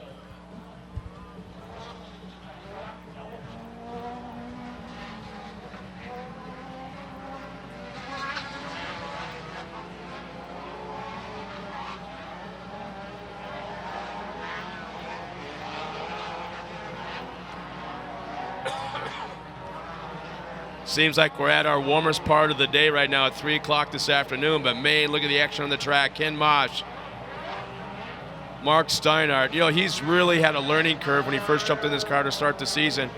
And I can't help but think he's starting to feel at home with that thing. It's good. It's good that he gets the opportunity to run Super Buggy. He ran the single buggy class for years, and I was always bugging him like, hey, when are you going to get into a Super Buggy? And now he's got his chance to shine and see if he can chase down our leader. Yesterday was so tough. It's once you get out in that clean air, it's nice. Yeah, Ryan Schwabe and Larry Pegram, that number 5. They're battling for that last podium spot. Pegram again in that Popcorn Sutton's White Whiskey small batch entry, teammates with Mark Kwame in the Pro 4. I wouldn't be surprised if you see Pegram out in a Pro 4 next year, not in his own Pro 4. teammates. It'll be two. I predict 2 Pro 4s out of that camp next year, without a doubt. Yeah. So Mosh looking real good right now. Is coming down the hill, and there's let's see.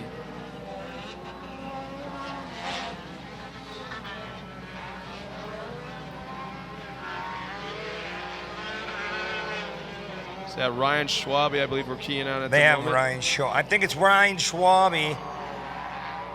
There's Pegram going by. Yep, Pegram got around, so he's Steinhardt starting to look inside our race leader. Boys. Running that bottom line, trying to get every little bit of grip.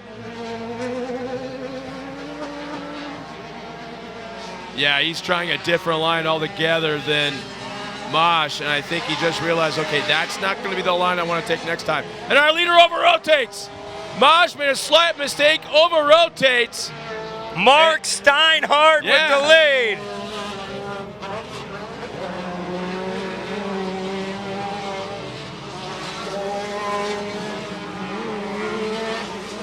So that puts Pegram into second. Meister.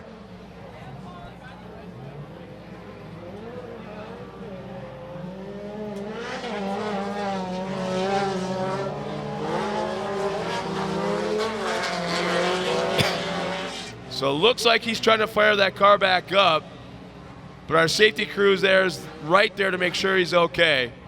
That's how safe these cars are, though, Scott. Look at them just firing it back up. They don't care. They roll. They want to get going again. Yep, see? One of the things about these cars is, let's see if he's got any damage. Doesn't look like it, but when they get real hot, the starters start to act up and not want to fire, not want to turn over. So that's half the problem with the 4-cylinder cars like this, the high-performance, high-horsepower ones. They get warm and the starter gets hot and it doesn't want to turn over. So that's probably what he had, why it took so long to get it fired up.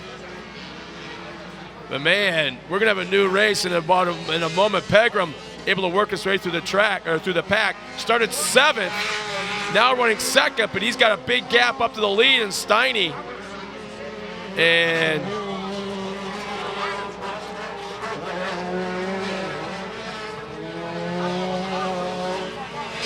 it's so much fun watching Larry Pegram drive because I kind of call him the squirrel. He's not a big fan of that, but the way he drives is like watching one of those YouTube videos of a squirrel come out onto this, scampers out on the road, looks around, all freaked out, scampers a little bit more, stops, looks around, then scampers some more, and then decides, no. And he turns around and runs all the way back across the street. That's kind of how his driving style has been. But right now, running a very strong second as there's our leader, Steiny, that Ponzi Lumber Equipment number 31. Boy, if anybody deserved a shot at a super buggy, it definitely was this guy right here. You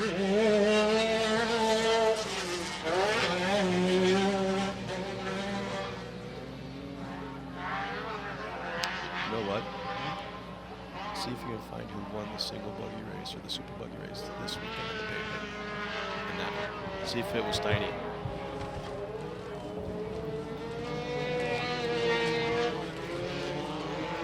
It looks like the competition yellow will be coming out this time by. Yes, it is. Gives a fresh breath of air to Larry Pegram, Chris Hanlon, who's having a great day, along with running in the top 3. So Chris is looking very strong as well.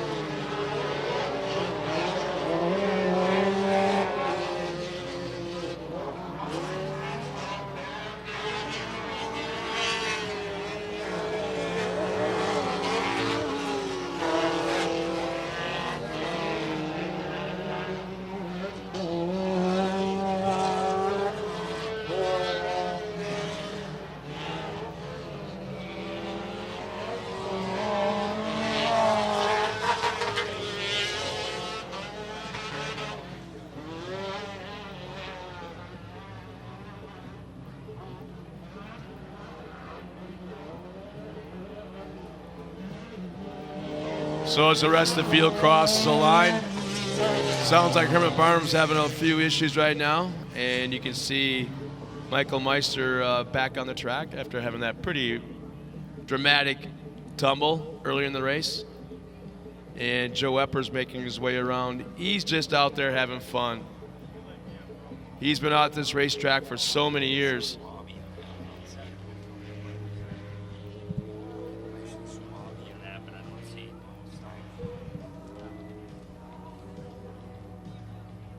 So we got Richie Kuloff out there once again driving our Ford Super Duty Pace truck. KC highlights, Vision wheels, and Cooper tires on that beast.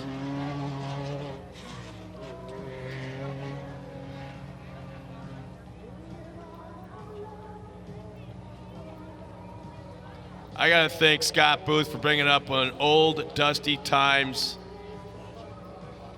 newspaper and magazine from way back in the day. I don't remember what year it's from. 1996. Wow. And it covers this weekend's racing. So Brent and I are up here having fun looking at who the winners were in classes, and we're trying to find out who won this weekend back in the single buggy, because that Steinhardt got second in 1996 on this weekend. Wow. 20 years ago, this weekend, Steiny got second in the single buggy event. And right now he's leading the super buggy. That's awesome. Oh, and Fitzgerald goes around. You heard a big slap in the inside cement K-rail. He's back underway, but a big slap by Fitzgerald. He's having one hell of a day, and he is our current points leader.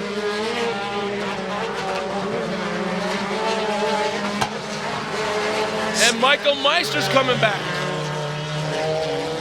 Yeah, after that big rollover, Meister, and after the tabletop in front of the crowd, he's got the car back up on track and trying to chase down our leaders. I don't know if anybody has anything for Mark Steinhardt today. It's good to see him running out front, clean air, just picking his lines. And like we said, he has 20 years of experience just going by our pamphlet up here. Yeah, now look at this. Here comes, believe it or not, Michael Meister has gotten around Chris Hanlon.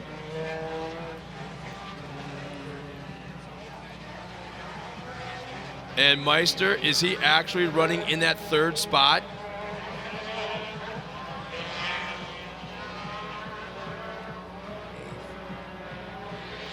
If that's the case, he's passed a lot of cars since the drop of the green flag at the restart.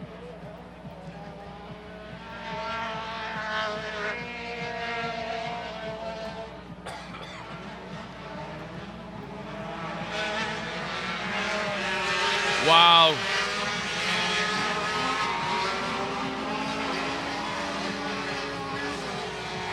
Talk about a wake-up call for Michael Meister, as he's right now in the back bump for our second place car, Larry Pegram. He's got more than just a charge. He's got a move coming to the inside. Now they're headed down towards that left-hand sweeper in the Stewart Manufacturing left-hand turn. There's our leader coming in a shot. Here comes Meister. Man, he is definitely on the rail. Way to the outside. He just might have to take the Johnny Grease theory of doing things here at Park River, slow down to be faster. Because right now he is heavy on that throttle and just swinging way to the outside in all the different corners.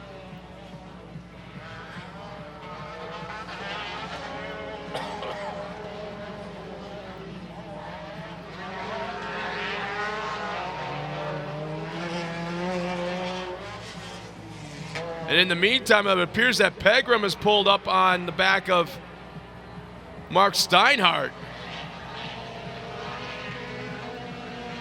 Remember me asking you about what was about this whole, they separate a lot at the start of the race, and somehow for some reason they start to pull back in, and we're seeing that right here. Yeah, you do.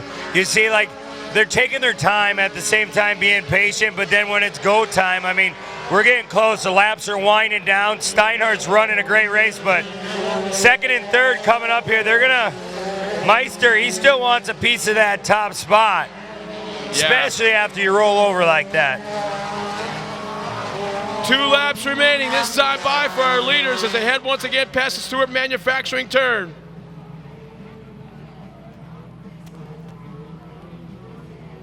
Looks like Steiny was able to, what he lost in the lead, he's regained, pulling away from Pegram.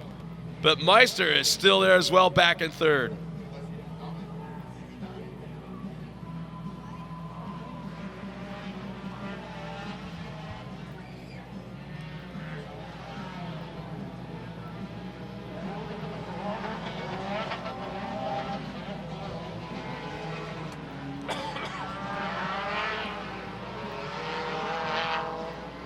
Man, nice race by our top three, but right now I got to call out Michael Meister.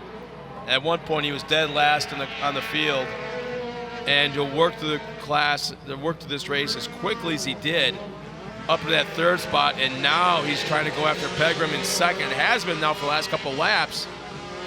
As the white flag is coming out this time around.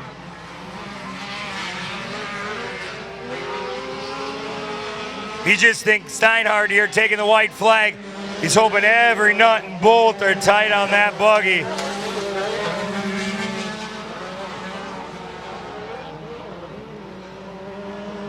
And that's the thing with one lap to go, Scott. You feel the gremlins. You think that there's something going on, even though there's not. You've listened to the car the whole race, and then with 1 lap to go, all of a sudden you're like, "What's that noise?" You're like, "Oh boy!" But you just keep driving, keep Mark like he's been doing all race long, driving steady, holding on that lead. And I think if he can put a couple more corners together, he's going to get a well-deserved victory here in Bark River. Man, oh man, this has been a long time coming for him.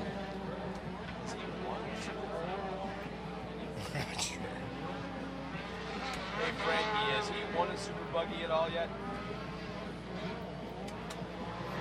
Local boy, right? Local? Ryan Lander. Is he local? Local to Crandon. Once again, here they come. They're getting all grouped together. Michael Meister just scrapes off a little bit of speed. Loose about car length to Larry Pegram. Pegram goes wide. Here comes Meister. He saw the door open up on the outside. But here we go. I'll have to find out. This might be Steiny's first Super Buggy win. And Meister at the line. At one point, he was flipping through the air, sky, dirt, landed on his wheels, was dead last in the field, and has come back to make the pass in the last 10 feet for second place. Michael Meister with a hell of a run. We're going to get our top three once again up to the podium, and we'll be right back after this. What would happen if a side-by-side had more power than it ever needed, a smoother ride than ever expected, and as much storage and customization as a pickup truck? Where would you take a side-by-side like that? Where would it take you? Step behind the wheel of the new Bad Boy Stampede 900 4x4 with 80 horsepower and see for yourself what would happen.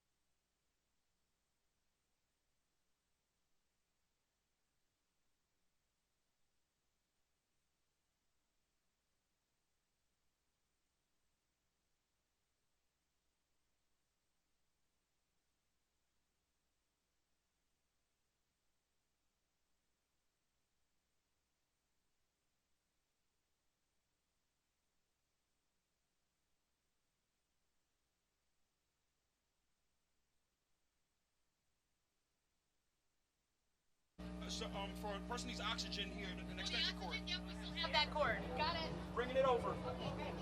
Thank you. Oh, my pleasure.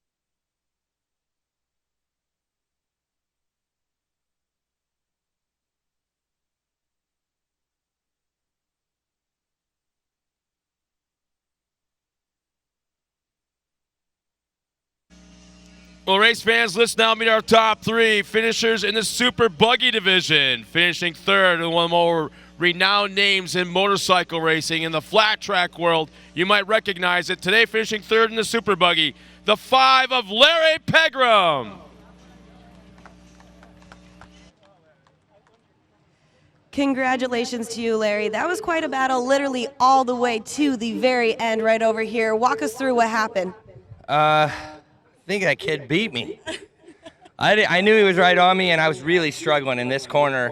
I was losing Mark up through there so much, through this corner and up the hill. Everywhere else I was good, and I knew he was on me, but I didn't know he was that close really, and I should have blocked a little bit more, but he did a good job. I know he came from way back, and we've been struggling all weekend to get this popcorn set and buggy to do what I wanted to. Kind of wanted to go one way when I wanted to go the other, but it ended up pretty good. I got to thank Mark and Megan Kavami and all my crew, Dave, Jordan, Bob, who does a great job, and just thank everybody, my mom and dad, everybody's here. We had a good time, and third kind of stinks, but it's better than fourth. I like your philosophy. That is a great philosophy. I even heard Scott out there laugh. He loves it too. Congratulations. You're more than welcome to take your spot on the third place box. All right, thanks.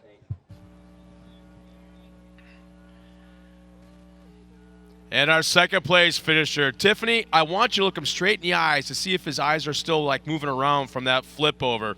But man, what a drive from sky dirt flip to second on the podium, the 94 of Michael Meister.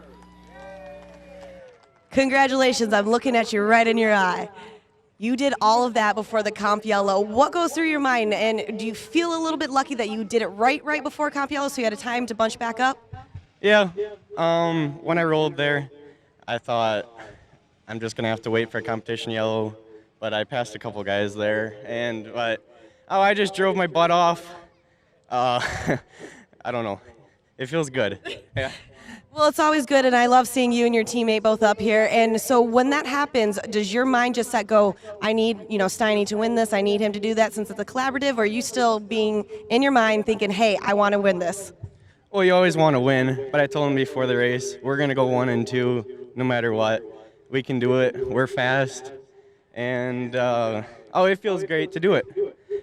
I want to thank all my sponsors, Ponce North America, Michael Meister Logging Company, Amsoil, VP, Neverlift Apparel, Southside Tire, Badger Race Wraps, Hobbytown, Revolution Raceway. Thank you to my whole team, my dad most of all, Steve for the setup, and Louie. Thank you, everyone. Congratulations, well deserved. I'm very happy that you're safe and sound. Take your spot right up on the second place podium.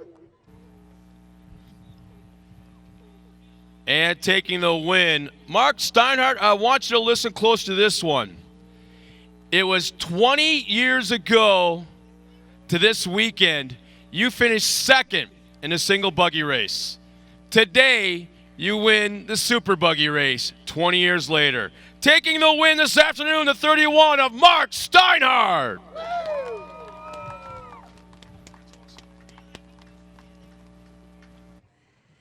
Congratulations to you, Mark. You drove a clean, smooth race out there. How are you feeling about this? And I think Scott just put out how long you've been racing out there. So thank you, Scott. But you have so much knowledge. Do you think all of this knowledge going from different classes brings you to where you're at today? Oh, absolutely. I know the tracks. I knew it was going to be slippery, and I knew you had to have good throttle control. So I was just taking it easy through the corners, not trying to do anything stupid, get sideways and let somebody get around me. So could have been faster, but I knew what I had to do to stay out front, and it worked out great. And going back to your teammate over here who put him second, and I want to ask you, do you think about when that happens, and did you know about the rollover while you're driving or till later? No, our spotters tell us what we need to know. If we talk about stuff like that, we wouldn't concentrate on what we're doing. So no, I didn't know until I got out of the car, and the kid he's a natural. I mean, his RC experience, and I told him when I got into this is going to translate perfect for you, and you know how to read lines, you know how to drive something, and boy, it sure shows. Well, it's always good to see you up here. Congratulations. Who would you like to thank today? I got to thank Michael and Mike Meister for the opportunity, Ponce Logging Equipment, Fastenal, Todd's Automotive, VP Fuels, Illumicraft, Redline, all those guys that help us out, Steve, Brad, Zach in the pits. We couldn't do this without them. And Bark River for putting on a hell of a show again. Well, congratulations. I know you've only been racing for 25 years. We'll go with that now. Congratulations. It has been longer, but we'll put that out there. But you've done a great job. It's such a good job. I love having that knowledge over here. Always a good time to talk to you. Congratulations once again. All right. Thank you very much. And thanks to all the fans. Stay out here in this heat. Watch these races. You're going to have some good pro racing coming up. Thank you. Hop up on number 1. One more round of applause. And right back up to you, Scott. Thanks a lot, Tiffany. And once again, congratulations, guys. And Steiny, yeah, it just dawned on me. If I knew you were here in 1996 and that you got second, that means I was here too. Well, congratulations, guys. Nice job in the single buggy division. And once again, thank you, everybody at home at TORCseries.com that's been watching us all afternoon. We hope you had a great time. Once again, I want to wish my mom a happy birthday. I wish you were here at your favorite spot, at your favorite track. I love you and miss you. And everybody, come on back at 4 p.m. for pro racing at TORCseries.com and Fox Sports Go. We'll be right back at 4. We'll be there then.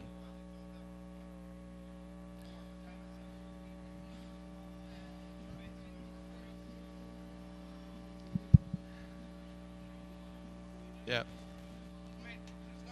Yeah.